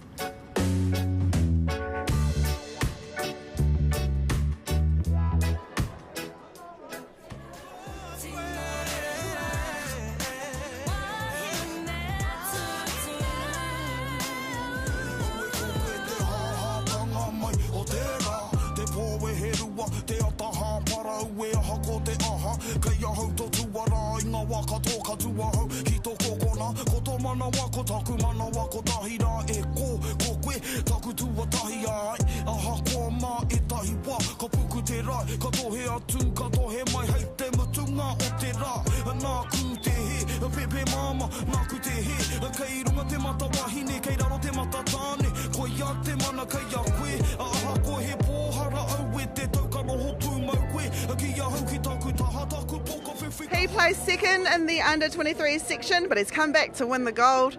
What does that feel like? Oh, it's amazing, yeah. First title for me here, so Oh. yeah, pretty proud of myself. Wait, so first gold as an individual paddler? Yep. Man, that must feel special. Yeah, it's pretty cool. Racing with the boys, yeah, good fun. What made this year different to last year? Did you put more mahi in?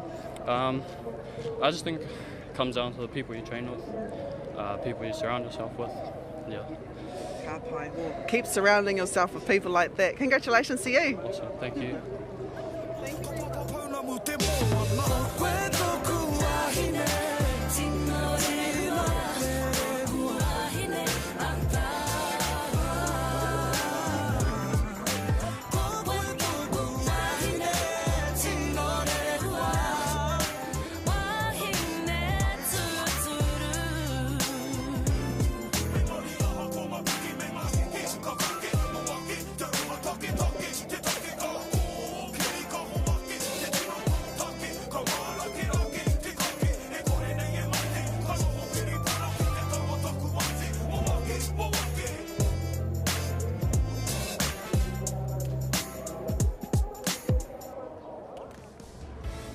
She is known on TikTok as Tupu's mum, but it's Nairi King, winner again. I mean, you've won so many medals in individual races, but tell us, what does this gold mean to you this year? It means a lot. Every year it means a lot, but I just try to go out there and not get too stressed about things and race my best race. And I think, you know, if I can improve from the heat to the semi to the final, that's what's important.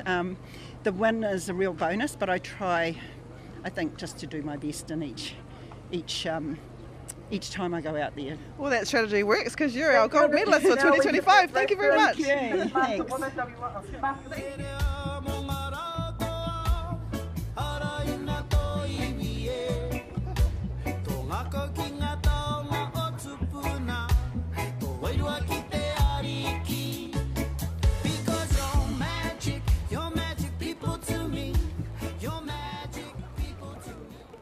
A19 woman, W6500, semi 1 of 2, Aotearoa tai Ihilani Blue, Aotearoa, Hawaii, Mahinarangi Manawahine, Ahi Pukahu, Poe Rawa, Ihilani White, Tawanui, Hokianga Maidens, Ngā Ahi Ka, Hine ko te Atarawera Waka Princesses, me Kai Viti Vonu.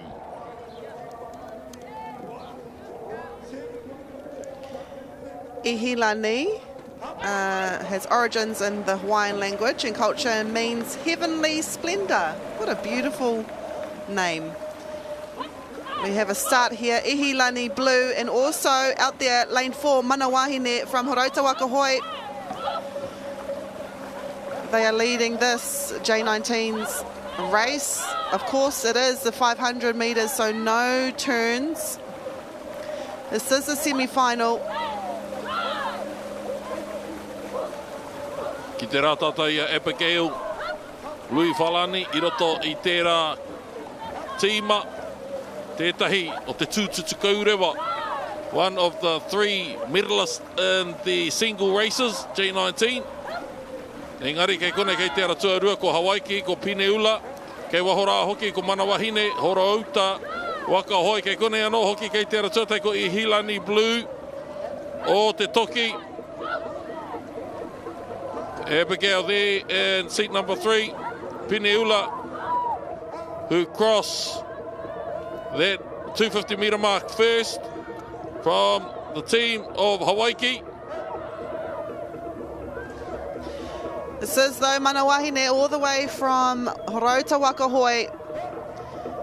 They know each other, paddled with each other for so long, but it is lane 2 that are leading from Peniula, Hawaii.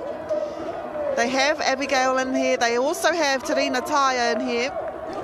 2 champion individual paddlers, along with their champion team, looking to get the fastest position and the fastest time as they head to the finals, leaving nothing unturned. He started strong, finishing strong.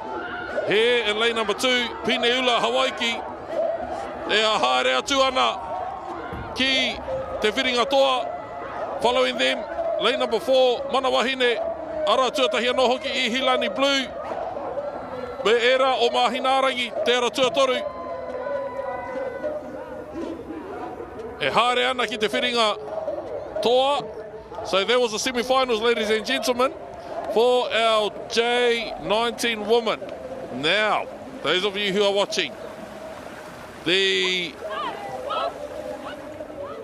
finals aren't today, but there are some straight finals unfolding today. At the back end of our broadcast, we have the J19 Women Dash, Premier Women Dash, J19 Men Dash, Premier Men Dash, and the regional races for the Premier Divisions.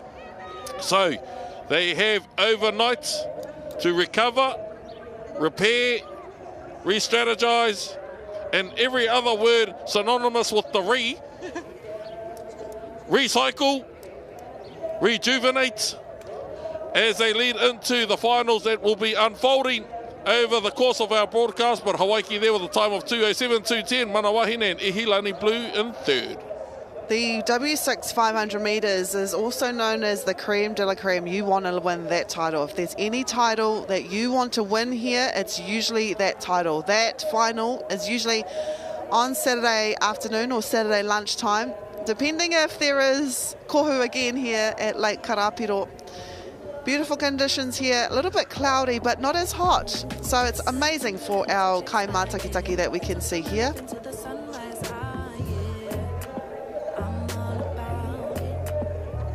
Usually our tamariki and their swimming. Hua paru ana ngā wai o Karapiro I tēnei tau. Oh, there's still some diehard kaikau hoi out there. At one with the tuna that we released a couple of days ago. We've also seen, I've been had the opportunity to be by the docks, and every waka, when it's not used anymore, so those were the single waka, they were water blasted last night for people to return home, so that whatever is growing in the river. The golden clam debacle were introduced to our waters from China, and the introduced species taking over our native species. So there is great effort in eliminating the prosperity or having the golden clam find home here in Aotearoa. Uneatable? Apparently you can, but it's absolutely foul. But our kaitiaki efforts are trying our best to push that kūtai kuku manuhiri nei kia hoki atu ai ki haina.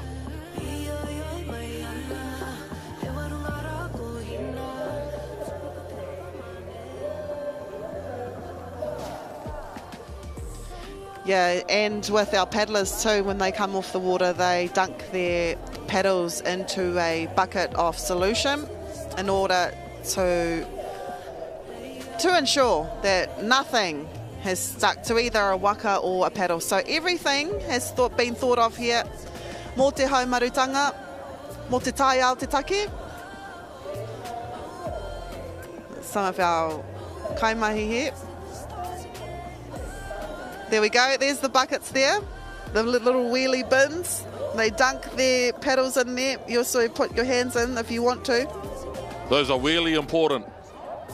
Here at our whakataitai. That joke was rubbish. Needed to throw that in the trash. No, that was actually a good joke.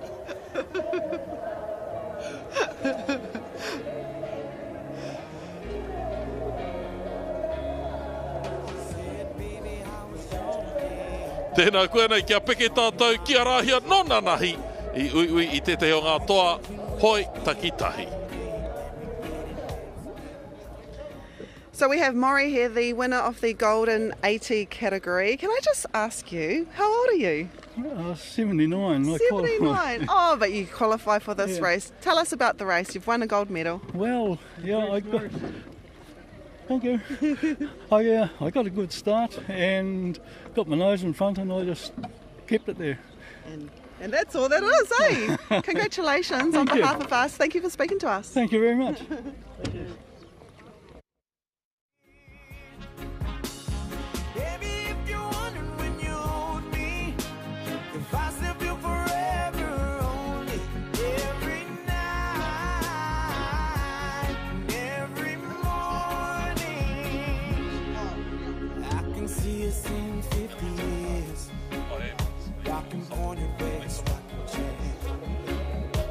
Masters 75 woman kāti kia whakarongoa ke tātou ki ngā kōiriri o te reihi I toa mai ai koia.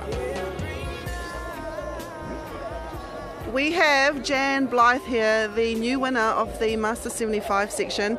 Hasn't paddled in a while, you come back and you win gold. Yeah, I am so excited and I just want to thank my trainers, you know, Tegan and Paul.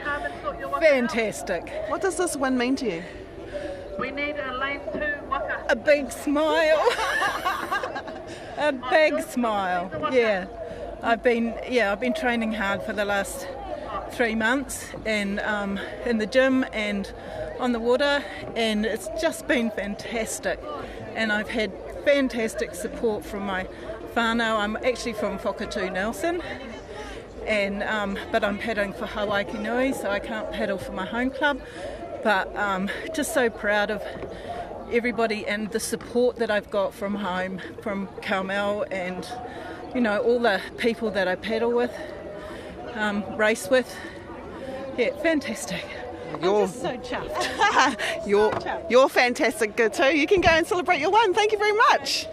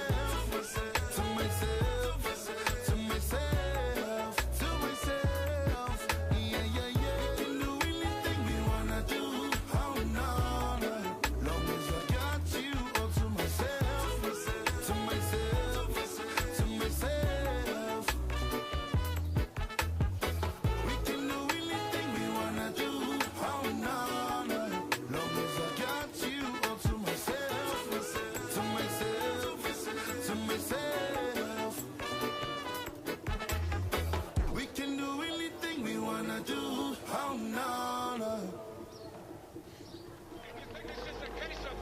Bring in some legislation to strip the treaty of its mana, to belittle the Reo by trying to make it a second-class language in our land.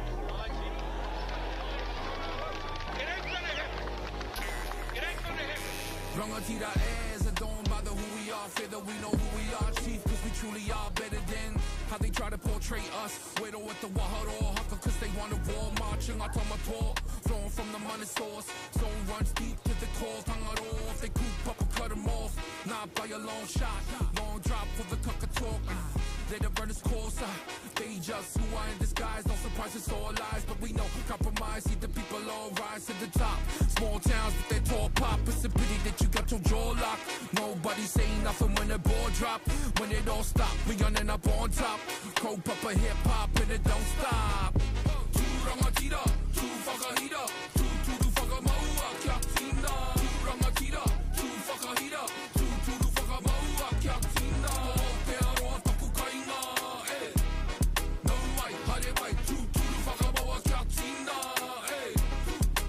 kotahi ai. Ngātamatoa was here more than 50 years ago, fighting for the treaty and for the Reo. And here we are today, and you buggers want to give it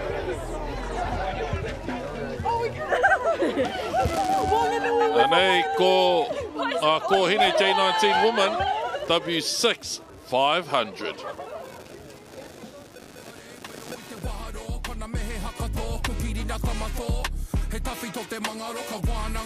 Aotearoa tātai Team Tiare 10 years in, ka manu sei moana hine I pipiri. Tom's Angels maunga rongo tāmaki Team Pure Siale. Hine kōrito pono haiata hine Bayside Legacy Juniors kai Viti Babale. So this is the second semi-final, the under-19 women's race 288.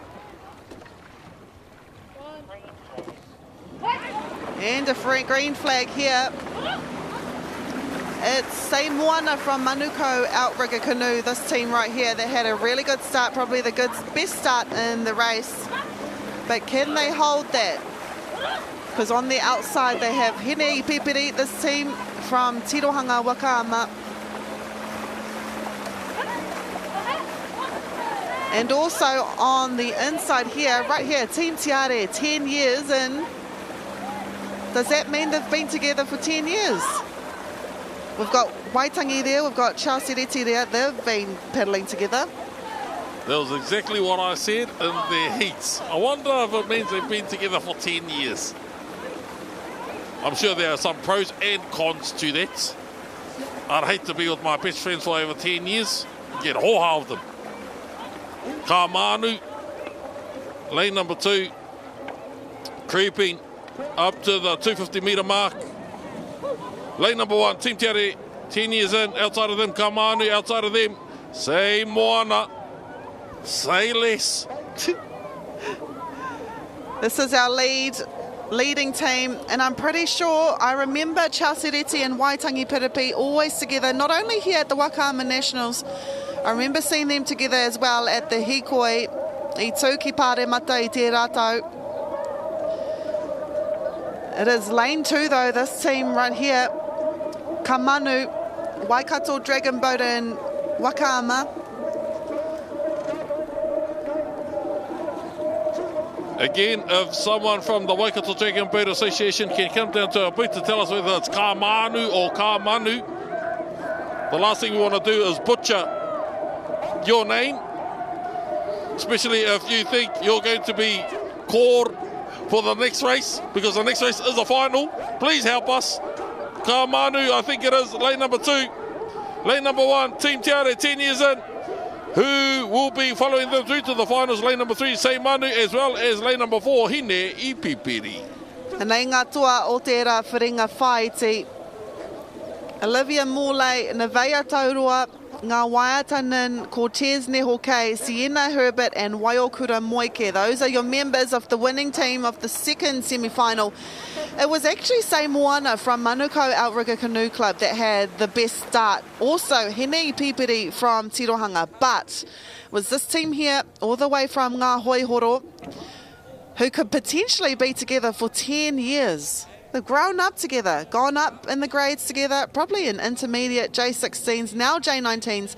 They were leading the race at halfway. Engari was Waikato Dragon Boat and Waka. This team, Ka Manu. It says Ka Manu on our sheets. And boy, did they fly like a burning manu.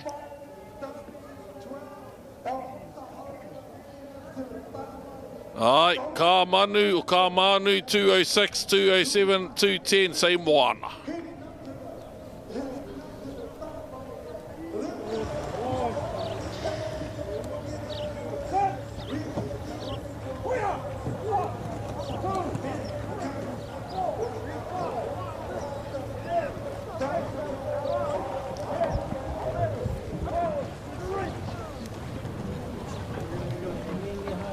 Golden Masterman W12 500 final.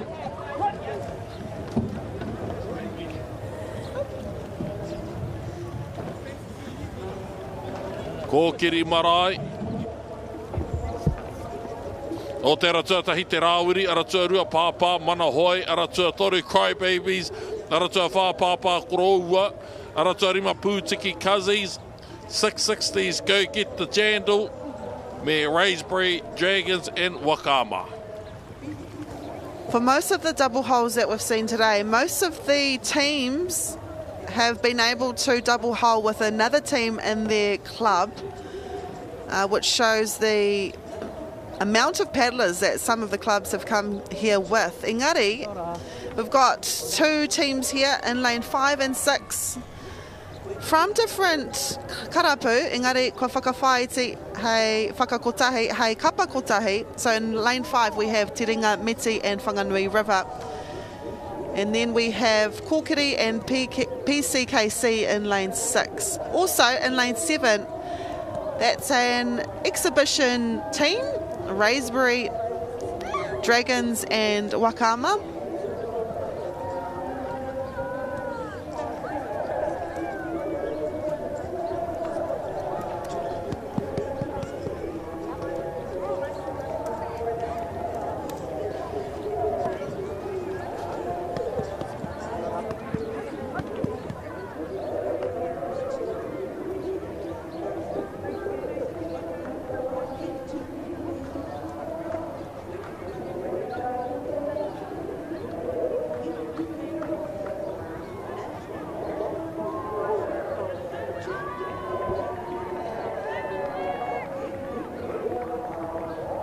Raspberry is in England. So we've got Manuhiri here from Fiji, from England. That is so cool.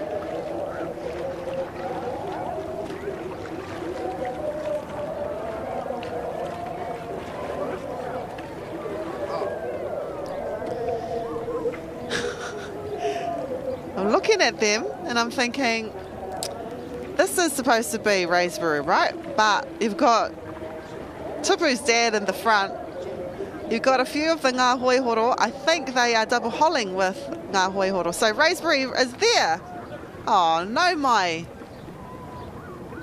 Oh, and they've also got some supporters too.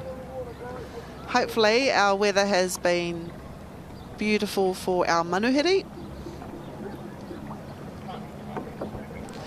Oh man, if you're going to double hole with a team, David King's team, what a team to double hole with.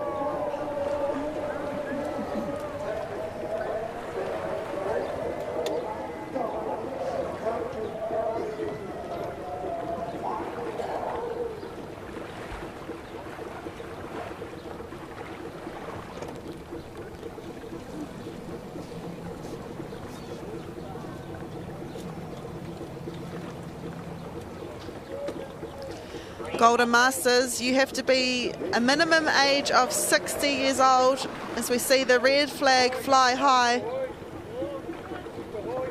Should be the green flag soon. 4, 3. Lane 2 and lane 6. Got good starts. Lane 2, here we go. Ngā papa, mana hoi, no horauta waka hoi.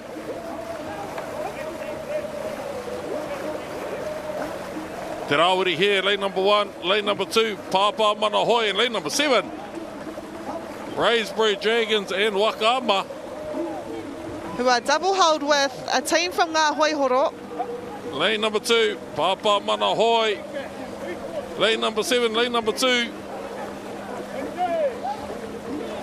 Cry Babies, Aratua Toru. I don't know who agreed to that name. However, it's added to the happy vibes we have here on Lake Karapiro today. Lane number 1, Te Rawiri. Lane number 2, Papa Mana Hoi. Lane number 3, Cry Babies. Lane number 4, Papa Kuroua. Lane number 5, Pūtiki Kazis. Lane number 6, 660s. And out there, lane number 7, Raspberry Dragon and Wakama, who have double hold with a team from Ngā Hoihoro. So we know that if you're an exhibition team, you won't get a medal. But, I mean, half of the team is from here, from Aotearoa. You've got Dave King in there. You've got Grant Barrable in there. You've got Stephen Brett in there. You've got Peter Henderson in there. You've got Rob Cameron in there. Surely one of the half can get a gold. What I hear is trying to say, fight your case. If they don't agree to it here, take it to the Waitangi Tribunal. Because at the moment, it is our exhibition team, Raspberry Dragons and Waka Ama, with Ngā Hoihoro. They come over first. Then third, the lane 3, who is Cry Babies. Oh, so it is this team that takes the gold, despite Dave King and them being from Ngā Hoihoro. It is the Cry Babies. Well, they won't be having a cry because they've just won their gold medal. I wouldn't be surprised if some of them came from Tipene. Why I say that, those colours, their singlets are very Tipene induced. Lane number 1 out there, lane number 7, as Rahia said earlier, if you're an exhibition, Wairua Toa, unfortunately, you cannot be given a gold any medal. You have to be a New Zealand citizen, regardless of the fact that half their team are New Zealand citizens. Kei konei, ko ngā Cry Babies o Tāki Timu. Those pedals actually look like dragon boat ones. Bigger blades, longer blades.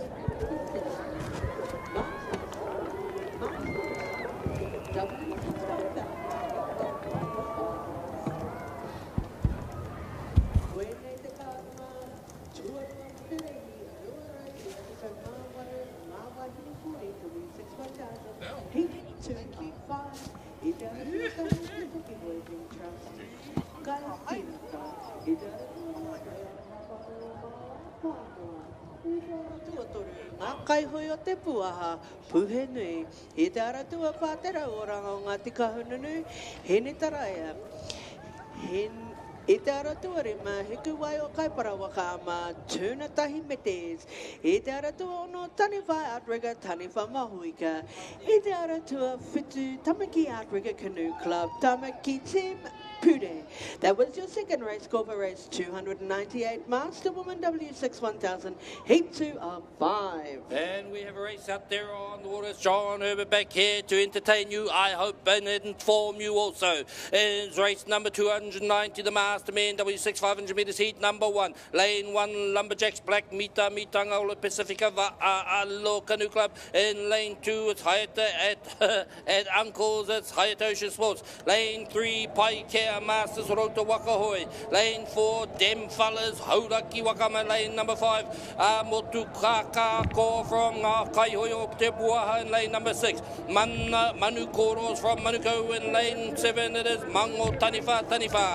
Lane 8, it is Tuitonga Red, Tuitonga. In lane number 9, it is Portage Crossing, PCT Masterman. Let's see how they come down now. In lane 3, it is Horota, that is Paikea Masters down here in lane number 1. Still up there is Mitanga. Out there in lane number 5, it is looking strong too. Ngā Kaihoyo Te Pua. Those are the 3 that are probably up there and bring it home, but don't discount. Out wide 2 in lane number 8, it is Tuitonga.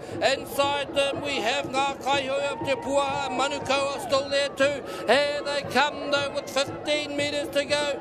Look at them come through. It is Horota Paikea Masters. Outside them in lane number 5 is Ngā Kaihoyo Te Pua. And on the far side, Tuitonga will take out that 3rd place from Mitanga. Great racing out there, 290 Mastermen, W6 500 metre, heat 1 of 3. Koe nei te karanga tuatoru mo te rehi aruarau, iwa te kau mā whitu. Ngā wahine 40 W6 1000, heat 1 of 5.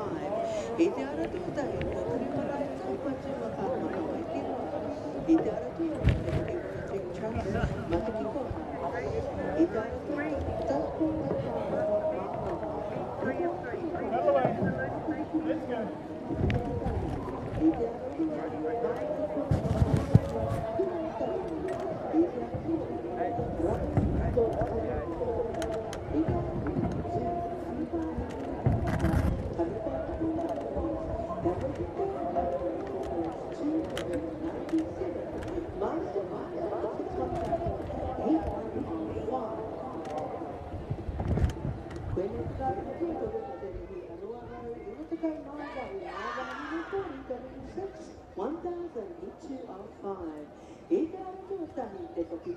Trust, Karapiro, Aotearoa, hoi aroha pane o maua kānoa.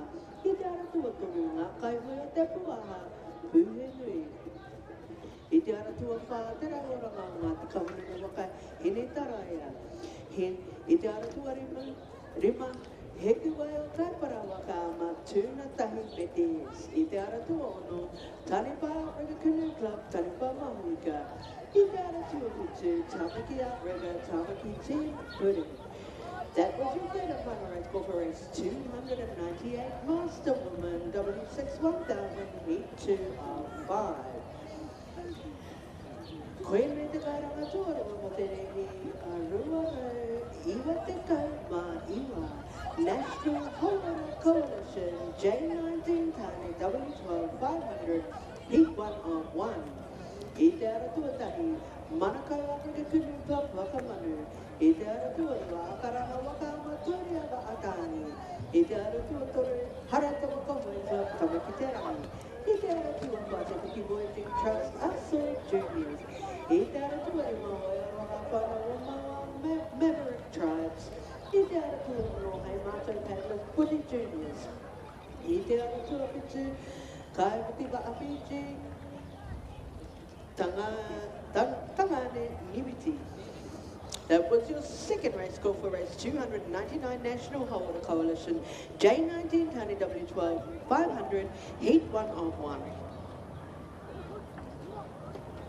Great timing there as we have a start in this race on orders 291, the Mastermen, W6 500 metre heat 2 of 3. Lane 1, it's Lumberjacks Red, Mitang Ole Pacifica, Va'alo.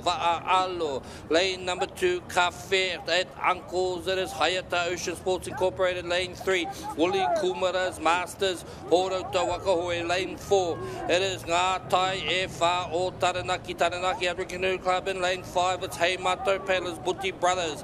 Lane 6 it is Manukau Outrigger Canoe Club, Wakamanu. Lane 7 is Waitakere Outrigger Canoe Club, Foul Shore.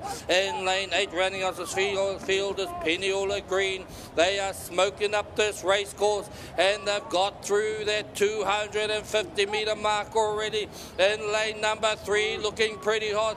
It's also out in lane number 6. 3 and 6 is there. 3 is Horota, 6 is Manukau. That's not an unfamiliar thing to be happening out there on the water. Down there, 5 is Hey Mato Paddlers. Out in 7 is Waitakere. Out 8 it is Peniola. Inside here, Mita Mitanga in 1. In 2 it's Hayata. Let's see now, because this is the business end with less than 100 metres to go. It is in the race course here. Looks like Manukau have got the lead at this stage. As can they do anything there? In lane 3, Horota, the Wuli Kumara. It's against Wakamanu, Wuli Kumara. Wuli Kumara chasing hard, but Wakamanu got themselves a handy lead, and they'll go through to this next round. Wakamanu, Wuli Kumara, and outside Wuli Kumara there, we have the Hey Mato Paddlers will come through for that third place on the far side there. I think it was Waitakere got out there, or was that there Pineula. Great racing out there. Race number 291, Masterman W6 500 metre, Heat 2. W6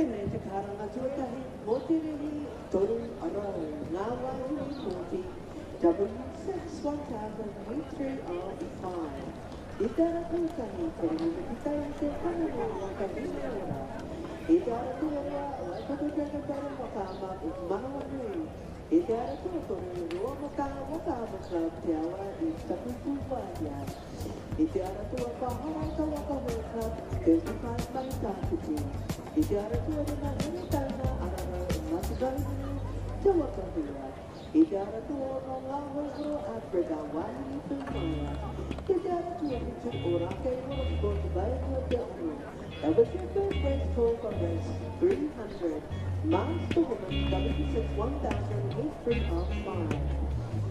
Walked in on you dancing, clothes scattered on the mattress. You were humming your Get Ready song. White towel and no makeup, watching you get made up, making me wanna stay where we are. I can't help but want you. I can't help but try. I got something for you I think would fit you just right. Oh, baby, I would look good on you. Come on and try me on, see if it's you. Baby, I would look good on you. I think you look good on you. Wanna be a black dress, hold you like a silhouette, trace you with my fingertips. Wanna be the summer wind, kissing on your skin. I could be the red on your lips. Oh, baby, I would look good on you. Come on and try me on, see if it's true. Baby, I would look good on you. I think you look good on you. I can't help but want you. I can't help but try. I wanna be the moonlight shining in your eyes. Oh, baby, I would look good on you. Come on and try me on and see if it's true. Baby, I would look good on you. I think you look good.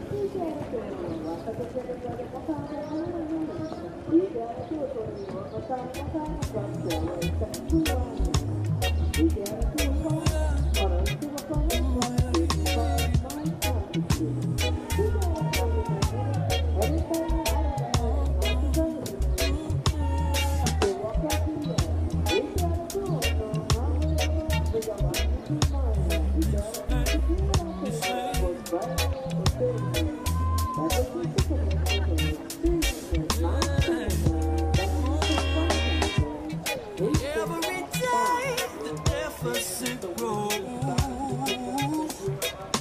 and you spend more than you owe. Well, yeah. And Papa always said to me, yeah, keep a close eye on your authority. You say that you can.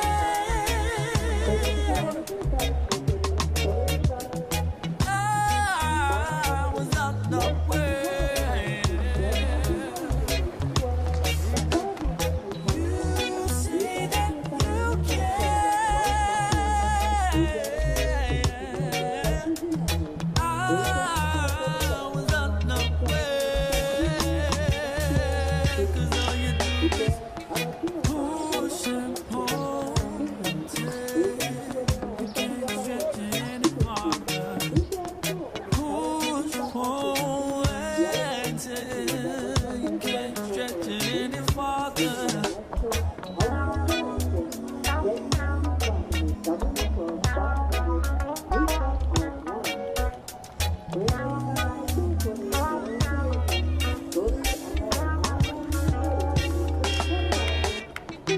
Every day taxes increase.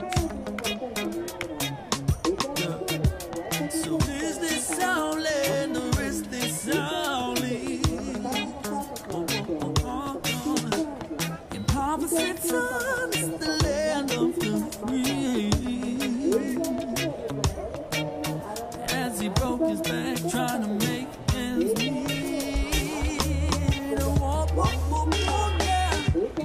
Yeah. You say that you can.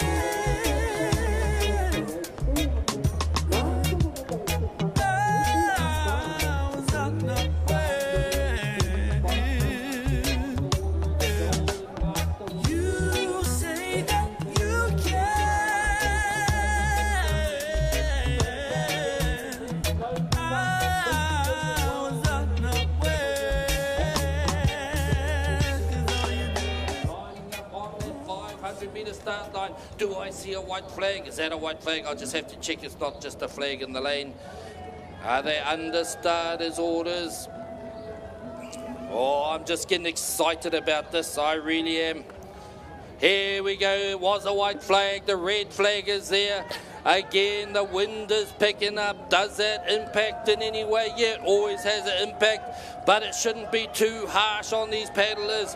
They've got the experience, and now the experience is going to be on show because the green flag is now flying, indicating a start in this team. Lane 1, it is team Miti Horo Mita Mitanga Ngā Hoihora from Te Tai Tokerau. In lane 2, it's Hine Waiariki Hine o Te Moana Horota Amare Kura Te Uranga o Te Rā. In lane 3, Waka Fusion Hauraki and Tauranga Moana Te Puku o Te Ika. In lane 4, it's Manutika, Manuko and Aratika from Auckland region. In lane number 5, it's Hine Waiora Waipunarangi from Horota. In lane 6, it's Hayata Marainui Te Uranga o Te Rā. Here they come flying down this race course at this time.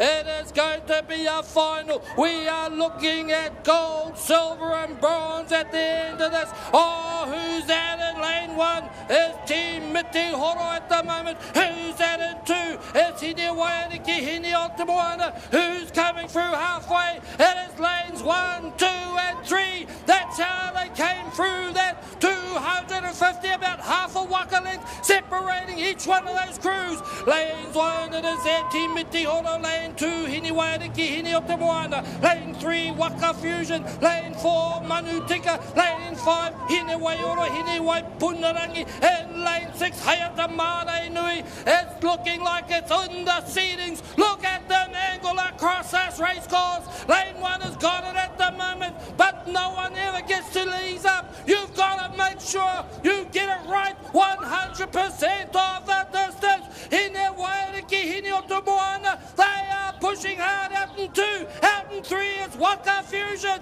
There you have the gold, silver and bronze right in front of you at this moment as they push up with 30 odd metres to go.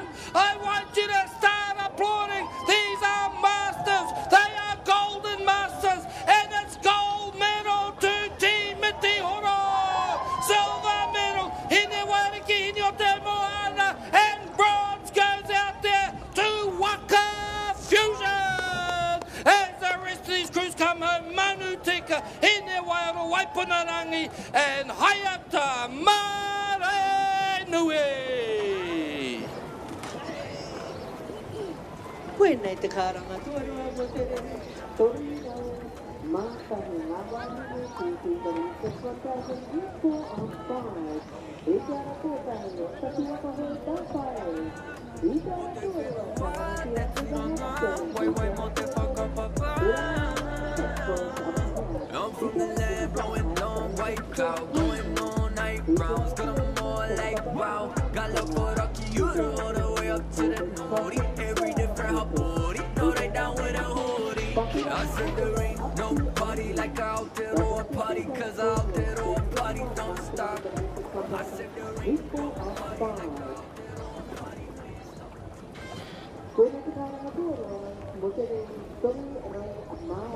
National Hora Coalition J19 Wahine W12 500 Heat 1 of 1. I te ara tuatahi, hei mātou paddlers, the 12 muffles. I te ara tuarua, te Toki Voyaging Trust, ihi lani. I te ara tuatoru, te rau, oranga, anga te kauhunu waka, hine maki hurangi. I te ara tuawha, Peniola and Peniola 19s. I te ara tuarima, o takura tamo te putu. I te ara tuarima, kai miti waka Fiji, Yelawani, miti, the Wiki Second Race Corporate 302. National Hora Coalition, J19 Wahine, W12 500, Heat 1 on 1. And just like that, we've got another race on. Waters race number 293, the Master Men W6 500 metre, the final heat of 3. Lane 1, see you Sunday, not Saturday. We'll see you Sunday, they reckon, on Mita Ngole Pacifica, Va'alo Canoe Club. In lane 2, Uso from Mare Kura. In lane 3, it is Moko Tuararo from Heretaunga Araro o Ngāti Kahungungu. Lane number 4, it is Heavy D's from Tūranga Waiwai Waka Sports. Lane 5, Hei Matua from Hei Mato Peddlers. Lane 6 is there, Te Tumu Cook Islands Outrigger Association. Lane 7 is Tuitonga from Tuitonga Canoe Club. And lane 8 is Peniola Orange, Peniola Incorporated. Here they come up, and some of them are passing that halfway mark. I would say, dare to say, in lane number 1 is Mita Mitanga, who are going, they're looking at seeing you on Thursday, not on Sunday, because it's Thursday today, and we can see you coming down, perhaps leading this race out there in lane number 5, though, up there or thereabouts too. That would be Hei Mato Paddlers, so we'll just wait and see what happens. Hei Mato, I think, have got the lead out there. In fact, you have to look at those outside paddlers and those crews out there. Outside Hei Mato, it's Cook Islands in 6, it's Tuitonga looking pretty good up in 7, it's Peniola out there in 8, not far back from there. Let's see what happens as we're getting down to the 50-metre mark. It's coming home, it's in the middle of the race course. It is Hei Mato Paddlers are out there, coming up there. It's going to be a bunch side for that third and second and third place. Oh, here they go. This is the final heat of 3 in the Master Men. It is Hei Mato Paddlers. It'll be on the far side. I think it will be out there. It will be there. Tuitonga, and down here will be Mita Mitanga out there. Great racing indeed. This is race 293, the Master Men W6 500 metre heat 3. Koe nei te karanga tua toru mo te rehi, toru arau a mātahi ngā wahine 40, W61000, 845.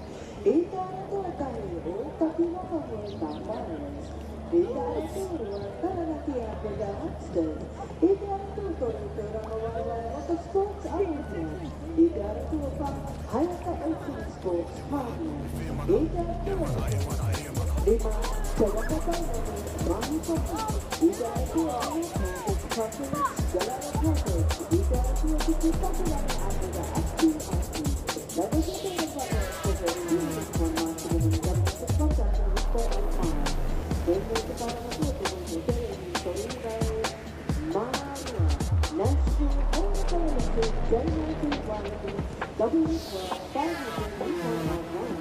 I tāra tua tahi hei mātou, I tāra tua e mako. I tāra tua rua, te taki hoi te tōtiri ai. I tāra tua te rui, te rara ngā ngā te tōtiri waka I ngā te irangi. Te tāra tua whātiri ia I tiri ia 19. I tāra tua rima o taki waka hoi te peche.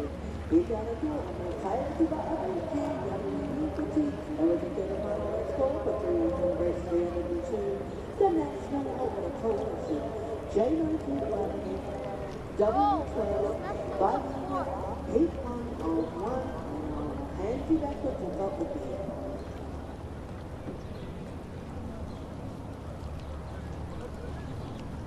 Okay, let's get to let's see what they do. There's only 2 crews out there, but our next race is heading up there in front of you on the spectator back. They are Premier Men semi-finalists, so give them a shout out as they go by. The first semi-finals heading up there, but let's wait and see because there is a race on the water. It is Master 75 Woman W6 500 metres. Lane 1, they call themselves Tuahine Hoi from Aotearoa Water Sports. In lane 2, it's Ngārua Hine from Hawaii Nui Tuarua, and that's it. It is neck and neck at this place. It is 1-on-1. That's it. It's just going to be a drag race between these 2 crews, and they don't have to look each way. They can just look one way and they can see their competition. Let's see how they go. In lane 1, as I said, it's Aotearoa, and in 2, it's Hawaii Nui Tuarua. That's how they line up in this race here. It is called Heat 1 of 1, but in essence it is exactly that. It is a final, certainly an indication of the final. Who's in there? Aotearoa, I think, have got a lead. We'll wait and see if that's the case. As they get down here closer, they come to the halfway mark pretty soon. It is mano a mano as they come down now, side by side they come down. It may be in the lane number 1 have got themselves a bit of a handy lead at 250 metres. Come on and support them. It is Aotearoa by a Waka and a bit over Hawaii Nui Tuarua. Come on, that's awesome. This is Master 75 Woman, and so they are putting in 100%, just like any other paddler that's out there on the water. As they bring it down, it is 1-on-1 as we coming up now. It is 200 metres to go. It is up there, Aotearoa Tuahine Hoi, they call themselves there.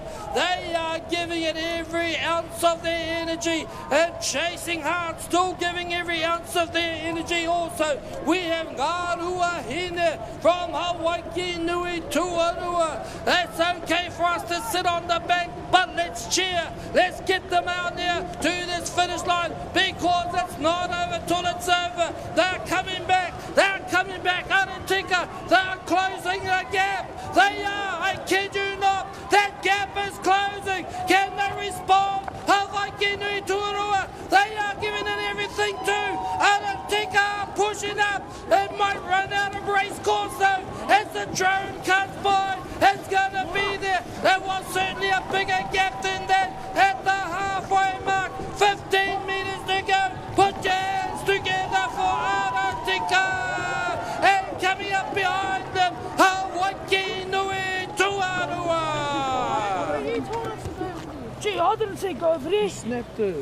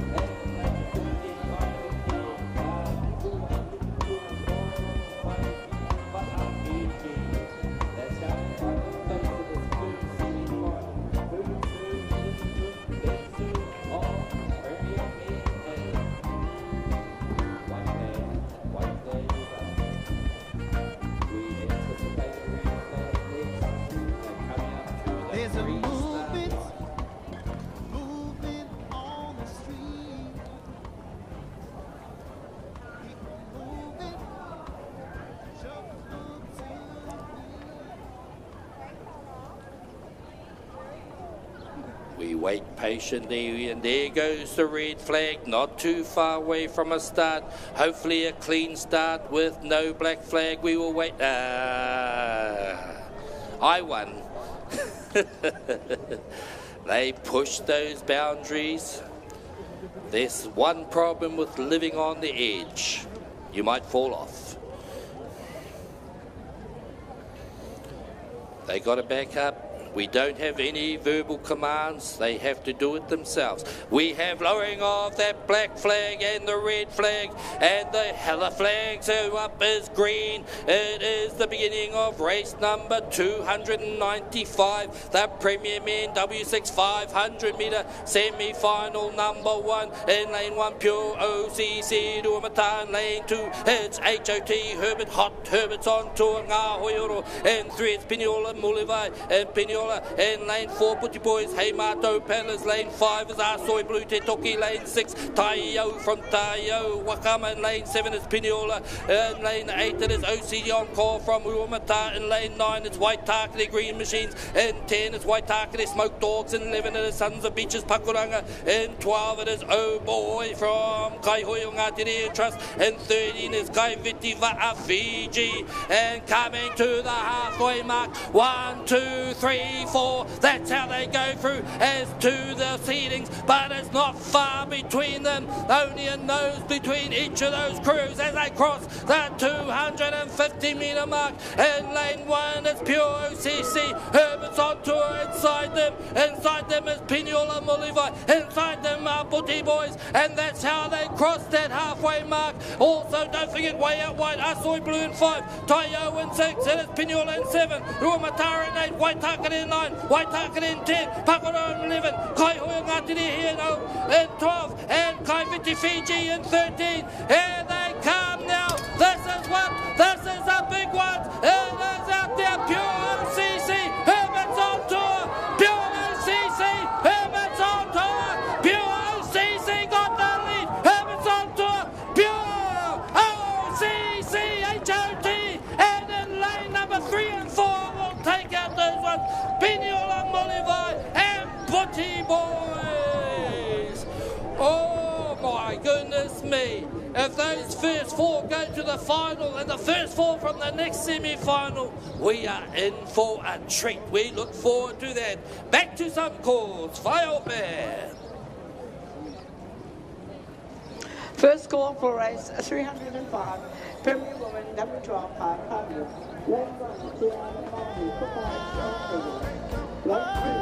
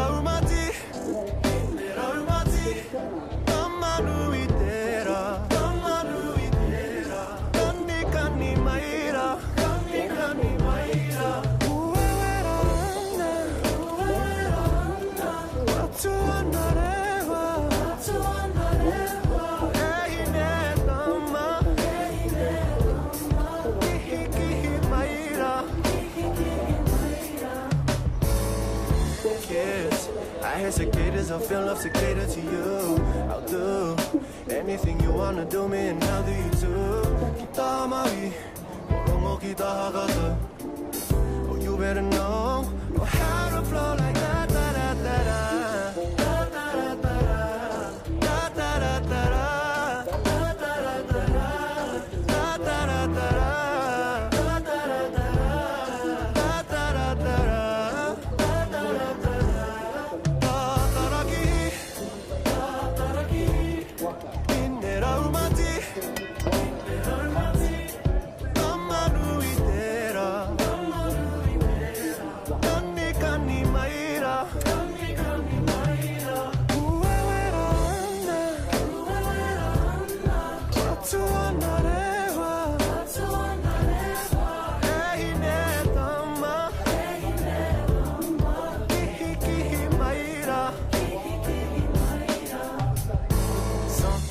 The way that you sway got me dazed, girl, won't you swing my way?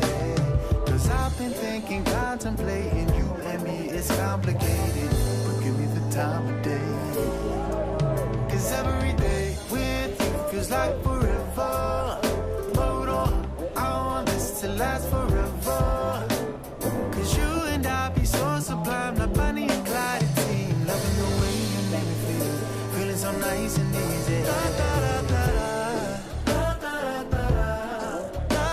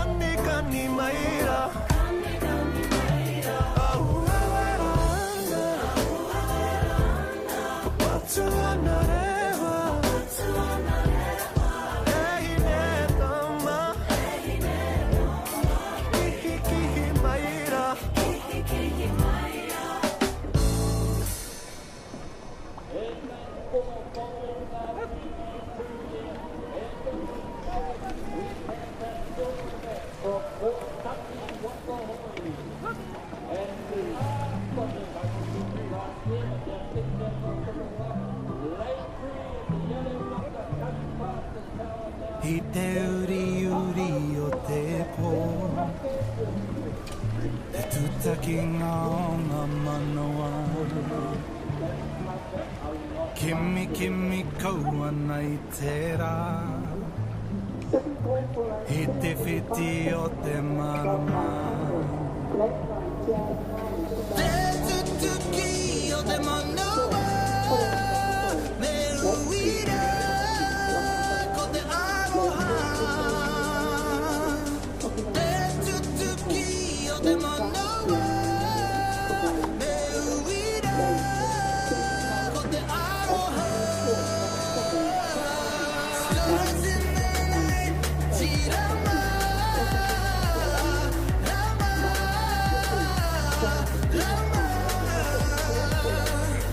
Keep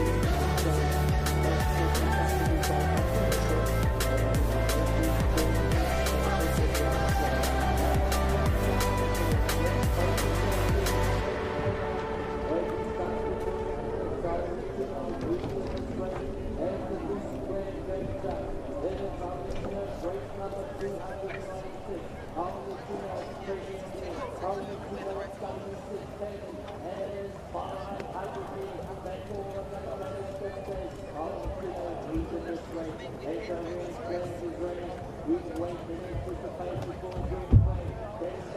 can do this race if you want.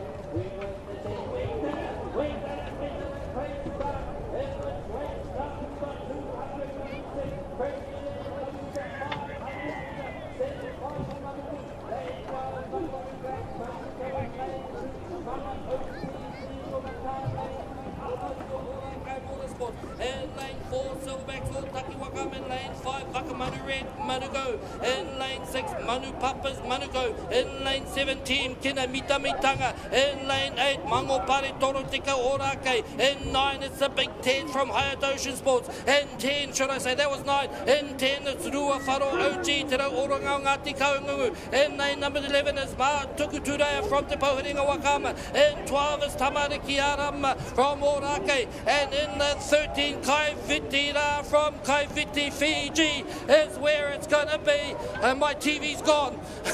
So the TV's turned off. That doesn't matter. We'll just have to catch up with it shortly. It's okay. As they come through, they pass the halfway mark anyway. The fastest qualifiers, Whakamanu Black, and they've got the lead. Oh, look out in lane 3. There must have been a bad start in lane 2 as the fastest qualifiers. Dua Matara back though, but it is Aotearoa, Orake, Whakamanu, Orake. That's how it's coming up now. Whakamanu got the lead, but Orake are still there. Then it's going to be a bun fight for those outside lanes for that third place. Here they come, Whakamanu Black. They are powerful, they are strong, and guess what? They are damn fast. Oh, Whakamanu, it is Orake. And who's got third place? Is it out there? And 4, is that 4? I would say it would be there. It would be all Taki or that way out there. Oh, what was it? 5 Manuko. 5 Manuko it was. There's 2 Manuko crews there. Outstanding.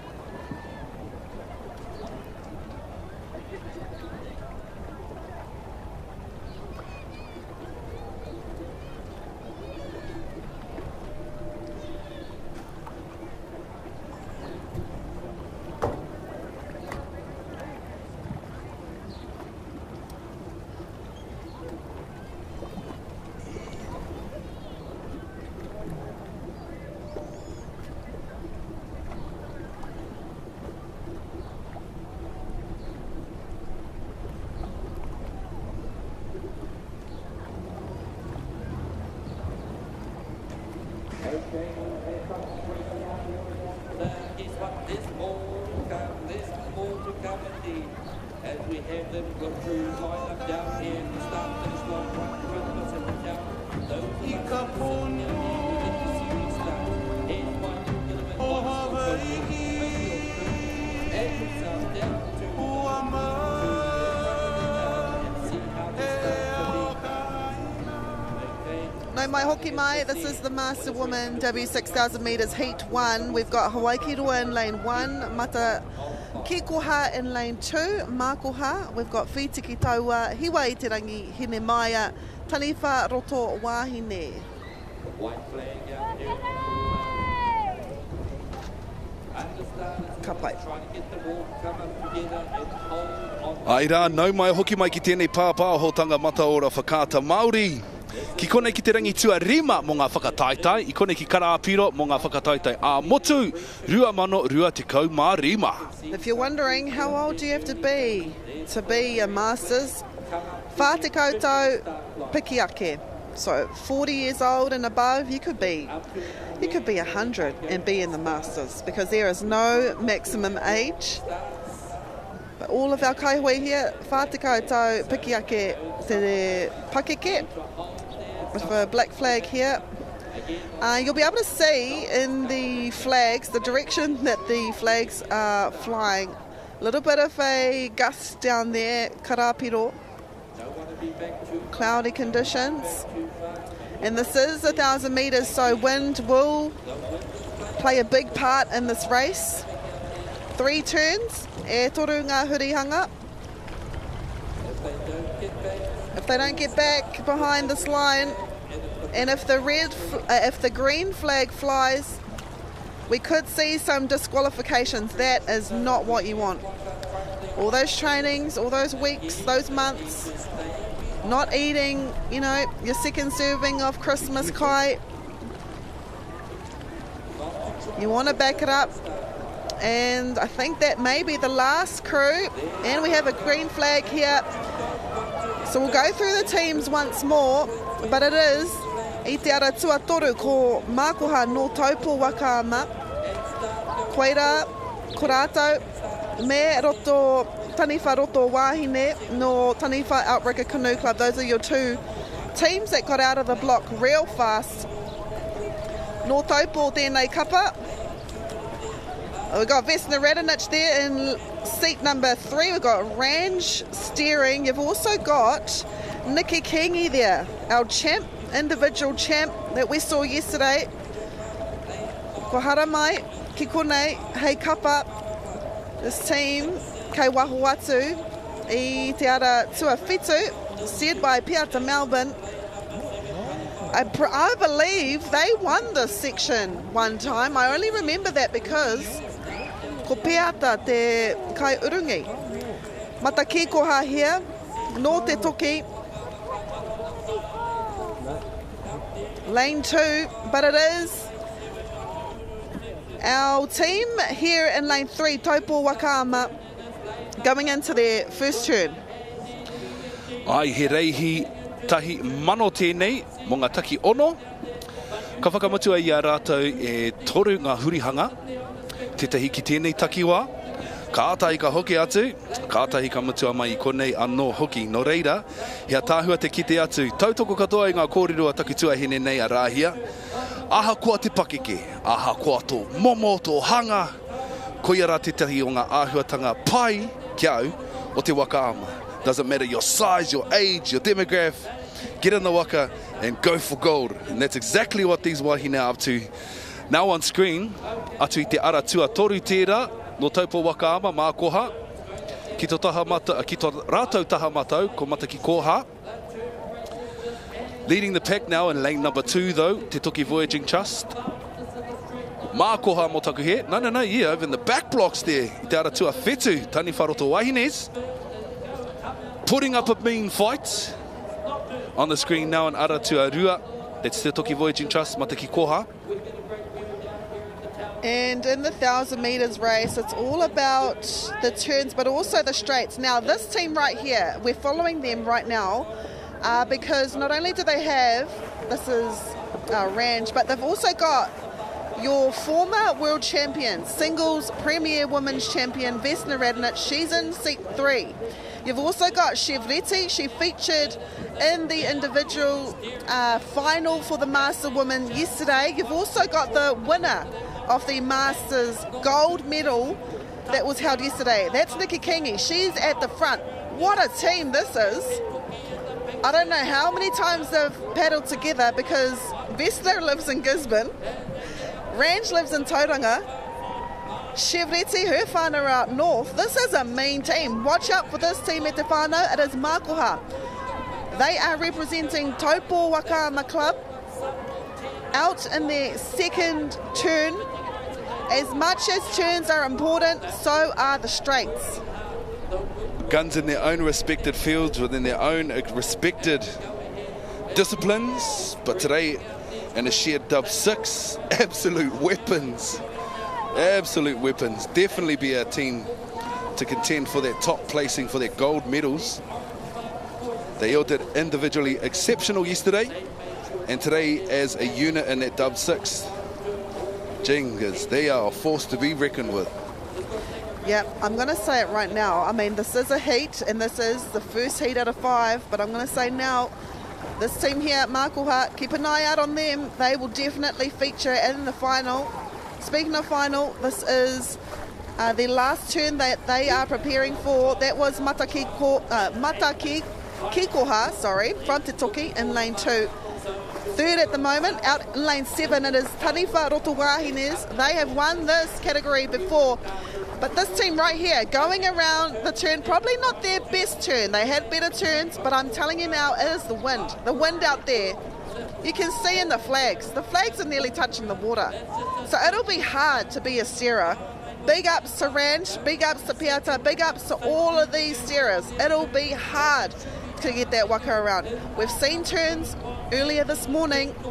I'm telling you now, the conditions are way different, 180%. Aira, and it takes a lot to deter a team from not training. So undoubtedly you would have seen these wahine on the water in these kind of conditions in their respected rohe in preparation, just in case, because as we can see today, over the last 5 days we've had exceptional weather.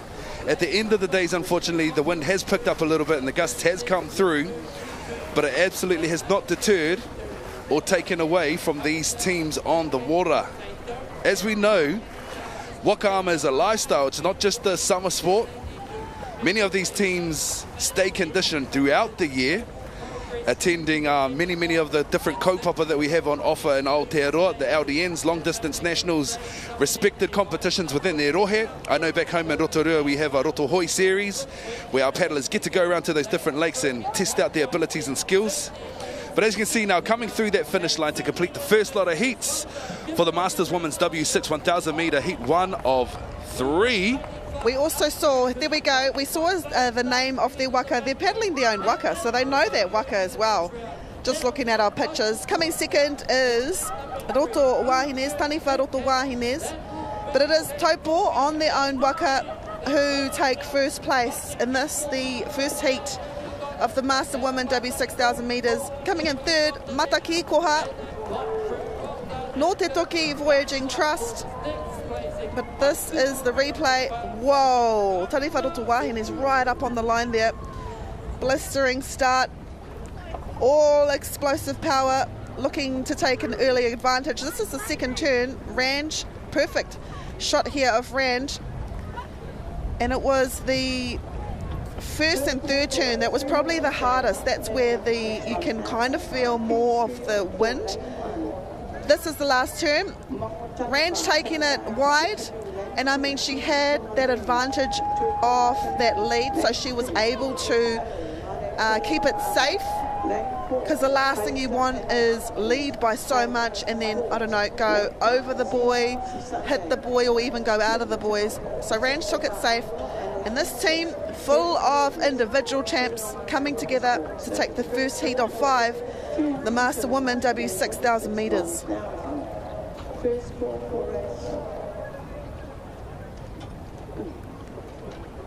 Te ara pau wahine tērā, first Mākoha with a time of 5:50.11. Second, Taniwha Roto Wahines with 6:01.57.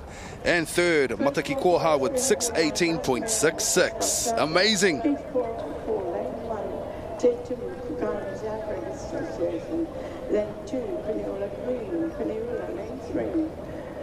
Ko te whiringa tuarua tēnei, we've got Kai Pirata, Kānoa, Puehu Nui, Hene Tāraia, Tūnatahi Metes, Taniwha Mahuika, and Tāmaki Team Pure.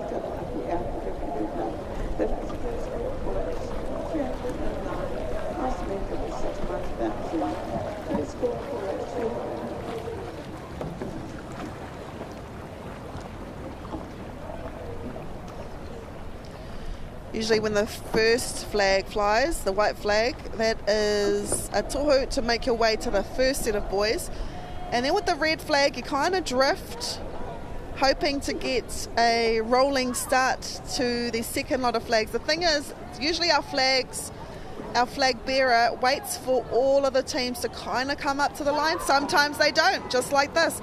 So, Kai Pirata, here closest to us in Te Toki, only just crossed the line. Now you want to get as close to the line as possible so you can have a strong start as they power ahead, aiming to claim the early lead. Speaking of early lead, Kānoa from Aotearoa whānau o Mauao, they have the early lead, and this is the second heat of 5 in the Master Women W6000 metres.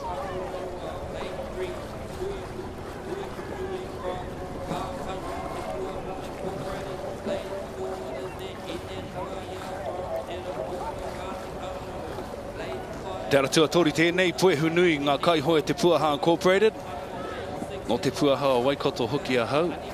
Te kohanga, Ngāti Tipa. Do you know any of those paddlers? Probably all my aunties. Your cousins? Cousins, my aunties, far out. Like I said earlier in the podcast, ne? Doesn't matter your age. Doesn't matter your bomo. Doesn't even matter if you're not related. All the aunties on the water. There was Sugar Te Pā there in Taniwha Mahuika. Sugar, of course, one of the stalwarts of Taniwha, based in the north shore of Tāmaki Makaurau. Anei, te huringa tuarua, tuatahi aroha hamai. This is te ara tuarua. This is Kānoa, beautiful name there. A little bit deep there.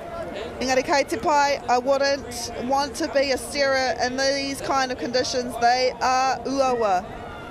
The steerer is the backbone, and every single paddler, every single steerer will have to have some skill. It is hard out there. Of course, this tauranga team out of the blocks fast.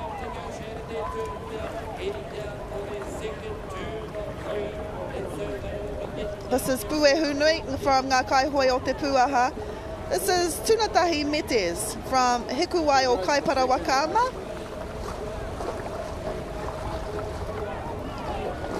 Heaps of these teams are actually ocean paddlers, all those whānau who live on the coast, normally like to utilise the oceans.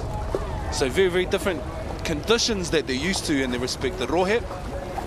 But as you can see, it doesn't make a difference here in Karapiro.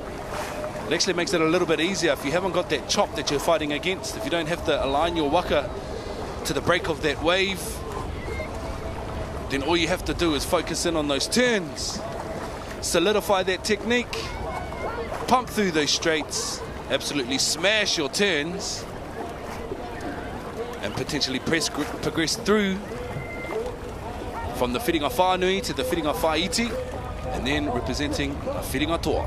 This is the second turn from Kānoa. Amazing approach there. Man, you can hear the wind. You can hear the wind. Imagine being out on that waka. In and out as fast as they can. Aira Tawhiri Mate is not exactly making it easy for them this afternoon. Making sure that these wahine are working for their placements through the next lot of progression races. As we know, this is the Masters Women's on right now, the W6 1,000 metre heat 2 of 5. 5 heats. That means that this grade is absolutely stacked with numbers. If this is your first time joining us on the broadcast here at Whakaata Māori, some of the biggest record numbers we've had in attendance this year, with a whopping 3,000 plus, almost 4,000 registered paddlers competing competitively over the next 7 days. 5 days for us here, 4 days for us here in broadcast for Whakaata Māori, 5 days for the kaupapa itself. Hea tāhua hoki, now gunning into their third and final lot of turns here in lane number 1. You know, it's funny that you mentioned that it's, you know, it's a week long now. It's a week long event. Back in the days when I was paddling, I think my first nationals was 2000, paddled right up until 2007 or 8. We only had 3 days and we had mixed races. So that shows just how many paddlers we have here. Speaking of paddlers, wow, what a turn. What a turn. Calm and composed steering makes all the difference. She's nailing it. Absolutely, no love. What a turn to finish your race on, because that was the third and final turn from Kānoa, making their way back to the finish line. Love it, love it. I love the way she throws her absolute whole of her body, the whole entirety of her body in there, using that mass and that muscle to bring that noko around as well. Awesome. Such a discipline, man. Such a discipline. No easy feat to steer the waka. As a steersman, you've got one of the biggest jobs on the boat. Like my sis said, everyone plays a crucial part in the boat, but at the back there, that's where the moneymaker sits, if you will. Oh man, the steerer carries a lot of weight off a race. Tika. If you do well, it is the victory of the team. If you don't do well, it's on you. So, e rere ananga mihi, a big mihi to all of our steerers out here, especially in these conditions. Whoa. But there are no qualms, no kōrero. Kaore he paku aha I te mea kai te mohio tātou katoa, ko wai te toa. O tēnei rehi, te rehi tuarua I waho atu I ngā rehi e rima ko kānoa no hoi aroha whānau o mauau. Ko rātou ngā toa o tērā rehi. The second heat of 5 in the Master Women W6000 metres. Coming in second is Hine Tāraia no te rauoranga o Ngāti Kahungunu. Ko rātou ka whakawhiti tuarua mai, and they're happy with the efforts. I love that. Ko wai kai te tūranga tuatoru. Just see out there, I think it may have been your whānau. And then here's your repeat. So, Puehu Nui no ngā kai hoi o te puaha and Kānoa had really good starts, coming out of the blocks fast. And this is the second turn. I love this shot because we get to see just how much power. Look at that waka just spin around. And this is our final turn, probably their best turn of the race, and we've seen a lot of teams kind of struggle at this end of the race. Engari, not for this team here from Hoiaroha. Beautiful turn, what a beautiful race. They will be so happy with their efforts.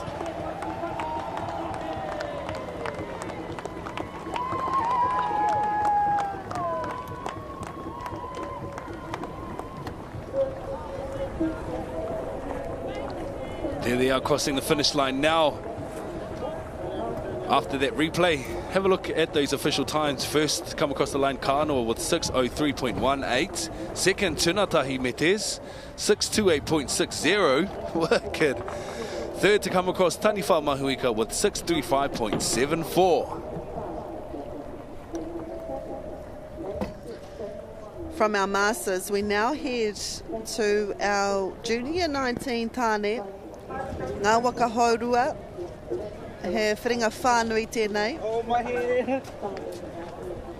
National Hauora Coalition J19 tāne W12 500 metre. It is a heat.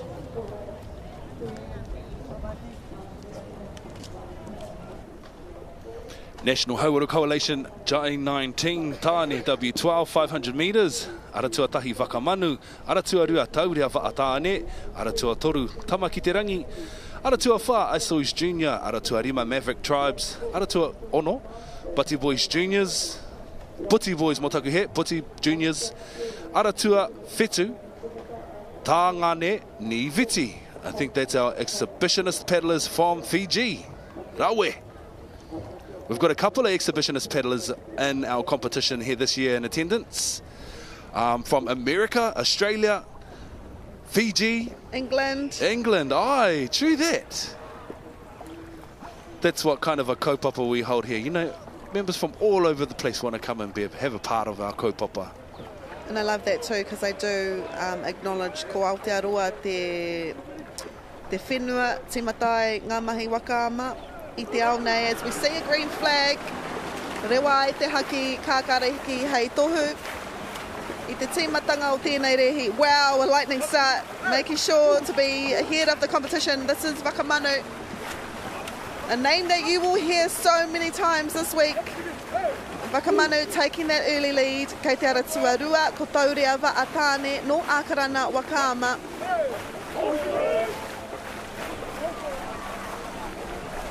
Tama ki te rangi, no horauta waka hoe, kei te Aratua toru.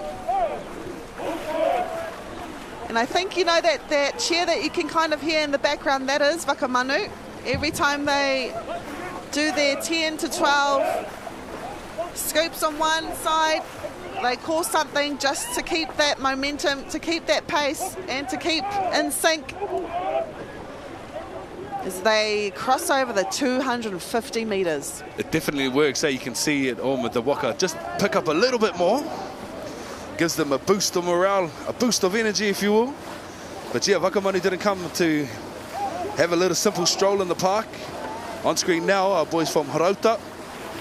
Yep, stroked by Maya Campbell.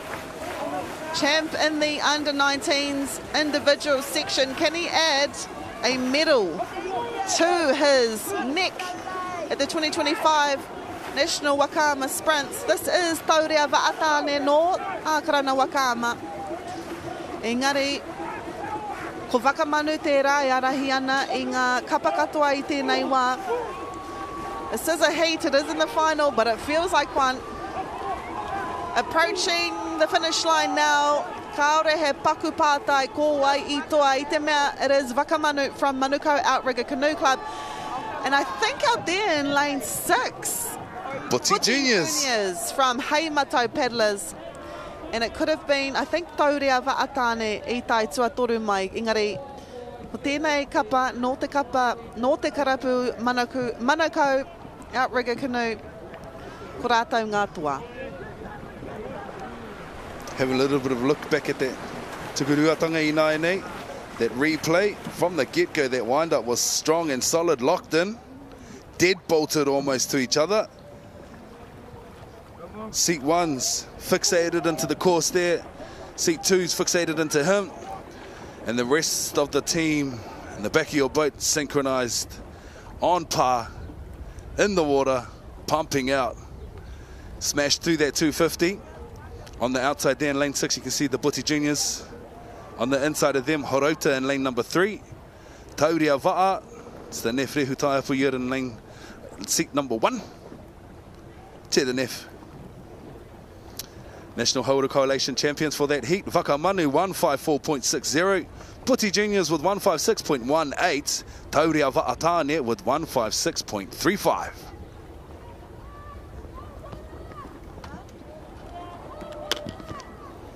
We've already got some quick flag actions happening on the water. So they're going to pump through these names. We've got in lane 1 from Tiriti Hine Ora Manawanui. Te ara I tako pū whaia, 35 mai tāwhiti, te waka huia wahine pū maia, vairua o te onu, o Rākei Water Sports. This is for the Masters Women's W6 1000 metre heat 3 of 5.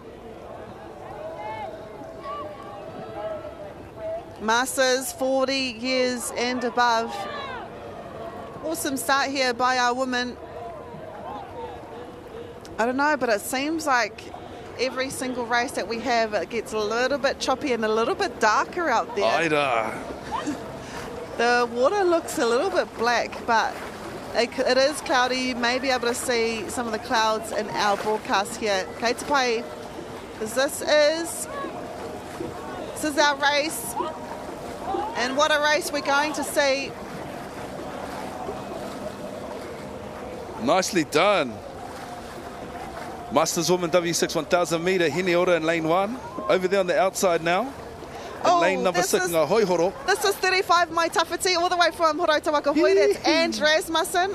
That's my cousin Jackie Kirikino. You've got Lillian Hodgkinson at the stroke. They competed at the World Wakama Champs in Hilo, Hawaii. They've been, they've a relatively new team I whakakotahi. Awesome to see them out there. It's Mirenea. We've actually had a lot of new teams attending the Whakataetai this year. It's really, really cool to see the growth of the sport throughout our nations, coming into their first lot of turns. Now 250 up the top end of the course. Beautiful turns from both lanes 1 and lane 5. No, aroha mai, that's lane 6 coming out of their first turn. Lane 2. Manawanui from Waikato Dragon Boats in lane 6. Ngā Hoihoro's Wahine Pū Maia. Nicely done. Effortless almost. This is the first of 3 turns. They're going to gun down 250 to the opposite end of the course. Oh, man. Pop another turn. Okay, so this is exciting because, you know, in the last 2 heats, this is the 3rd heat, but in the last 2 heats, we've seen, you know, a leader. We've seen a team kind of lead from the start. There's no teams around them. This time, however, we've got 3 teams here. Lane 2, Lane 4, and Lane 6. This is so exciting going into the 2nd turn. Now, we know kei runga i ngā pokohiwi, kei ngā pokohiwi o te kai urungi te mana nui. This is a big job now for a Sarah. I would not want to be a Sarah in this kind of moment. It's these moments which get your champions, which point your champions out pretty much. Countless hours of mahi have led to this moment. I know it's a heat at Te Whānau, but everyone's gunning to get a fast time. We've seen a few fast times now, but who's going to get a good turn? Who wants it the most? Tika rawa, my sis. Yeah, it's very, very hard to determine at the moment. Kua nei tātou ka kite, as they align themselves to smash that hurihanga tuarua. Oh, we've got pretty tata rawa te ara tuarua. It is lane 4. Oh, lane 4, actually. Lane 4, 35 Mai Tawhiti. I sound a little bit biased because most of them come to Metcon Modi, my gym. But what a turn by 35 Mai Tawhiti. And look, they're happy with their efforts. I've got 1 more turn to go. Oh my gosh, I've got goosebumps. What a race. Primo to see. Like we said, it's still anyone's game. The make or break sits at those turns. Ne, ngā hurihanga nui. Era. No, it was that turn right there, and we were talking about it. We've been talking about it all day. The steerer is the backbone of the Waka, and the steerer in 35 Mai Tawhiti, with the efforts of Lillian. You've got Lillian Hodgson at the start, in the front. I believe you've got Ange in the middle. You've got Deb Rasmussen in 2. But anything can happen because we've got 1 more turn to go. This is so exciting. Let's have a look at this next turn coming up as they pump down to the back end of the course again. They've kind of left lane 2 behind, and it's a battle between 4 and 6 at the moment. Kei te aratua wha i tēnei wā horauta Waka, 35 Mai Tawhiti, as we know, on the outside of them, I roto i te aratua ono, ko wahine pūmaia. And we saw, we saw there that both steerers kind of put in their paddles at the same time. The steerer will keep them on course. Ata mātaki. Oh, what a turn by Ngai Hoihoro. Rawe, rawa atu. But it's all about the straights now. So we've been talking about how turns are important. It's also all about the straights. While the turns are critical, the straights often decide the race. This is going to happen in this race. The straights will determine who's going to win the 3rd heat. It's a heat. It's not even a final, but it feels like a final. I kuhu tuarua rātou, I tērā hurihanga whakamutunga, I puta tuatahi mai. That's the amazingness about those turns, Te Whānau. Amazing, amazing. Watch them gun down these last 50 metres. I feel a little bit biased. I feel a little bit biased because in this team right here, we've got Matthias' cousins, his twin cousins, Amelia Gilbert and Merenia Gilbert. They are in this team. But then we've got this team here. I see them every day. Lillian in number 1. With an average time of 5.28 metres per second. We've got Deb in number 2. Nicely done. We've got Ange in number 4. We've got Jackie in number 5, who's my cousin. Holy. Who is going to win? Holy moly, holy moly. It is Ngā Hoihoro. I'm going to call it Ngā Hoihoro. What a race. They should be so proud. Wahine mā take a bow. It was that 3rd and final turn that got them that win. E rere ana ngā mihi ki ēnei wahine Amelia Gilbert, Merenia Gilbert, Sarah Williams, Te Rangi Hogg, Whaiora Hotere and Yvette Amadia. They had an average speed of 3.7 metres per second in that heat, followed closely by 2.9 was the average of the Waka behind them. So that just shows the speed that they're able to accumulate over that straight. This is the second turns going in to that race here. Now, look at it. The precision, man. And it's hard because on these final turns in front of us, they've actually got a tailwind which will overshoot them if they're not too careful. Now as they gun back, they get into the headwind of that last turn. And almost utilising Tawhiri Mātea me te pupuhi o te hau, kia panapanangia I te ihu o te waka, kia awhi I a rātou, kia pai ai te puta I tērā nekehanga, I tērā hurihanga mo take he. So Mākuha got a time of 5:50. That was in the first heat. Kānua got a time of 6:03. So we're kind of going 5:50, 6:03. But bear in mind that the conditions have changed slightly. Be good to know where these teams sit. Wow, first Wahine Pūmaia, 6:05.87. Second, 35 Mai Tawhiti, 6:06.95. And third, Manoa Nui with a 6:17.80. What a kid. So if we remember that at the race that we've just seen, they got 6:03. What a race that's going to be. This is another heat. We've got the Fires, Hupsters, Amohia, Pānia, Mahutonga, still out of Portage and up to Auntie.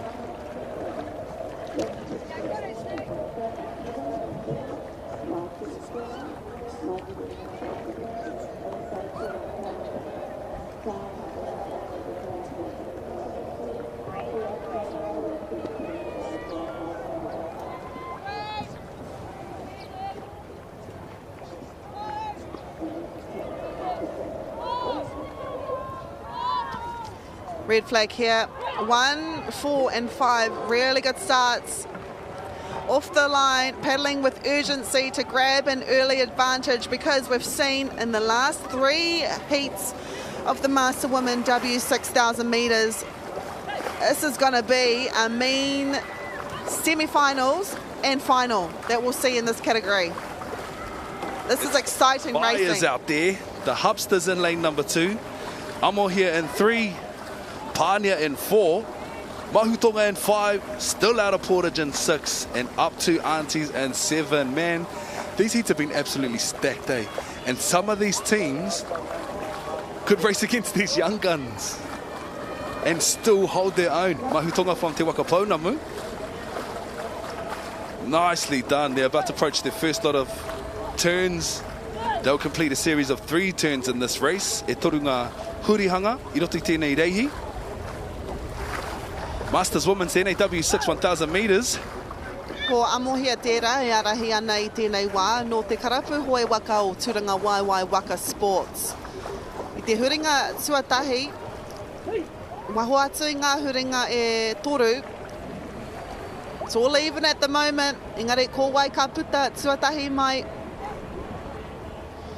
Ko amohia tērā no Turanga Waiwai, followed slightly behind by Hupsters, no Taranaki Outrigger Canoe Club, and out there lane 4, Hayata Ocean Sports Incorporated. Their team Pānia, Powerhouse had to stop paddling for a little bit just to ensure to make it inside the boys. But this is your team that is leading at the moment. Amohia, no Turanga Waiwai Waka Sports, a team that will gun to get a place in the semi-finals. We've got Tina Hill in this team, Puta Hope, we've got Mapera Naira, Mali Ahipene, Amanda Stutt, and Merepaya Manuko. And then in this team right here, in lane 2, in the Hupsters, following slightly behind, like a little stalker, and you want to jump out when it means the most. Haida, lane 3, Amo here is averaging currently with a speed of 3.6 metres per second, and they're currently 50.6 metres away from that finish line. Holy moly. Turanga Waiwai Waka Sports in 3, doing an amazing job. Amo here on the outside of them, Pānia from Hayata Ocean. Lane 2 and lane 3, Taranaki Hupsters and Amo here, heading into their second turn. Oh, bit of a wide one. Turanga Waiwai Waka Sports could potentially now steal that lead from them. And that's exactly what they're going to do. They're going to come into the turn second and exit first. Amo here from Tūranga Waiwai Waka Sports. Charge back down for 250 straights to complete their third and final turn at the opposite end of the course. Ka aroha nui au ki te mai au e nei wahine. Me tō rātou kaha hoki, te hanga o te tūnaranga, maihara, hika mā. They got bigger muscles than I have. Mind you, these aunties spent Christmas and New Year's not eating trifle like Nehana did. Shot Nana Lee makes the bestest trifle. And I've got to be the one to polish off that trifle bowl. Waka, tiro here. Look at that, look at that. 3 and 2, still charging up the front there. Just in case we've forgotten, Amo here from Tūranga Waiwai's in 3. Hupsters from Taranaki in 2. Averaging at the moment with a speed of 2.6. Out in lane 4. Lane 3. Alfano Amo here from Tūranga Waiwai Waka Sports. Gunning down that last 250 for their last turn at the opposite end of the course. Te miharo hoki te kite atu. I a rātou wēnei wahine. I roto I tēnei reanga. Aha ko te pakeke. Doesn't matter your age, man. It just goes to show mentality. Mindset is the key. Ne. Mindset. And it's muscle memory for these fires. Many of them have been paddling in these sections for multiple years, for generations for some of them. 20 to 30 plus years experience as an individual in some of these boats. And that experience is showing not only in the straights, but definitely in these turns. Te kaiurungi I murira. Tōna kaha, te wepua I te noko o taua waka. Ki tōna hurihanga whakamutunga. Absolutely incredible to watch. Tūranga Waiwai there, Amo here. Gunning down that last 250 straight to claim their place. Ki ngā whiringa whaiti. Yes. A little bit later today. It's Hupsters here in lane 2. A team that has Amanda Locke. We've got Joe Thompson. We've got Kirsten Lawrence. We've got Sarah Lee Mori and Tanya Anaha. All members of Hupsters trying to gain a position in the semi-finals of the Master Women section for the 1,000 metres. And this is the 4th heat of 5. Huge competition, and we've seen that on the water. Hopefully the conditions are better than what we've seen today, because man, this has been some close racing. And they, ko ngā toa o te hiti tuawha I wahuatu I ngā hiti e rima. This is Hupsters from Taranaki Outrigger Canoe Club out there, lane 7 up to Auntie no Pakuranga. And then you have Amo here, no Tūranga Waiwai Waka Sports in 3rd. Jenkins out up to Aunties who are hiding away over in the corners there, eh? Nice. Silent assassins sneaking in for that second posse. Me hoki atu e nai nei ki te timatanga o tērā rihi. We'll be able to see that start. Nice, creeping up there, nose just at the front. Aratua Rima. Kei roto I te Aratua Rima ko te Wakapauna me mahutonga. Nice, coming into that first lot of turns. No, this is the second turn, I believe. Nicely done. I kuhu tuatahi a Tūranga Waiwai, I puta tuatahi anō hoki. Ko te hurihanga whakamutunga tēnei. Tuatahi te kuhu ati ki roto I taua hurihanga whakamutunga, ko te aratua toru tērā. Engari, puta tuatahi, ko te aratua rua. Hupsters from Taranaki. Ko ngā mita rua te kau rima rau, rua rau rima te kau ena, hei whakamutu ai tēnei rehi. Me ngā toa mō tērā whiringa whānui. Hupsters, tai tuatahi mai 608.88, up to Aunties, tai tuarua mai 609.80, tai tuatoru amohia 610.81. That was the race 301. Now we are up to 302. Yes, e te whānau, I can count. The National Hauora Coalition J19 Wahine W12 500 metres. This is a heat.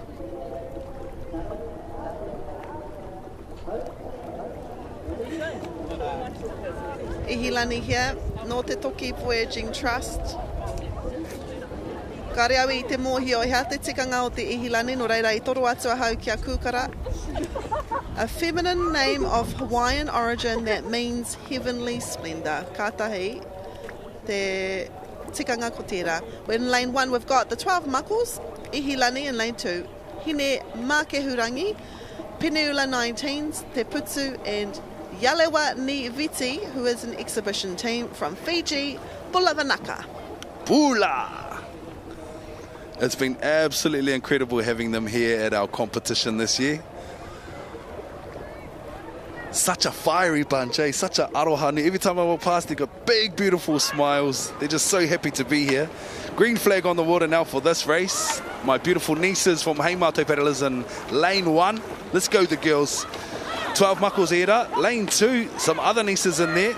Got a little huata niece in there, Ihilani, Te Toki Voyaging Trust, Te Rau Oranga Ngāti Kahungunu, Hine Mākahurangi, Hine Mākehurangi mo taku he.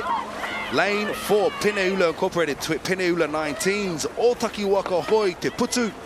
Lane 6, Kaiviti Va'a, Yalewa Ni Vati. This is a good shot to see where teams are quarter of the way through. Ihilani here, no te toki. Engari ko Heimato Paddlers, the 12 Makos. Makos, of course, are sharks.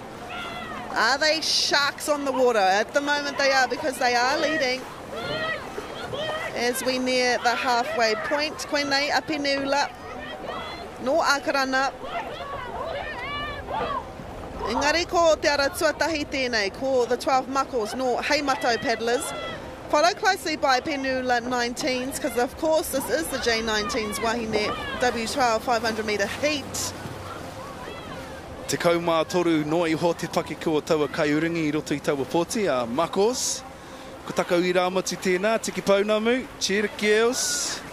Maya Haverkamp in there, Waihek is in there, cheer all the I rāmatus. Yee-hee!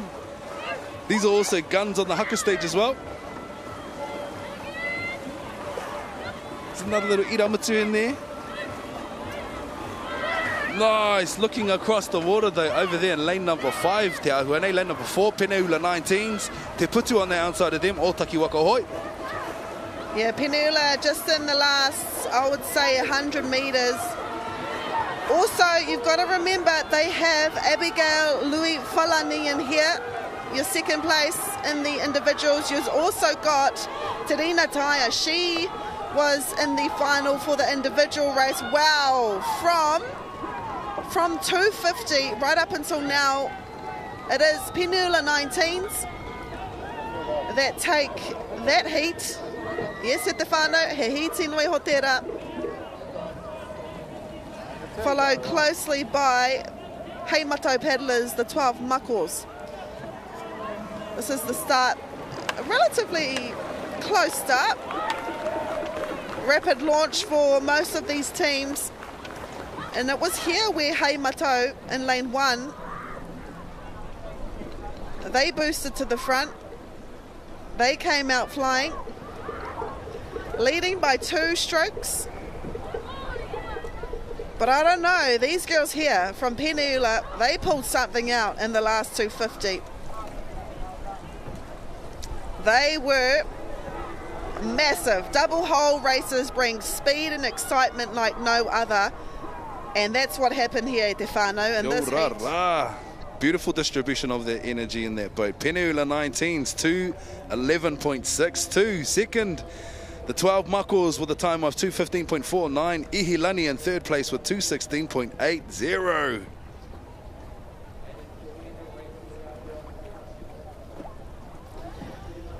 This is Heat 5. The Master Women, we've got Manawarua, Raya on fire, fireworks, straight out of Portage, and Heilala. This is, of course, the 5th and final heat for the Master Women W6000 metres.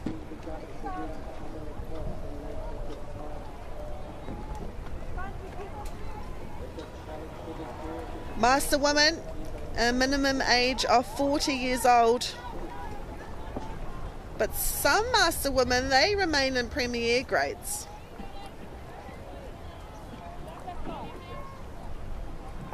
We might see a green flag. Really good start there. In lane 4 and lane 6. They keep it there. They are away. Right up on the line was Fireworks in lane 4, Whakatū Marae Wakama, and also Hei Lala, North Tuitonga Canoe Club. That's the kind of start you want.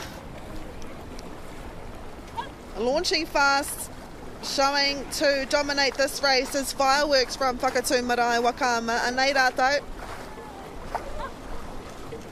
E toru ngā hurihanga.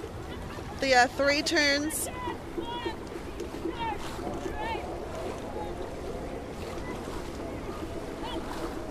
This is Hei Lala, North Tuitonga Canoe Club.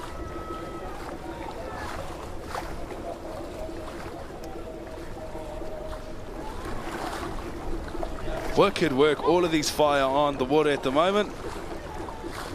Absolutely incredible stuff. Lane number 2, Turanga Waiwai. Reia on the outside of them. Lane number 3, Kurakitai Wakama on fire. Fireworks over in lane 4 from Whakatū Marae, of course, down in Whakatū Nelson.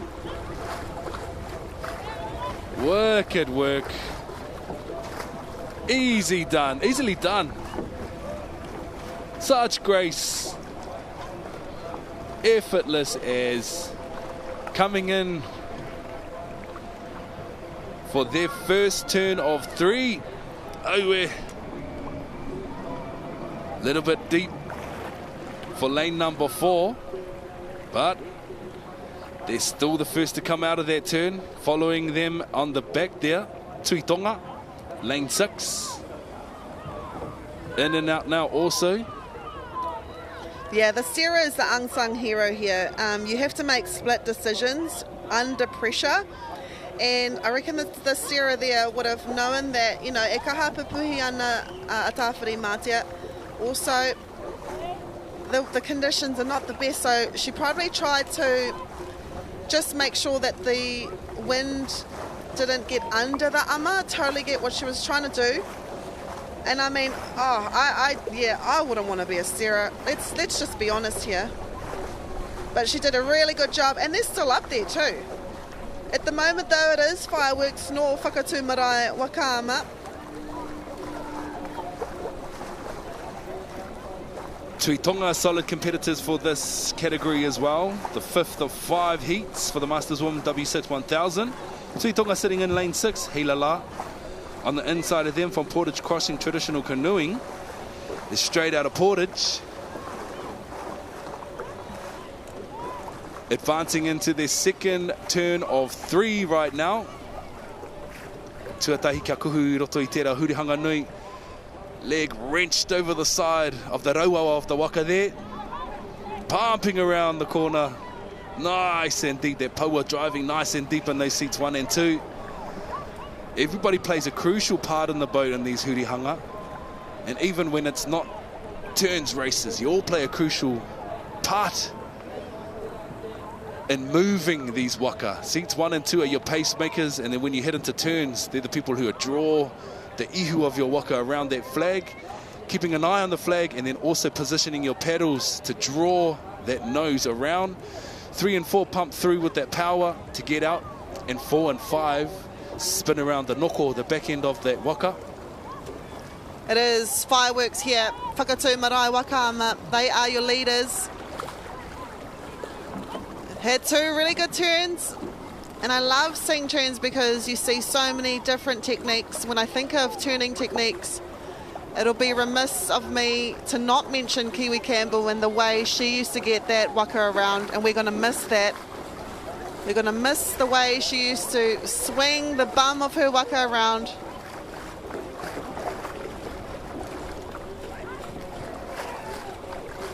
But it's awesome to see these teams no matter the conditions, no matter the weather, doing really well as they prepare to take on their final turn. This is Fireworks, no whakatū marae Waka. This is where you dig deep and push past the fatigue, because that is 1,000 metres e te whānau. Not only just 1,000 metres, 1,000 metres at 120%. Fatigue will set in. What a turn here. Not being aggressive with it, just taking her time, keeping it safe, making sure they make it inside every single buoy, and making sure the waka doesn't stop. That was perfect in my opinion. And these conditions aren't making it easy for them either. That's so amazing. The ama doesn't have to kiss the buoy, it just has to make it around the buoy. If it kisses it, kei te pai. If it makes it around and your waka is still going, that is amazing. And that was amazing by Fireworks from Whakatū Marae Waka. On their way now, on their way home. Will they make it to the semi-finals and the finals?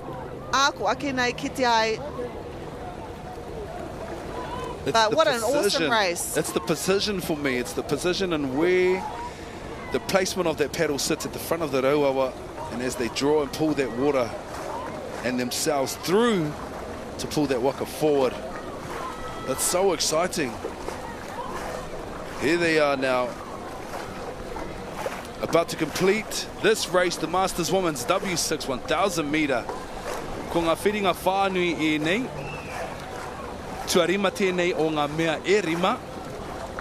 This is the fifth and final heat we're going to see for the afternoon for this category. Later on, we'll see the progressions and who has made advancements into ngā whiringa whaiti. Tai tuatahi mai, te tira tuatahi ka whakaeke taua rārangi. Whakawhiti rai nei. Ko te ara tua whātera. Whakatū marae, Fireworks on fire, ka pai. Tui tonga I nai nei, whakawhiti tuarua mai, ara tua ono tera. Hei la la, followed in by lane number 5. Portage crossing straight out of Portage. There's your champs for these Whiringa Whānui Masters Women's W6 1000s, Fireworks.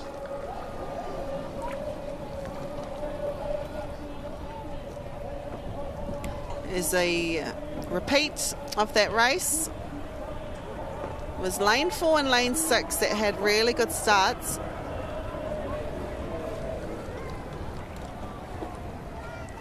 And in the 1,000 metres, this is when you see skilled steering like this, navigating that waka perfectly around the buoy, making it look effortless as she guides the waka through this turn, with the help of all of her kaihoi in her waka. My favourite, however, was this turn right here from this team. The steerer making it look effortless. And despite it being wide, ka te pai, because you know why? E puta toa mai ai rātou. A lot of teams too have been finding this buoy, or this side of the buoy, and this side of the race course hard, engari. This is your team that will advance to the semi-finals of the Master Women W6000 metres. This was heat 5 of 5. So we've seen 6 minutes as the time. Our first place, Fireworks 6:17, Hey Lala with a time of 6:30, and straight out of Portage with 6:37.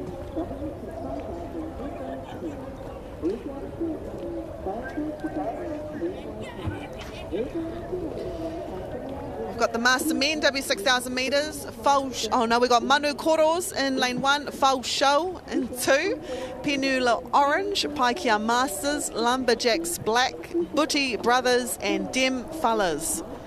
If you remember last year, Paikia Masters did really well in the Masters 1,000 metre W6. They are also your winning team at the long distance nationals held in their home ground of Turanganui Kiwa. Members are Paula Anderson. We'll go through that list soon. Here's the start of this race.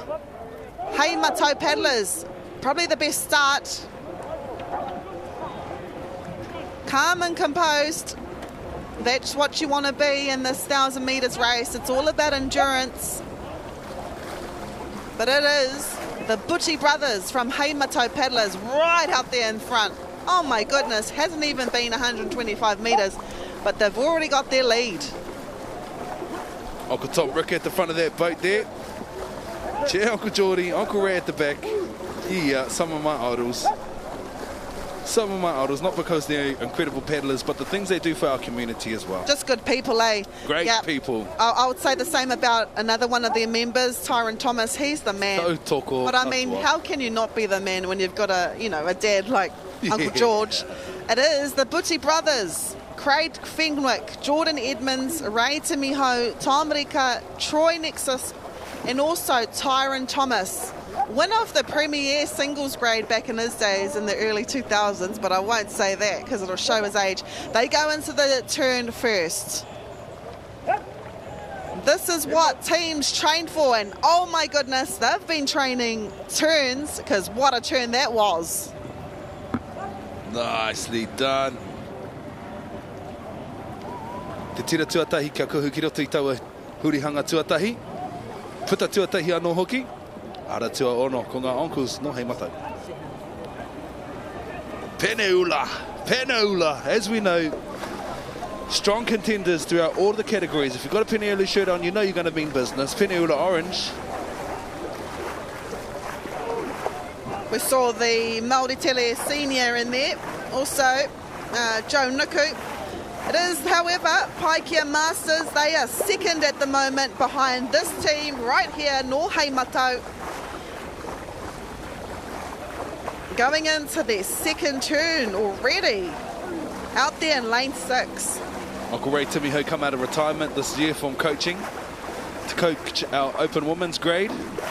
Nice. Alongside his daughter Kausha Ray. Mihana kia koe pap. Che, look at that handsome chap. Need right. On their tails, Paikea Masters, Harauta Waka hoi. I mean, you want an experienced person like this guiding your waka. It takes immense skill. And this, yep, he's the man. Second is Paikea Masters, doing a really good job here. I think that's Jed at the back there. Yeah. I'm pretty sure that's Jed at the back. Yeah, it is Jed McKenzie. We've also got Polder Anderson in there. So they are second at the moment behind this team. With one more turn to go, anything is up for grabs. I do believe, though, that Paikea Masters, they had one of the fastest times last year, getting pipped by a South Island team. So they would want to do anything that they can to ensure to get in the prime position. But it's this team right here, out in front, in lane 6. Nice, comfortable lead for the uncles in the front there. But they don't want to sleep on their brothers behind them from Harauta. O te uranga mai o te rā, te taira whiti. As we know, as the sun comes up, so do all of those coasty cuzzies come out to play. Look, the pink hats are in shot now. Oh, Uncle Ray just has a little bit of a geese. It was like a cheeky little... Yeah, like, oh, where are they? Yep, where? He low-key knows that it's still anybody's race. Yeah, I mean, so much is riding on your shoulders. I mean, the steerer is providing the metal. Yeah. And he is nailing it. He nailed it. He knows. He's got confidence. There are ways. You're the man, monks. You're the man. The other man's too, my other uncles from the Uranga mai Aotearoa, from the East Coast, Ngāti Pro. Coming in and out of their turns now too. Paikea Masters.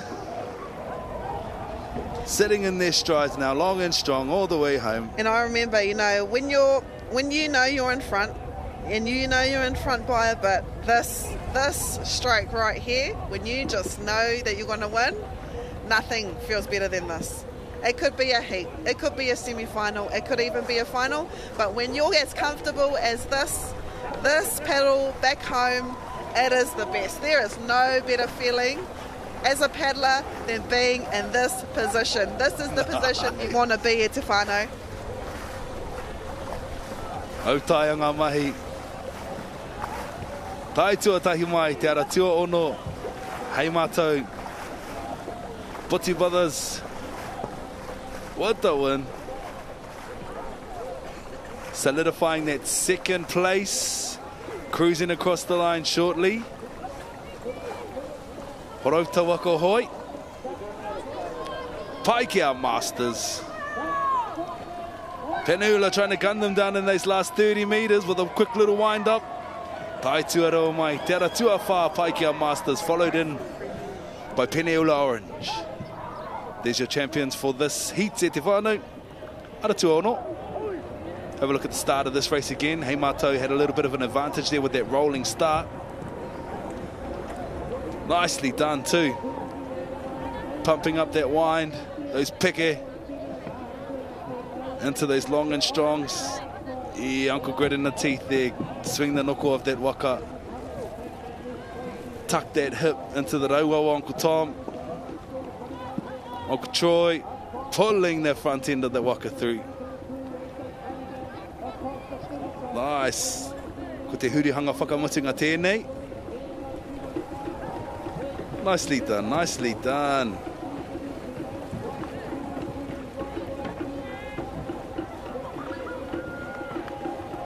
And now we'll get to witness them cross that finish line in completion of race 304 for the Masters Men's W6 1,000 metre.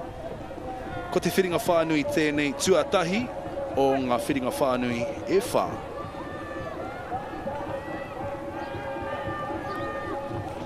.304 Masters Men's W6, 100 metres. First across the line, Puti Brothers, 5:02.05. Paikea in 2, 5:31.75.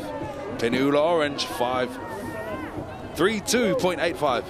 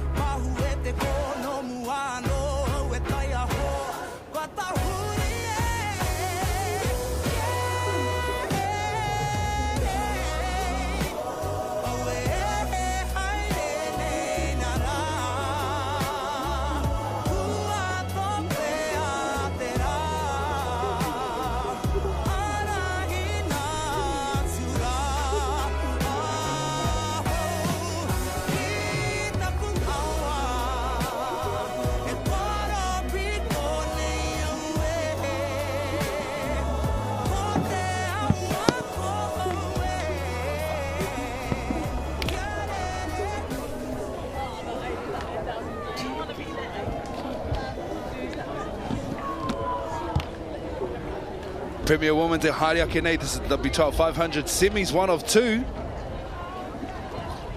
Tare Māori era, horauta waka hoi. Aratua tahi Tare Māori, Aratua rua, Kaiari toa. Hine Raumati in 3, SOB Aulelei in 4, 5 Tare Manea, Team Malohi, Malohi, Waka around in 7, Otaki in 8, Marama Niviti, our exhibitionist paddlers from Fiji.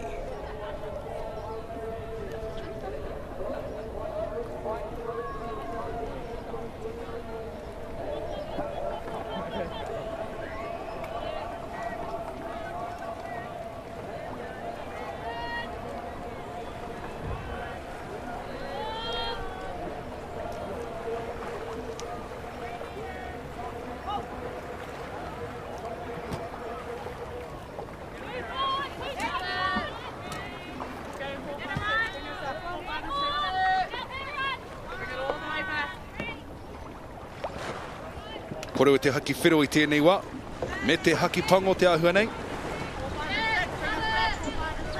Just requiring our ladies to pump back a little bit behind the flag line. Down goes the black and up goes the green. And they're off. Nice start from our whanaunga. No ngā mautere o ngā kuki airani. Tare Manea. Cook Island Outrigger Association.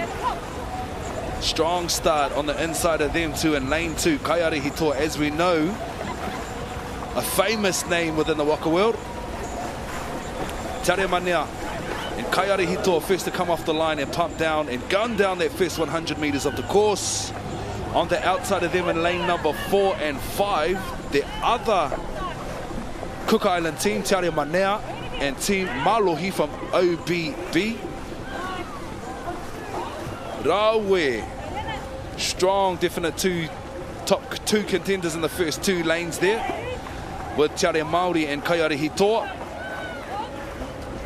This is the Dub 12 500 metre premiers on ways. Ai, ko Tare Māori tēnei o te aratuatahi me Kaiare Hitoa o te aratuarua. Ko rāua tēnei, e taki pakanga ana, rā ki te rāi. Sisi, o tērā waka kei taha maiwi, tūru, tōru ki taku mōhio, kua tīmata te puta haere o te ihu, o Kaiare Hitoa, e arahi haere nei, ngā toa kua tai mai nei ki tēnei whiringa whaiti, te tuatahi o ngā whiringa whaiti mō ngā wāhine, tēnei wānei ko Kaiare Hitoa.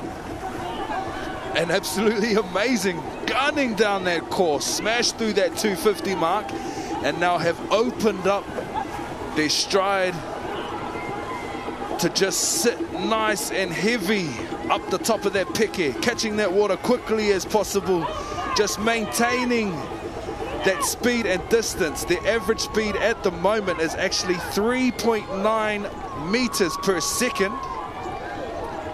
Beautiful work there to secure the next slot, the first slot of placements in the next lot of whiringa toa later on this afternoon. Kaiare Hitoa, winners of the Premier Women's W12 500 semis. Have a look at that instant replay now, though. Here's going to see where they're going to open up a little bit. I think Tare Māori had them a little bit there from a start as they pick that wind up.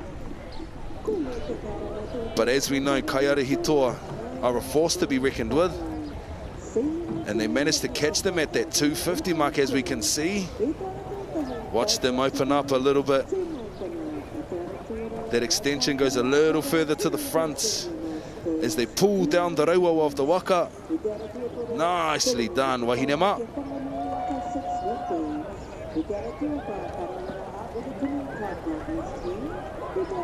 Premier Woman semi tuarua, Kaiare Hitoa ko te wākia rātau, he rua me te rima hekona, rua miniti rima hekona nei te hohoro, I waho atu I a rātau ko Tare Māori tuatoru ko SOB Aulelei.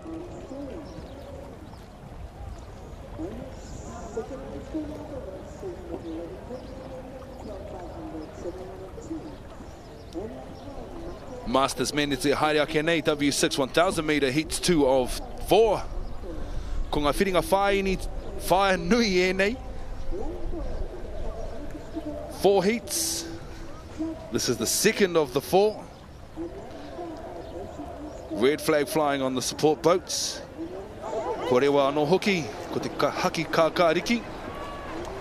Nice, strong start on the inside lane here. Waka manu tērā, manukau outrigger canoe. In the middle of the course there from Horota, Woodley Kumara Masters on the outside. Hei Matua from Hei Matau Paddlers. Those were the top 3 to come off the starting blocks. Pump down that first 150. Woodley Kumara Masters here from Horota on screen now. Anei, ko Waka manu. E haere e ahu atu nei ki te hurihanga. Hei matau, kei waho atu, kei te aratua ono. Ia rātou ka pātata mai ki te hurihanga tuatahi o ngā mea e toru, e ki te ake ana hau. Ia Bradley Anderson. Anei, te kai urungi. E wepu haere nei i te kei taurapa o tō rātou nā waka, ta hei rua tīrau, tōru, nā kua puta mai rātou, Rudolph Perkin Williams, te kai urungi o tērā waka. Kua peke waka, ona matake nei rota ke ia i te kapa o Pineula. Ina matake nei, kua kuhurā ki roto o Waka manu. Anei, Mark Malaki Williams, Bradley Anderson, Daniel Toloa, Matthew Pym, Rudy Williams, Rudolph Perkin rānei, Sam Misiepo. Wera tētahi o ngā ingoa i rangona nuitia i roto i te rehi takitahi. Kei wahoti a rātai ko tu i Tonga, me ngā Woli Kumara, Michael Kemp, Jason Reti, Grant Donaldson, Glenn Anderson, David Arpelu, me Bruce Campbell. Kia ora, brother Bruce. Good work. They've gone down their first series of turn and now approaching into their second turn. Watch as our steersman, our Kei Urungi, navigates the front end of that waka around, pumps the back around, drawing and pulling out of the turn now. 1, 2, 3, 4. Building that momentum as they gun down that last 250. Wicked. The strength and power they can create on these boats is absolutely amazing. Inspiring stuff for any and all ages, in attendance, in participant, and for you viewers at home. Witnessing greatness on the water today i te whānau. As you can see in lane 1, Waka manu, manukau outrigger on the outside of them, and lane number 4, Horota wako hoi, Willie Kumara. Ai, Bruce Campbell i roto ia i te tīma Woli Kumara, ka noho mai ai hei toa i te taurua mano mā ono i te waitu ngā whakataitai a au ki konei. No reira, he tangata whea ko rau, pū ke ngā rau, pū manawa rau tērā. Pērā no hoki me Rudolph. He's been a champion in the open men's. Mo te hia nei tau, i te wairoto i te kapa o Pineula, ko rātou, ko ki tuku mo hoko māki roto i tērā tīma, ko Jeff Peter Williams. No reira he tangata pūkenga rau anō tērā. Rudolph has been a steersman from the J19s to my understanding. Mai i tērā wā ki ngā premiers, nā i ngā premiers ki ngā masters. E whai hua ana Waka manu i ngā mātauranga, i ngā wheako o tērā momo. O rauta, e hoi mai nei, e hoi atu nā hoki ki roto ki ngā whiringa toa, Masters W6 1000. The skill and precision needed in these wakas absolutely on display.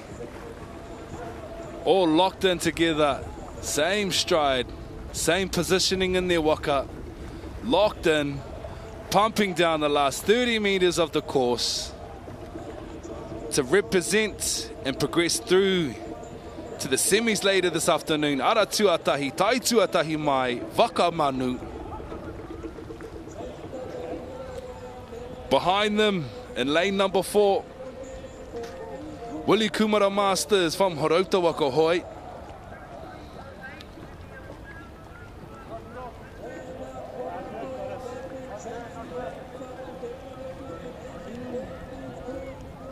Third to come across the line now in lane number 6, Heimatua from Heimatau Paddlers. Anei anō te tukuruatanga o tērā tīmatanga, mai o te tīmatanga, o te waka i te ara tuatahi, e hara i te mea he kai hoi i roto rā, kao he pene hini, he pā ua, he arotau, ko i rā katoa ngā take i puta wawe ai o rātau ihu, i te tīmatanga o tērā rehi, nā, ka tai ki te hurihanga tuarua, i te kaha mōhio ki ngā rautaki tōtika, i te mahitahi, ka mātakitaki rā hoki tātou i te ara tuarua, i te tūranga tuarua, Araia Bradley Anderson, e pērā rawa te mōhio. Tata tonu rā ia te meke, i te haki, i te poito, kia puta ai ki waho i te ama, nā te mea ki te rutua, te pauhaki, e te kiato te waka kāpā ai te haki ki te wai. Ka poroa te kaki o tō kapa e kore koe e tai atu ki ngā whiringa toa. Waka manu ko te wākia rātai he 5 miniti rua hekona, te kau hekona i muri mai a rātai ko ngā woli kumara no te tai rāwhiti. Hei matua tua toru, e haere atu ana, e whanake atu ana ki roto ki ngā whiringa toa mo te reanga Master Mean.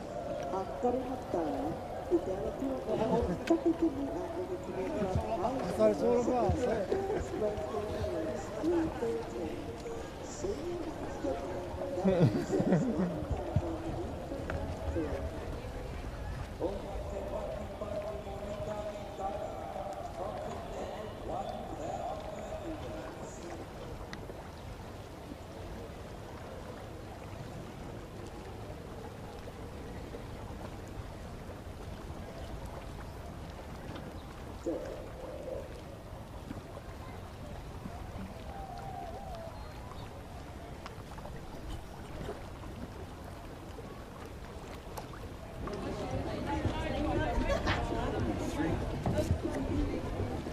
These are the Masterman's W6 1000s as they prepare to head out to the starting line. Tui Tonga. O te ara tuarua rā ko Tui Tonga, ara tuatahi mango taniwha, ara tuatoru uso, ara tuawha haiata and uncles, see you Sunday. Kei te ara tuarima, me heavy days, kei te ara tuaono.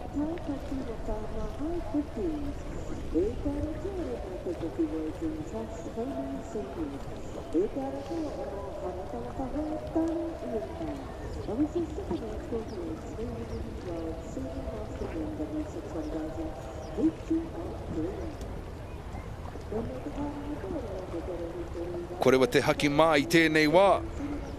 Masters Men's W6 1000 meters, heat 3 of 4.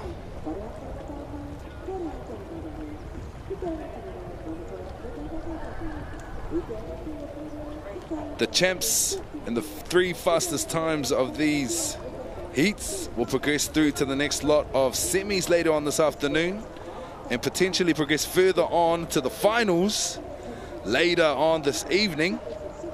Big day of racing here at Karapiro. Conditions have changed, but the intensity and mana on the water has not. If anything, it's increased. It's encouraged these teams to dig a little bit deeper, work a little bit harder to secure their place in the next lot of preliminary races. Charging out the front in lane number 5, Mitamitanga Ole Pacifica. See yous on Sunday. Beautiful start with almost an entire Waka length's advantage in front of the rest of the course. It looks like lane number 2 Following in them, Te Tonga Red from Te Tonga Canoe Club. And it looked like Hayata at ankles in 4. After them, could be 2, could be 1. Still anyone's game. This is W6 1000s Masters Men's Heat 3 or 4 as they advance down the course at 250 to make their way to the first series of turns. As you can see at these flags, first to go into their turns from Mitumitanga is See You Sundays. As we know, there's a method behind the madness as they got that tailwind behind them. They're going to use that to pump the ihu of the Waka back into their lane. Nicely done too. Ko te uaua I konei haunga ko o ito, ko o hoariri, kei ngā reina o tēnei rehi ko te pakanga hoki ki te huarere. Ka hia te ihu o te Waka ahakoa pēhea nei te anga atu ki te, ki te wahi e pupuhi mai ana te hau. Nā no reira me he mea kei muri ke te hau e pupuhi mai ana ka uaua te wepua mai o te ihu kia anganui ai ki reira te urungi rana I te ihu ki te wahi e pirangi nei koe nā te mea ko tōna hia kia anga ke ai ki te wahi e pupuhi mai ana te hau.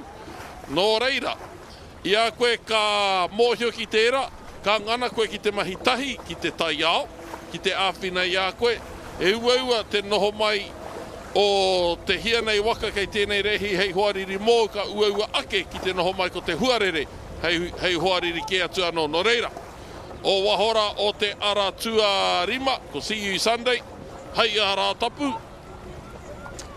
Aratua Rima e ahu atu ana ki te hurihanga nei. Ko pirangi koe ki te arahi mai I te ihu.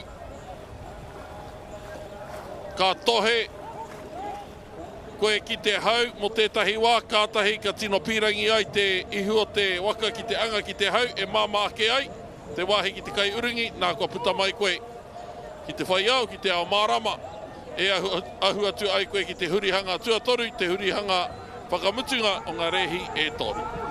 The mechanics and mechanisms in these boats of the paddlers itself, it's just like the structure and the mechanics of the boat itself. Ne, from the ihu of the Waka to the taumanu, from the taumanu ki ngā rauawa, mai ngā rauawa ki ngā kiato, mai ngā kiato ki te ama, mai te ama ki ngā paimanu, mai te paimanu ki te noko o te Waka. Everything is done with purpose and intention. Just like the way these paddlers are paddling the water today te whānau. It is a sight to be seen. As we know, on the water is the Masters Men's W6 1000 metre Heat 3 of 4. Later on in the afternoon, we're going to see the fastest placing times from all of these heats represent ki ngā whiringa whaiti. Then those fastest times will then proceed to represent in the finals later on this evening. That's going to be an impressive and fast race to watch. All of those finals always come hard and fast. And lucky you're tuned in and locked into Whakaata Māori, providing you with top quality imaging, amazing world-class commentary, if I do say so myself, and world-class paddling at that. Finishing off now with their third and final turn, all the way from Mitamitanga o le Pasifika Va'aalo, is the See You Sundays. Anei, kua puta nei, a See You Sundays I te hurihanga whakamutunga. E harai te mea kei o rātou mirumiru e tore mi ana, e nei o mango taniwha, engari kei o rātou mirumiru. Ko te piki pakanga, ko wainga, I e nei o heavy diesel tūranga waiwai. Ki era o usoso haiata rānei. Mitamitanga o le Pasifika, Va'aalo, See You Sunday. I'd love to change that name a bit and say See You Saturday, not nā te mea. Hei reira ngā whiringa toa. Me he mea ko te pāti, hei te rātapu a kāti. Ka kitea hoki koe ki reira. Mitamitanga, Heat 3, whiringa whā, iti. Whānui tuatori o ngā mea e whā. Mitamitanga. E ahua tu ana koe ki te whiringa whāiti. Ko ohoa haere. Ki tērā whiringa whāiti. I tēnei whiringa whānui. Kei konei kei tērā tuatahi ko mango tani wha. Kei wahora anō hoki ko tūranga waiwai Heavy D's kei te whai. I era o See You Sunday ki ngā whiringa whāiti. Hei a rātapu, hei a rātapu. See You Sunday. He mātakitaki ake anō tātai pūtā. Tere. Te kate o te waka o te ara tuarima. Te hurihanga tuarua. No tūtū kāka. Mitamitanga. Nei te hurihanga tua toru, te hurihanga whakamutunga. Pau katoa ana te whitireirima te kai mita. Kātahi, ka anga pēnei mai ai. Ki te rārangi whakamutunga, ruarai rima te kai mita whakamutunga. E ngā ana, he mai ana.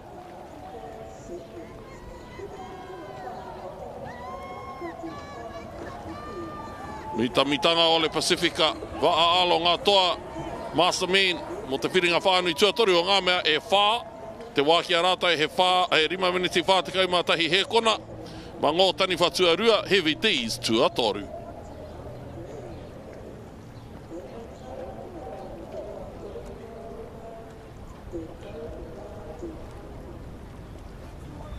Kingdom come and a better way of life. A better day, since who won't come see the rescue so unkind. And oh, my baby's on my mind. And oh, blue bleeds through their minds. She's a monster and an angel.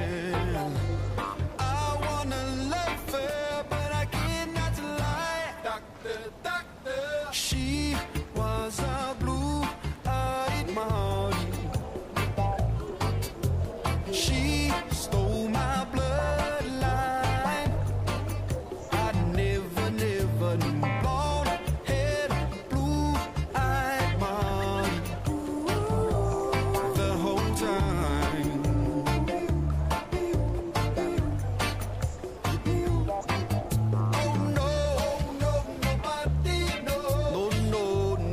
Nobody knows that girl, that pretty little girl. She done hung me out to dry.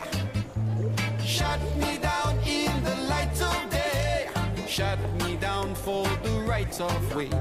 Slowly changing my DNA. My brown done turned to blue. Valentina, you are my angel.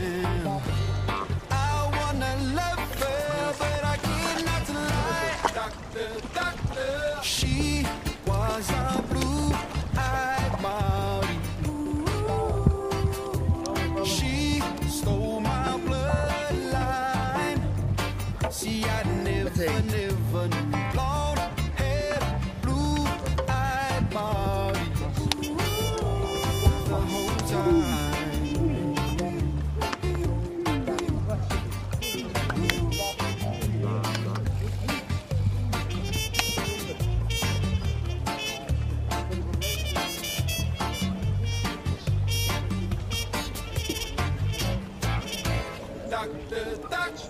She was a blue-eyed Maori.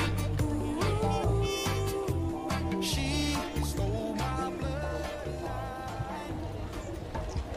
Koe tēnei ko ngā Premier Woman, the W12 500 Semi 2 of 2, te tuarua o ngā whiringa whāiti, e whai wāhi mai ai, ētahi kapa e whā e rima rānei ki ngā whiringa toa, ka kite ara, hei a pōpō, hei te rangi a muri atu rānei.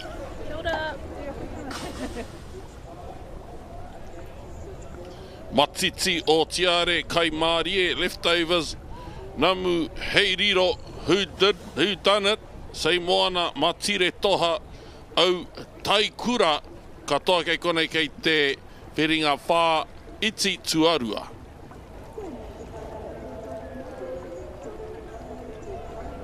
I think my wife's in this race. She is too. Who done it? Some of the newest paddlers from Heimato Paddlers. She actually went down for Hauora on the Sundays and actually got picked up by the Premier Woman. So he tuatahi tanga tēnei mōna to represent there. And on the left hand, on the right hand side, Waka in seat number 4, the power. Yumahani, get it. She absolutely loves it too. Not only the sport itself, but the culture that we have at our club and the vibes that they have in their Waka. They're a crack-up bunch of women, man, and they've been so primo for my wife. They've got a red flag on the top end of the course.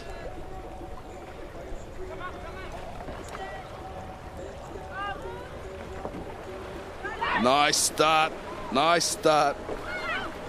No black flags. Rawe. Aratuatahi Matiti o Tiare. Pumping out. Aratua ono hoki tērā. Sei moana for Manuko outrigger. Those were the two fastest off the line. Kai Marie from Waitemata. Leftovers from Hayata Ocean Sports Incorporated too, doing and looking amazing. Namu Heiriro from Te Puaha. Nicely done.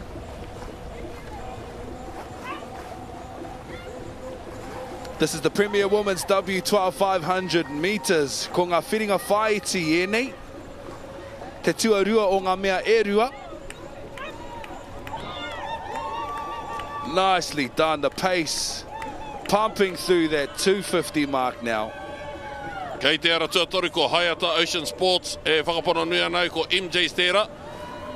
E toru ngā Kings, Harata Brown kei tērā kapa o Matiti o Tiare. E ahu atu nei, kaua kaunua ki te rārangi whakamutunga engari, e ahu atu ana hoki ki ngā whiringa toa. Ngā whiringa toa mō enei wāhine ka kite I roto I te roa ngāke o tēnei pāpāho. Ai, arā eni, arā puhi, ngā mea o MJ's, tai tuarua tuatori mai ana rā nei. I tēnei wā, engari, ke hoke honei, te kitea, mārama ke hoke honei, te kitea ko wai e Wikitoriana I tēnei wā, ko Matiti Tiare, no te krapu o ngā hoi horo, e hoi nei, harata, ke kaha, me te toi ngātu o rātou. Ai, ngā hoi horo, e haere ana koe ki ngā whiringa toa. Hei hoa mōu, ko te ara tuatori ko ngā leftovers, me te ara tua ono ko sei moana, a kene, ko kai Maria no hoki ka whaira I a koutou ki reira. Kei te ahua o te wā, nā te mea e rua ngā whiringa whaiti. Ko tērā kei te tērā I tai tuatahi tuarua tuatori tua whāmai, I roto I ngā rehi e rua rā kātai atu ki te whiringa toa, ka waru rawa ngā reina kua ki I era ropu, era kapa e whāno, era whiringa whaiti. Kei te ara tua iwa, tua ngahuru mā tahi, mā rua, kei te ahua o te wā hohoro, tere, I roto I ngā whiringa whaiti rā. Nō reira, me mea koe tai tuarima mai ana, kei te pai, kia kaha tonu koe ki te whai tētahi wā tere, kia whai wāhi ai koe ki tērā whiringa toa.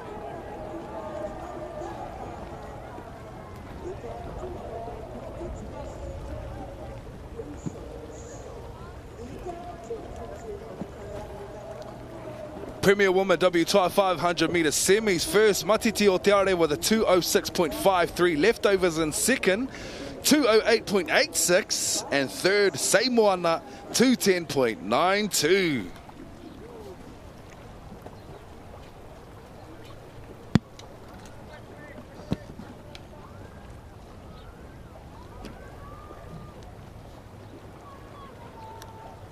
Masters men there, Haere Akene W6 1000 metre heat 4.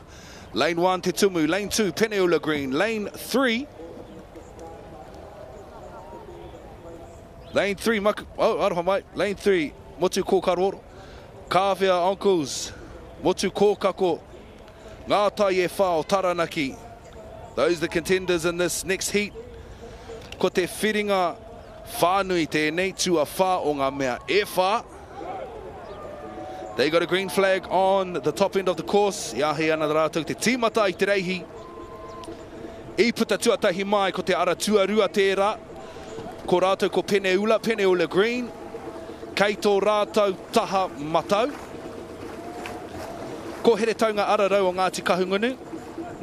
Moko tuararo mō taku he.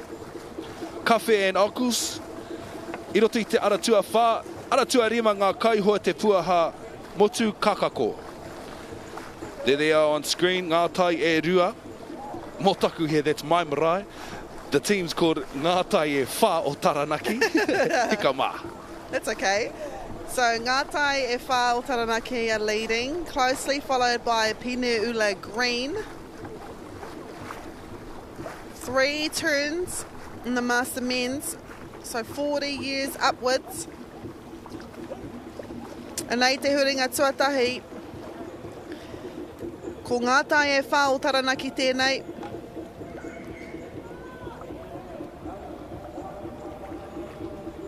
Very nice, very nice. Very nice. I love the different styles as they enter into those races. It differentiates between the wahine and the men. As we know, actually, I'm not even going to say that. As I sit next to Rahil Timitim, she'll probably bench press me.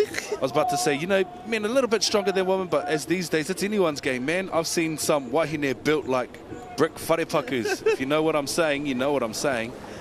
Man, it doesn't even matter anymore how big you are, how much muscles you have. It's all about technique.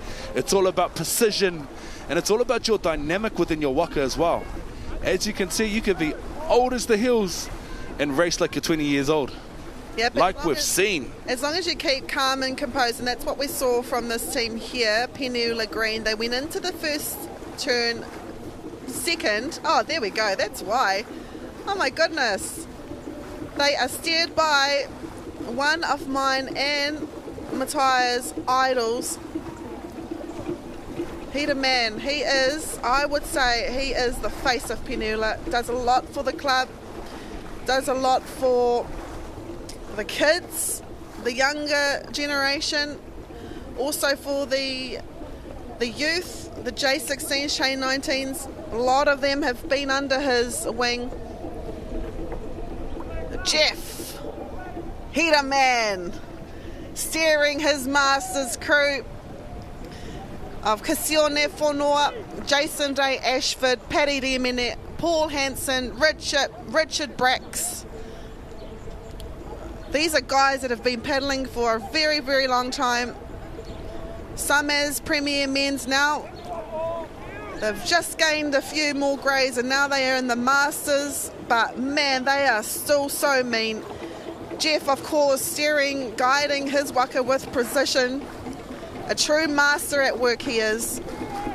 You can say everything good about the man and it's still not enough. That's why I love our sport of wakaama. It's a generational sport, eh?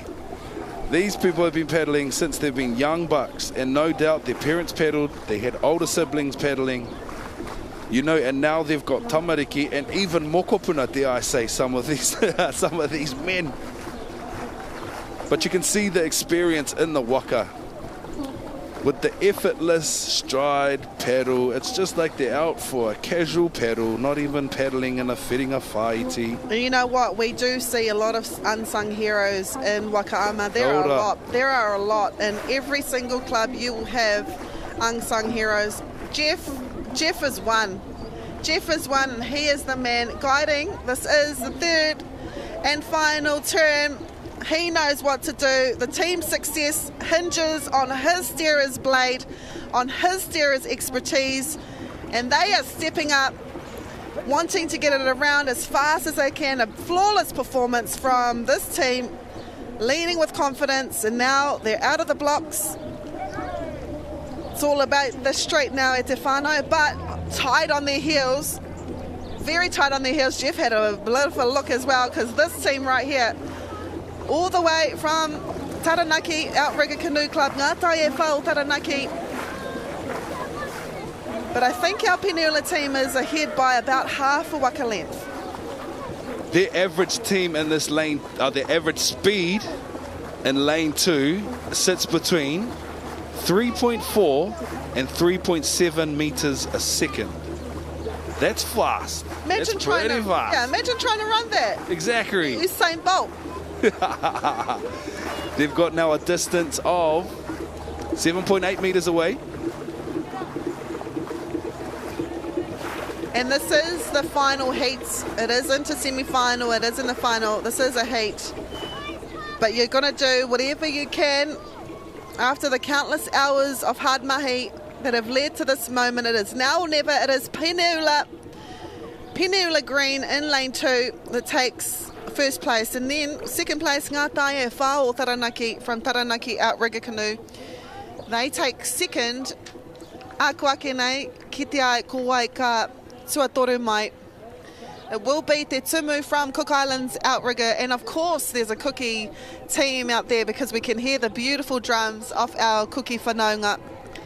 They cross the line third in this, the fourth heat of 4 for the Master Men W6000 metres. E rere ana ngā mihi kia koutou Peniula Green. Here's the start, perfect start. And with our Masters men's teams, usually a rapid launch as they push for pole position and always powerful starts.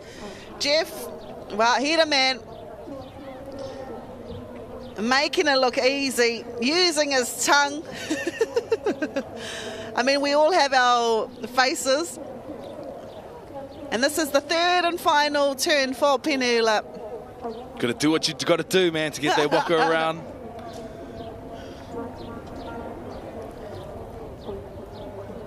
And that's why it's important to have an expert steerer, someone that can steer in any conditions.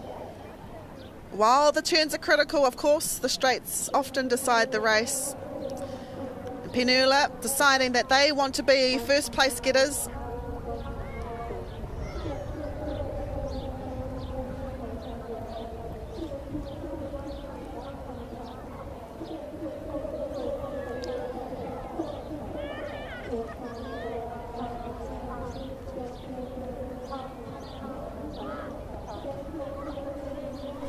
Kia ora te tātou, te tiru ki te ara pautama I tēnei wā. First Peniula Green with 531.37. Ngā tai e whao Taranaki 533.87.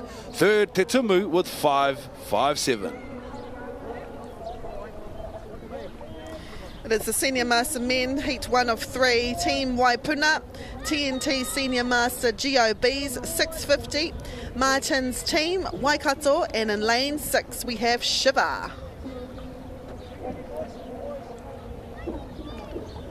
This race was supposed to race around 3:12, but we're an hour behind schedule. Kei te pai tērā. Nothing that can be done. I'm just happy it's not raining. Kia ora. Unfortunately, we had Hene Pukohurangi come and grace us with their presence with this morning. Blanket. I whakakoro ai tia katoa tia. Ngā ara reihi te atanei with a beautiful start here in lane number 1 to start the Senior Masters Men's W6 1000 metre te tai Kōtuku Incorporated Team Waipuna. Ki tō rātou taha māui. Waitakere Outrigger Canoe Club TNT Senior Masters. Kei te ara e kei muri a rātou, kei tō rātou taha anō. Te ringa miti tai heke o Whanganui Wakama 650. Martin's team over there in lane number 4. Lane 5, Tūranga Waiwai Waikato.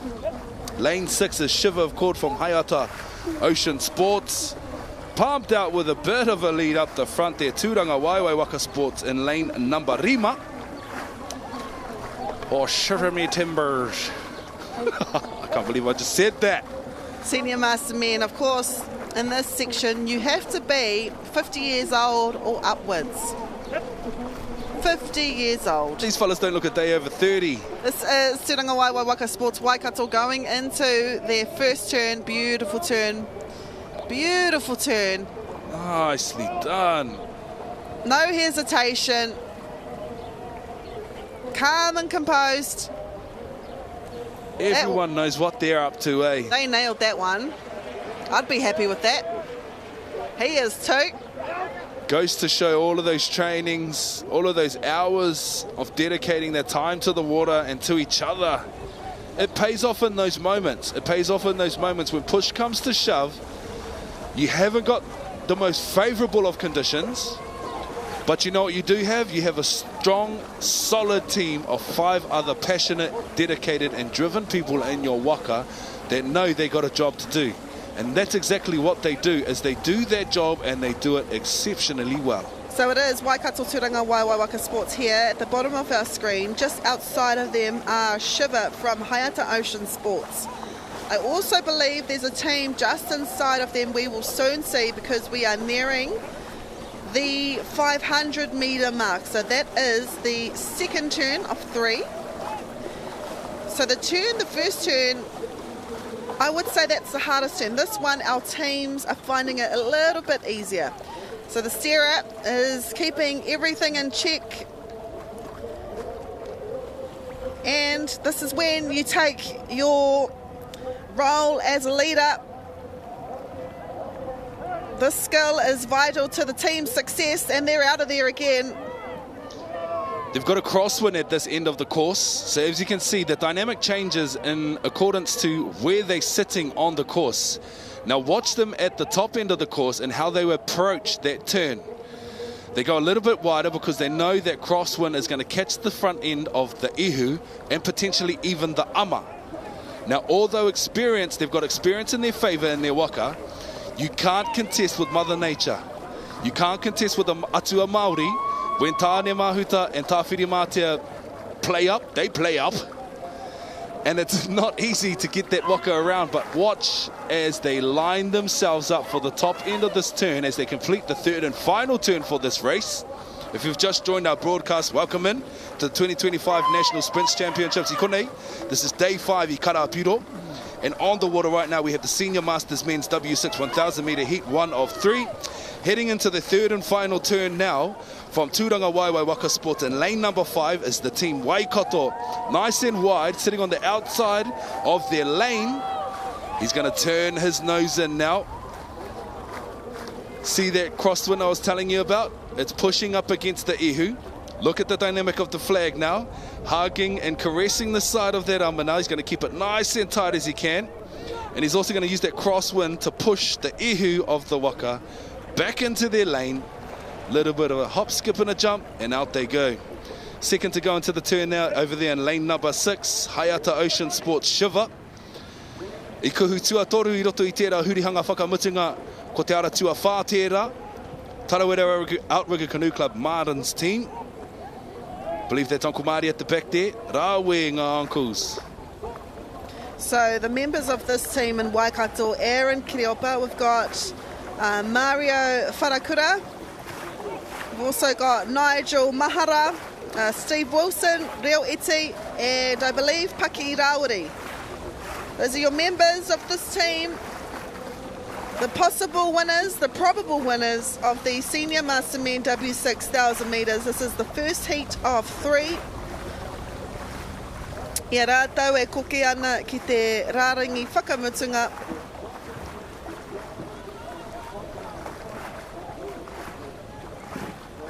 Every stroke in practice has prepared this team.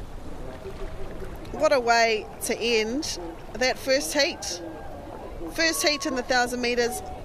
Second is out there, lane 6, Shiva nor Hayata Ocean Sports. And I'm just going to have a look with my eye. I'm pretty sure it's out there, lane 4. They are in I think they are in a Maraikura waka. That is who will place third. But this is your winner, Waikato no Turanga Waiwai Waka Sports. Hoki ati tātou ki te timatanga o te ura reihi. Reihi ruarau, ngāhuru mātahi. Stunning start across the board now. No, that was ruarau. Ruarau, ngāhuru, yeah. 310, Senior Masters Men's. W6 1,000 metres. First lot of turns there on the outside. First to go into that turn was Tūranga Waiwai, as you can see. Nice tight turn. Nice deep draw strokes on that other side, pulling the ihu around. Love the way the shaft of that blade, the rau of that blade, just caressing the side of the rauawa, pumping through that finish line there. Stunning stuff. Me ara tātou te titiro ki te ara pautama I tēnei wā for that race. First to come across, Waikato for Tūranga Waiwai, 524.13. Shivers and Tekken, 534.70. Martin's team, 549.80. Yeah.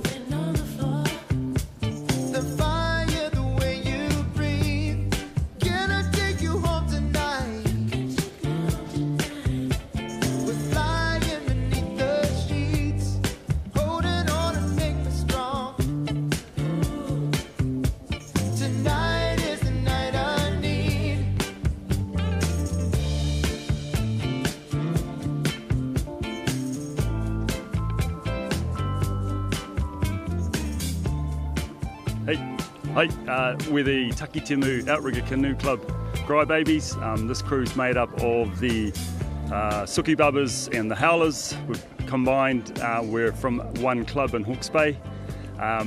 We've just won the Golden Master Men W12, so we're pretty wrapped. There's some pretty hot crews up north. Some of these guys are getting pretty organised and stacking crews up, so it's nice to tip them over just quietly. Just like to thank Jackie and Tama from the club, they pretty much, Jackie's our admin go-to person, so we need to thank her and Tama's club captain, so we're pretty happy with this result. A couple more races to go, the turns and the 1,000, we're in the 1,000 final tomorrow, both crews, so looking forward to that. Thank you. That was awesome interview. This is the Premier Men's W12 500 metres, Waka Manu in 1, Pure Encore in 2, Aotearoa, Team Kina, Ngā Aikane, Mātuku Tūreia, Big and Little Teds, Jacob's Dozen, and Tūranga Niviti, our manuhiri no Fiji, in lane 9. This is the Premier Men's W12 500 metres, semi 1 of 2. This is going to be a fast race. Kore he te haki, kākāriki tēnei wā, kua tīmata tēnei reihi. Like the sister said, it's going to be a fast race. And as you can see, pumping off the line together with an amazing start across the course, actually. Little bit of an ihu at the front, though, is lane number 3. Aotearoa Ōrākei Water Sports. We saw them strong contenders in those whiringa whānui. And they're here today to prove why they are representing in these semis, ngā whiringa whaiti. And if I remember, if my memory is correct, they just missed out last year. And I know, after speaking to Jackson, I think he is in this crew, he was gutted because he knew his boys had what it takes. This is Pure Encore from Ruamata, another team who has won this section a few years ago. But this team right here, right in front of us, Waka Manu from Manukau Outrigger Canoe Club, keep an eye on them too. You can never take anything for granted. That was Team Kina from Mitimitanga, but this is Waka Manu, a young guns team.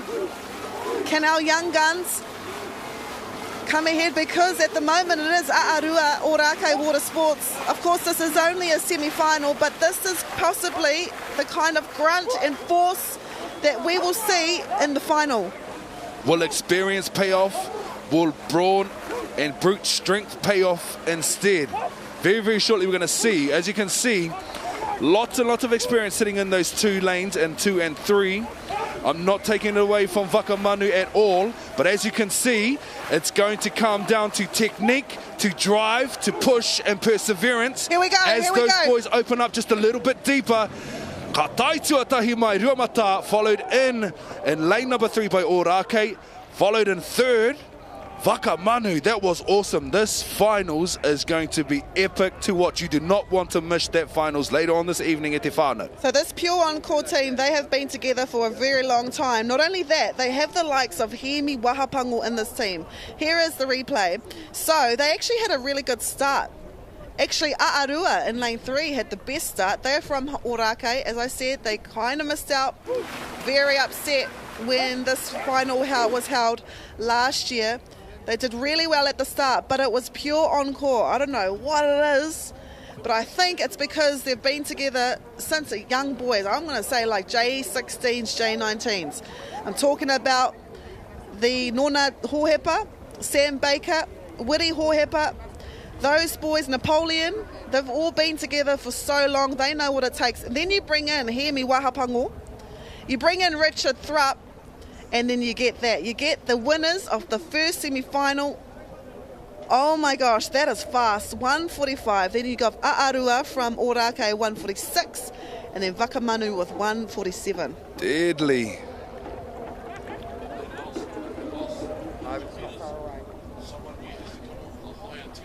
Yeah.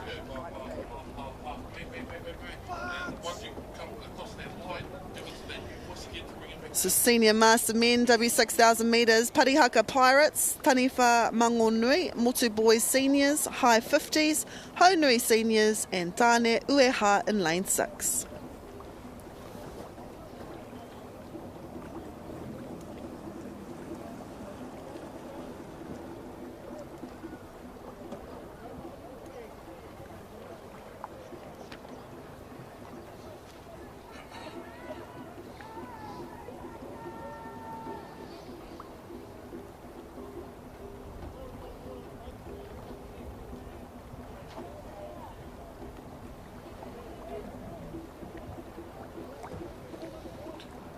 Senior Master Men's sitting at the top end of the course to start race number 312. The W6 1,000 meter heat 2 of 3.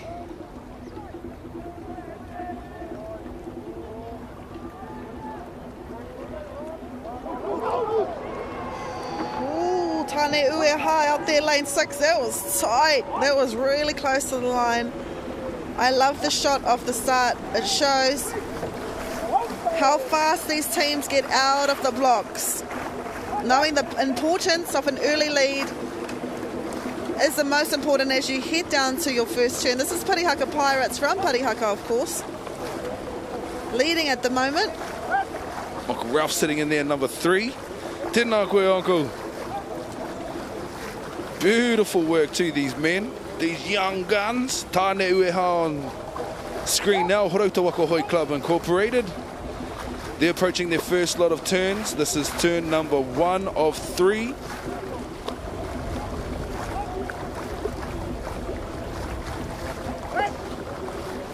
Motu Boys seniors from Waiheke Wakama Club. What a beautiful place to have a Wakama Club. As we near the first turn of 3, it will be the Parihaka Pirates that get into their turn first. What's it looking like? A little bit wide. Ngari kei te pai. As long as you don't hit the buoy down, or as long as you don't go outside of that yellow buoy, kei te pai. But look at the top of your screen. It was Horota. They had a better turn, and it gained a bit of metres over this team. Engari, koe nei tonu te kapa e arahi ana I tēnei wā. Motu Boys come in 3rd into that first series of turns. Pumped out now. Looked like a bit of a portai on the race course. Someone lost the portai. Oe. I'm pretty sure that is Richard Pearhy in seat 5. Yeah, it is. That's a senior master individual gold medalist from yesterday. He's in seat 5. That's mana. Wicked. Still got heaps to give, I bet, too. As you know, this is a heat 2 of 3 for the Senior Masters Men's W6 1000s. The top qualifiers from this race will advance on to Ngā Whiringa Whaiti later on this afternoon. We'll be able to see the absolute weapons on full display for the world and for the motu to see. Coming into their second turn now here in lane number 1. Parihaka Wakama, Parihaka Pirates, tērā. Nice, nice. Uncle's doing everything at the back there to get the back noko around that flag. Rawe, second to go into the turn. Looks like over there, Horauta. Third, Motu Boys coming into the turn. Nice. And in comes everybody else. Down this 750, I believe. We've seen in the 1,000-metre race, a team can be way up ahead and make one fault in a turn. So teams still have to give everything they've got. This time, however, it's a battle between 1 and also 6. Anything can happen, especially in the last turn. 6, of course, Tane Ueha, and 1 closest to us at the bottom of your screen is Parihaka Pirates. This is when it matters. This turn is probably the most important turn. This, of course, is the second heat of 3 in the Senior Master Men's 1,000 metres.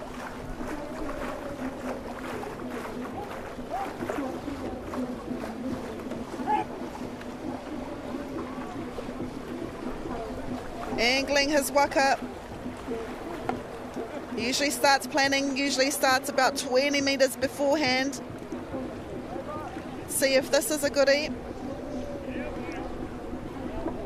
And expect fireworks when we come around this buoy, because it is home James as soon as they spin it around.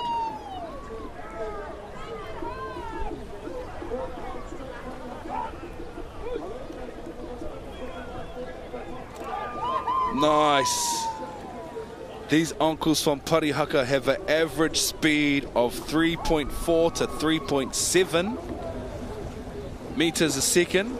That's impressive, man. Long and strong all the way home.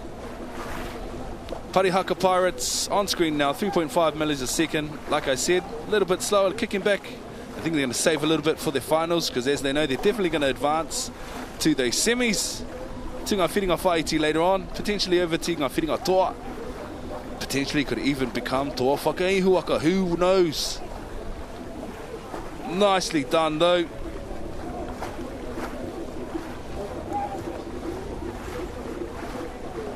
Yeah, precision is everything, and it's the backbone of every successful team in Wakama. Ko te mahi, ngātahi, te mea nui. And as we know, success on the water is impossible without spot-on timing, and look at that timing. Oh look, Richard just decided, oh, I'll put my paddle in too, and I'll steer with you. Easy dub. Lane 3, Waiheke Wakama Club, Motu Boys Seniors, and ngā whanaunga no horauta waka hoi tāne ueha. Engari, koe nei te toa o taua heat tuarua. Out of 3 it is Parihaka Pirates. This is the replay. Parihaka and Horota starting off strong. This is the second turn. These are my favourite shots because you get to see our steerers in action, and it is mean. We've got Clayton Wikaira, Daniel Wikaira, Darren Collins, Gray Park, Ralph Ruka.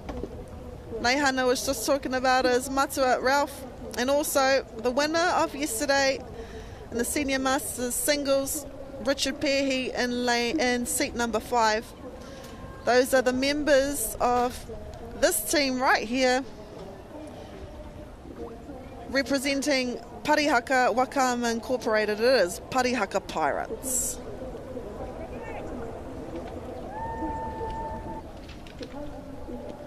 Nei te ara Pautama Parihaka Pirates with 540. Then you have Motu Boys Seniors with 545 and Tāne Ueha with 548.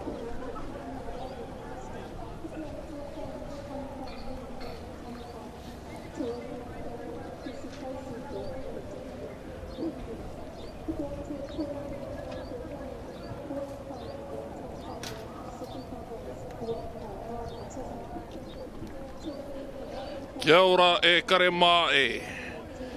He whakamōhio tēnei ki a koutou ki a tātou.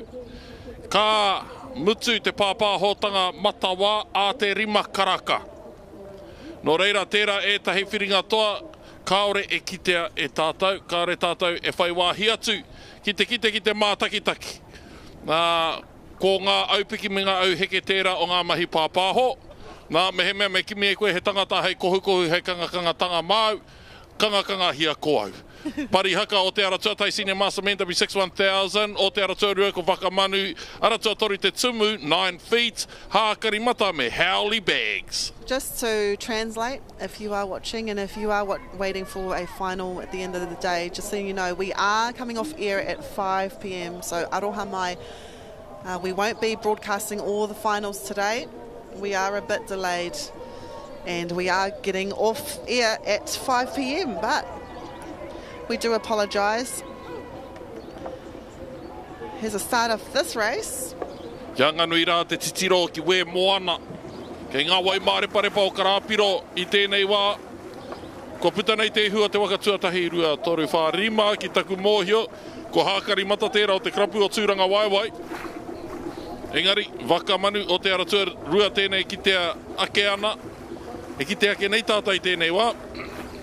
E ko tahi mita te roa o tēnei rehi. E toru ngā hurihanga. Hāunga te hoi. He mahi tā tēnā i roto i te hurihanga. I a rātou ka kuhu atu. Te pāpara, Paora McGrath, tēnā koe urungi ana i te kapa o tūranga waiwai. E hoatu nui tonu nei i tō kaha, me tō aroha ki tā tāua hākina o te Wakama. As we near the first turn, It's out there. Lane 5, Hakari Mata, North Turanga Waiwai Waka Sports. They go in, they come out. Beautiful turn there by Turanga Waiwai. Bit of a stop and start closest to us in lane 3, I believe. So it is this team that are leading. Out of the blocks, Vakamanu from Manukau Outrigger Canoe Club coming in at second. Tūranga Waiwai, kei mua noa atu. Wow. Ko tata te puta I te karu o te kāmera. Anei, Tūranga Waiwai. Paora McGrath, pai te hurihanga tuatahi, kia whaia tērā hurihanga pai, e tēnei hurihanga pai. Mātaki hia tērā kei te tūru tua ono. Ka pauai I tana hoi ki te taha maui o te waka. E huri ai te ihu o te waka. Kātahi koe ka kite ai I tērā kei te tūru tuarua me te tūru tuatahi. Ka urungi mai I mua. Ia rātou ka ahu atu nei ki te hurihanga tuarua. Well, you don't even know how far they are ahead until you see a shot like this. Beautiful shot here. Paul McGrath and his team, Hakari Mata. Second turn now. Another beautiful turn. And then in lane 6 we have Howley Bags from Takitimu Outrigger Canoe. And then closest to us as well, Vakamanu in lane 2. But it is Hakari Mata in and out like a thief in the night. Aiming for their third and final turn. Taranaki there in lane 4. Wouldn't be happy with that turn, Ngāti Kei Te Pai. This is your leading team at the moment, leading by a whole waka length. Followed closely by Howley Bags from Takitimu. Kua tīmata, te kukume mai I era o tawhiti pāma mao. Engari, ko te aratua rima tēnei ko Hakari Mata. Ka ore a whakai kia Hakari Mata hia mai ai rātou. Te ahu atu nei ki te hurihanga whakamutunga. Ko rātou anake pē rongo ana I te ngā I te he taumaha. Ko tātou he ono tātou he mātakitaki I te reo te tinana I ngā kare awaho. Ka ore ngā kare awaho I te ki mai ki a tātou kei te ngengi. Anei, tiri kohu atu nei ki roto ki te hurihanga. Tūranga Waiwai, Hakari Mata. Mātaki hia te tata o tērā ama. Anei te mōreareatanga I roto I enei hekona tata nei ki te rutua. Te pauhaki e te kiato. Kūpai rare. Kei raro koe putu ana. Engari, ara, te mahia te mātanga, te mahia te tohunga. He mōhio ki te urungi I tana waka. E anganui mai ai, e hoki pēnei mai ai te ihua te waka ki te rārangi whakamutunga. Me te aha e kare mā he whiringa whānui tēnei. Whiringa whānui e tai ai koe ki ngā whiringa whāiti. It is Hakari Mata leading and are in full control, dictating the flow of this race. Staying calm under pressure and holding this position firmly, making sure that they come on top, not only on top, but also with a fast time. So it is Hakari Mata in first, we'll say it now. Engari ko Waka Tuarua, who will be placed second and third. This is Hakari Mata all the way from Turanga Waiwai Waka Sports at first. And here we go. I believe it's out there, lane 6. Or Vakamanu, yep, lane 6, Howley Bags from Takitimu. And Vakamanu from Manukau Outrigger Canoe Club in third. But this is your winning team. Didn't have to travel far, all the way from Turanga Waiwai. Tēnā koe nei kia mātakitaki ake anō tātou I tērā rehi. I roto I te mōhio, ka noho ko ngā toa I tēnei whiringa whānui ko Tūranga Waiwai, anei te hurihanga tuarua.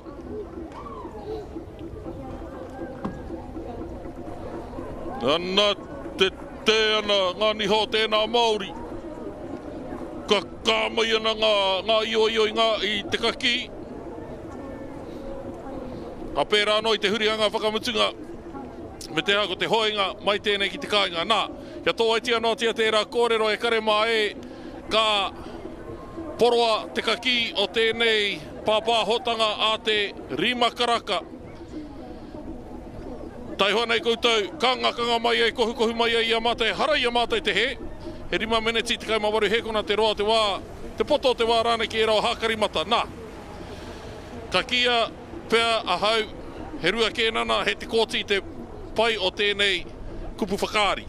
But with the time remaining, all I can see is we'll probably only have time for the next 5 races. Premier Men WTO 500, ko ake nei. Āmuri atu i tērā he rehi roa. Golden Masters, āmuri atu i tērā ko ngā dashes takitahi.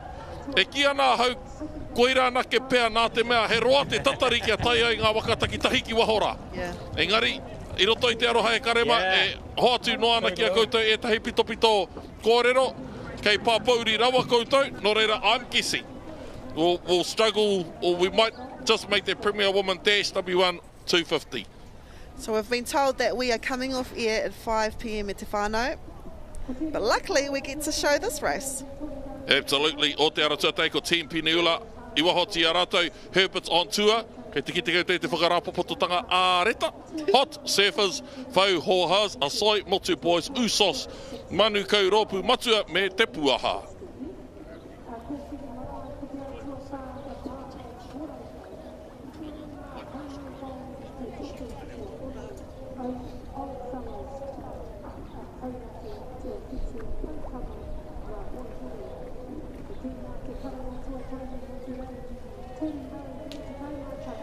This is going to be a fast race at Te Whānau.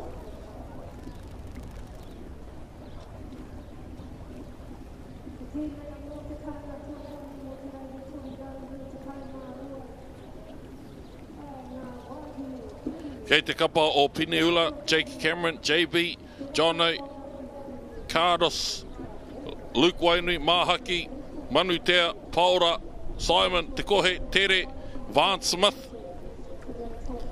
Hei te mohio rātou ki te tāwara o te wikitoria-tanga, ki te tāwara o te kōura.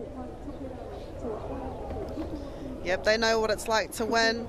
It was Faux Hohas from Waitakere Outrigger Canoe Club out there, lane 3. They had a good start. Here we go, Team Piniula from Piniula. They saw the first semi-final. They know what it's like. This is hot. Herbert's on tour and surfers. Ai, ko whau hoha tēnei, e ki mai nei a rāhia. Tētehi o ngā tīmatanga tere whaka harahara. No te aratua toru, aratua whāko a soi. E hoki haere ana ngā mihi. Me ngā tangi anō hoki I tērā kroua o mātai ki a soi I hinga I roto I ngā tautata nei. Engari kei konei ko Herbert's on tour o te aratua rua me te aratua tai Team Piniula. Kua puta nei, kua puta haere nei te ihu, te huru ihu o te waka o Herbert's on tour I tēnei wā. Anei, te ruarau rimatikau whakamutunga. Elite Reti there, steering this Herbert's on tour team, stacked with Herberts and also amazing paddlers in their own right, including Tipu King. Humility, kindness, everything you can say about a person, it's about him, Tipu King, in this double hull team. Ai, kua roa ue pāpā hoana I tērā ingoa I a Tipu King, Warren Ambassador, te teo ngā maere tū wā o tātātou hākinakina, tamariki māme he mea he tangata ko tahi kei tēnei hākinakina, hei arumanga he whainga mau, o te kia noho mai ko Tipu King tērā tangata, a nei ia e āwhina ana I tana kapa o Herbert's on tour, kia whai wāhi ai rātou ki te whiringa toa. Here we go, it will be Herbert's on tour surfers that will take the win, followed closely by Piniula and then Waitakere in third. But I'll repeat what Matai said because I endorse that as well. If there's anyone that you want to look up to, it is Tipu King. A beautiful person, beautiful ambassador, kind, always has time for tamariki. If you want someone to look up to, it is him. His team, Herbert's on tour surfers, they've just taken out the second semi in the Premier Men's 500-metre race. Another thing, just to further endorse what Rahia has just said, Tupu, regardless of his placing, he's still here, still giving back to his hākina, still all his posts on social media are about the beauty of whānau and commitment of whānau to our hākina. So brother, from us throughout the years, props to you and all that you do to you and your whānau and to your beautiful wife as well. Chaku na W1, brother. I reckon so too. Chaku in it. We've seen her on your TikToks. She'll be mean. Imagine her. This is Herbert's on tour, taking out the second semi-final in the Premier Men's. That'll mean she'll be three-coded, right? That's rugby, league and Waka. Anyway, Herbert's on tour with a time of 1:48. She was also a really good touch player. Oh, sorry about you. Anyway, at the iwi, we're going to have to backtrack on something we just said earlier. This will be our last race. The last race to be broadcasted on our live broadcast here at the Waka Nationals 2025. Anei kia mātakitaki ake tātou I te rehine. Yep, straight out of the blocks. Waka Manu, and also that team right out there. I'm going to say it's Raspberry Dragons. No, I cannot allow for this. That's a ringing team. They're mean. How are you supposed to say you come from England and you come here and you dominate? You got us into the finals for the double hull. And you've got a woman in your men's team. Nah. Ringins. I reckon it was a ringers for the W12. This is W6, 1,000 metres, Golden Master men. If you're thinking, what's Golden Masters? How young do you have to be? Golden Masters, 60 years old, e te whānau, a minimum age of 60 years old. This is one of the million reasons why Wakama is the best sport in the world. Fastest growing in Aotearoa. I think once upon a time it was touch. I think Wakama is winning. Not going at that pace or as rapidly as Kiorahi. So it's good to see our hākina coming back from Never Land and our tamariki finding themselves and their identity in hākina.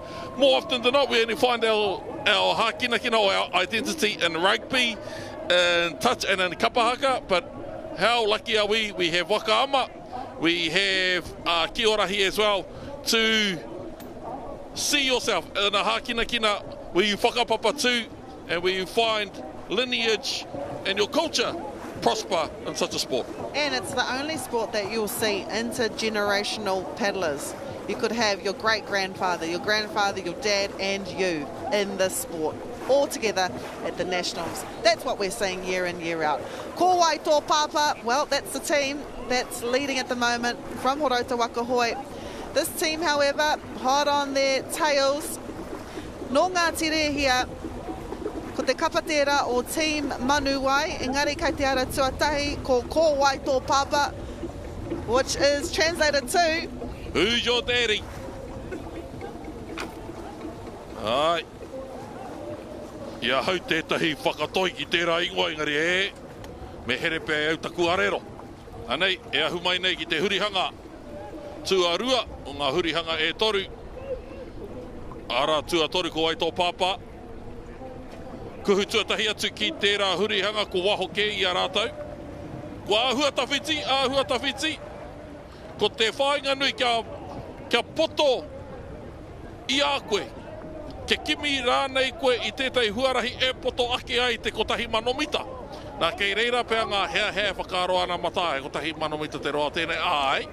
Engari kāre koe te pirangi kia kotahi mano te kaumita. Mā reira e ua ake ai. Nō reira, kimi hea te huarahi e tahi manomita motu henga ai te roa tēnei rehi. Mā reira pēr, e putai te hua tō kapa. Mā reira hoki ka kite koe i tētai huarahi e whaiwahi ai koe ki te whiringa toa. This is race 315. This is also the last race that we are broadcasting here on Whakaata Māori. Thank you for joining us. At the moment, in the last 250 metres, it's been A change of lead. Howlers, no Takitimu Outrigger Canoe Club. Ko rātou e arahi ana I tēnei wā. Ko te huringa, tuatoru, whakamutunga hoki, e kainamu mai nei. Closely followed by Ko Wai Tō Pāpā, no te tai rāwhiti, no harauta waka hoi. And out there, Team Manuai no ngā kai hoi o ngā tere here trust. Ko rātou, hoki tērā, but it will be this team, Takitimu Outrigger Canoe Club Howlers. Very nice. Very, very nice. Ko puta nei, ko te ara tuawha, Howlers. Aha koa, I te iri, I te potinguti tangata, ko te waka o Ko Wai Tō Pāpā. Ka kite ake rā tātou. Kua ahua pau haere te pene hini I roto I tērā waka. Kua uru ko te jet fuel ki roto I te waka o ngā Howlers. E hoki mai nei, e nei o Ko Wai Tō Pāpā ki te rārangi whakamutunga. Engari ko te ara tua whātera kei mua Howlers. E noho mai ana. Hei arumanga, mā wai, mā erei wahoti a rātou, arā mā hāroa, kāo mā Team Manuai. Koe ki teu I ngā hingare tinei I mua. Taku mōhio I tō pēi a rātou e tahi atu rehi. Ane tō mai nei tēnei wā. Ko te kapa tēnei o Howlers Takitimu Outrigger Canoe. It's all about endurance now, Te whānau. This is the longest race these paddlers will paddle.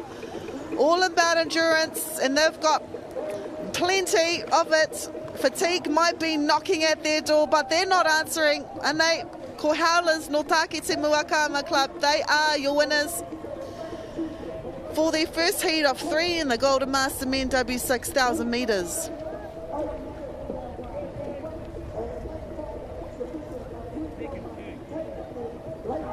Anei, te tīmatanga o me mea koe mātakitaki tonu mai ana tāpau te mara. Me hari pea e tēnei tīma, te tīmatanga o tērā waka tuatori, te tīmatanga o tērā rehi, whakawhiti pea rātau I te rārangi tīmatanga. Me hari pea tērā ki te tribunara. Nā te mea e mahiti nihanga tērā. E oi anō. Kia tai rawa rā ki te whakamutunga o te rehi, ka tahi nei tātou ka kite I te hunga ka noho mai. Hei toa, mō tēnei rehi, ka tai papatu anō hoki ki ngā whiringa toa. Howlers from Takitimu Outrigger Canoe Club. Baden Wilson, Chris Brownlee, have got a time of 5:44. Team Manuai, 1 second after 5:45. And Ko Wai Tō Pāpā with 5:47. E kare mā e ka noho koe rā te rehi whakamutunga o tēnei pāpā hotanga. Kia hoki anō te whakamānawa ki te ariki nui kui ni ngā wai hono I te poena ho mai nei hei pauariki. Mō tēnei takiwa mō te iwi Māori anō hoki kia hoki rā ngā mihi kia me ngā whakamānawa ki aia e hoa mā e kui mai korma. Koutou te hunga e mātakitaki mai ana kia whakairi hia ke te tapu o tua whakarere me te ke te kōrero mō tēnei wā hoki mai a popo. Hei reira tūhera tia anō ai, hei reira kōrero tia anō ai, te reka, te mōti, te mōmona, te hinu o te pai o ngā kōrero o ngā hākinakina o tāu kā kitera I tēnei hākinakina a popo hoki mai a popo kia pai ai tā tātou mātakitahi I te atāhua o te ahurea Māori. Tēnā koutou katoa.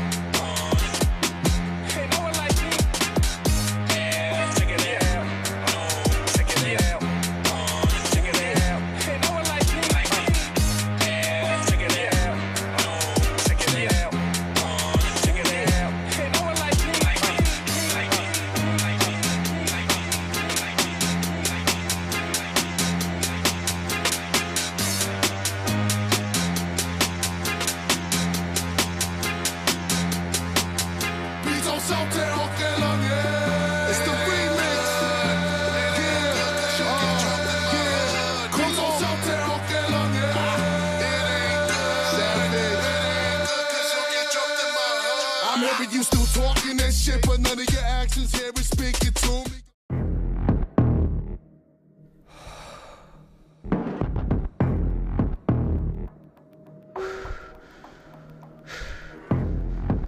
Oi nei tētahi o ngā hākina e hoki mana i te tangata ki tōna wā kāinga.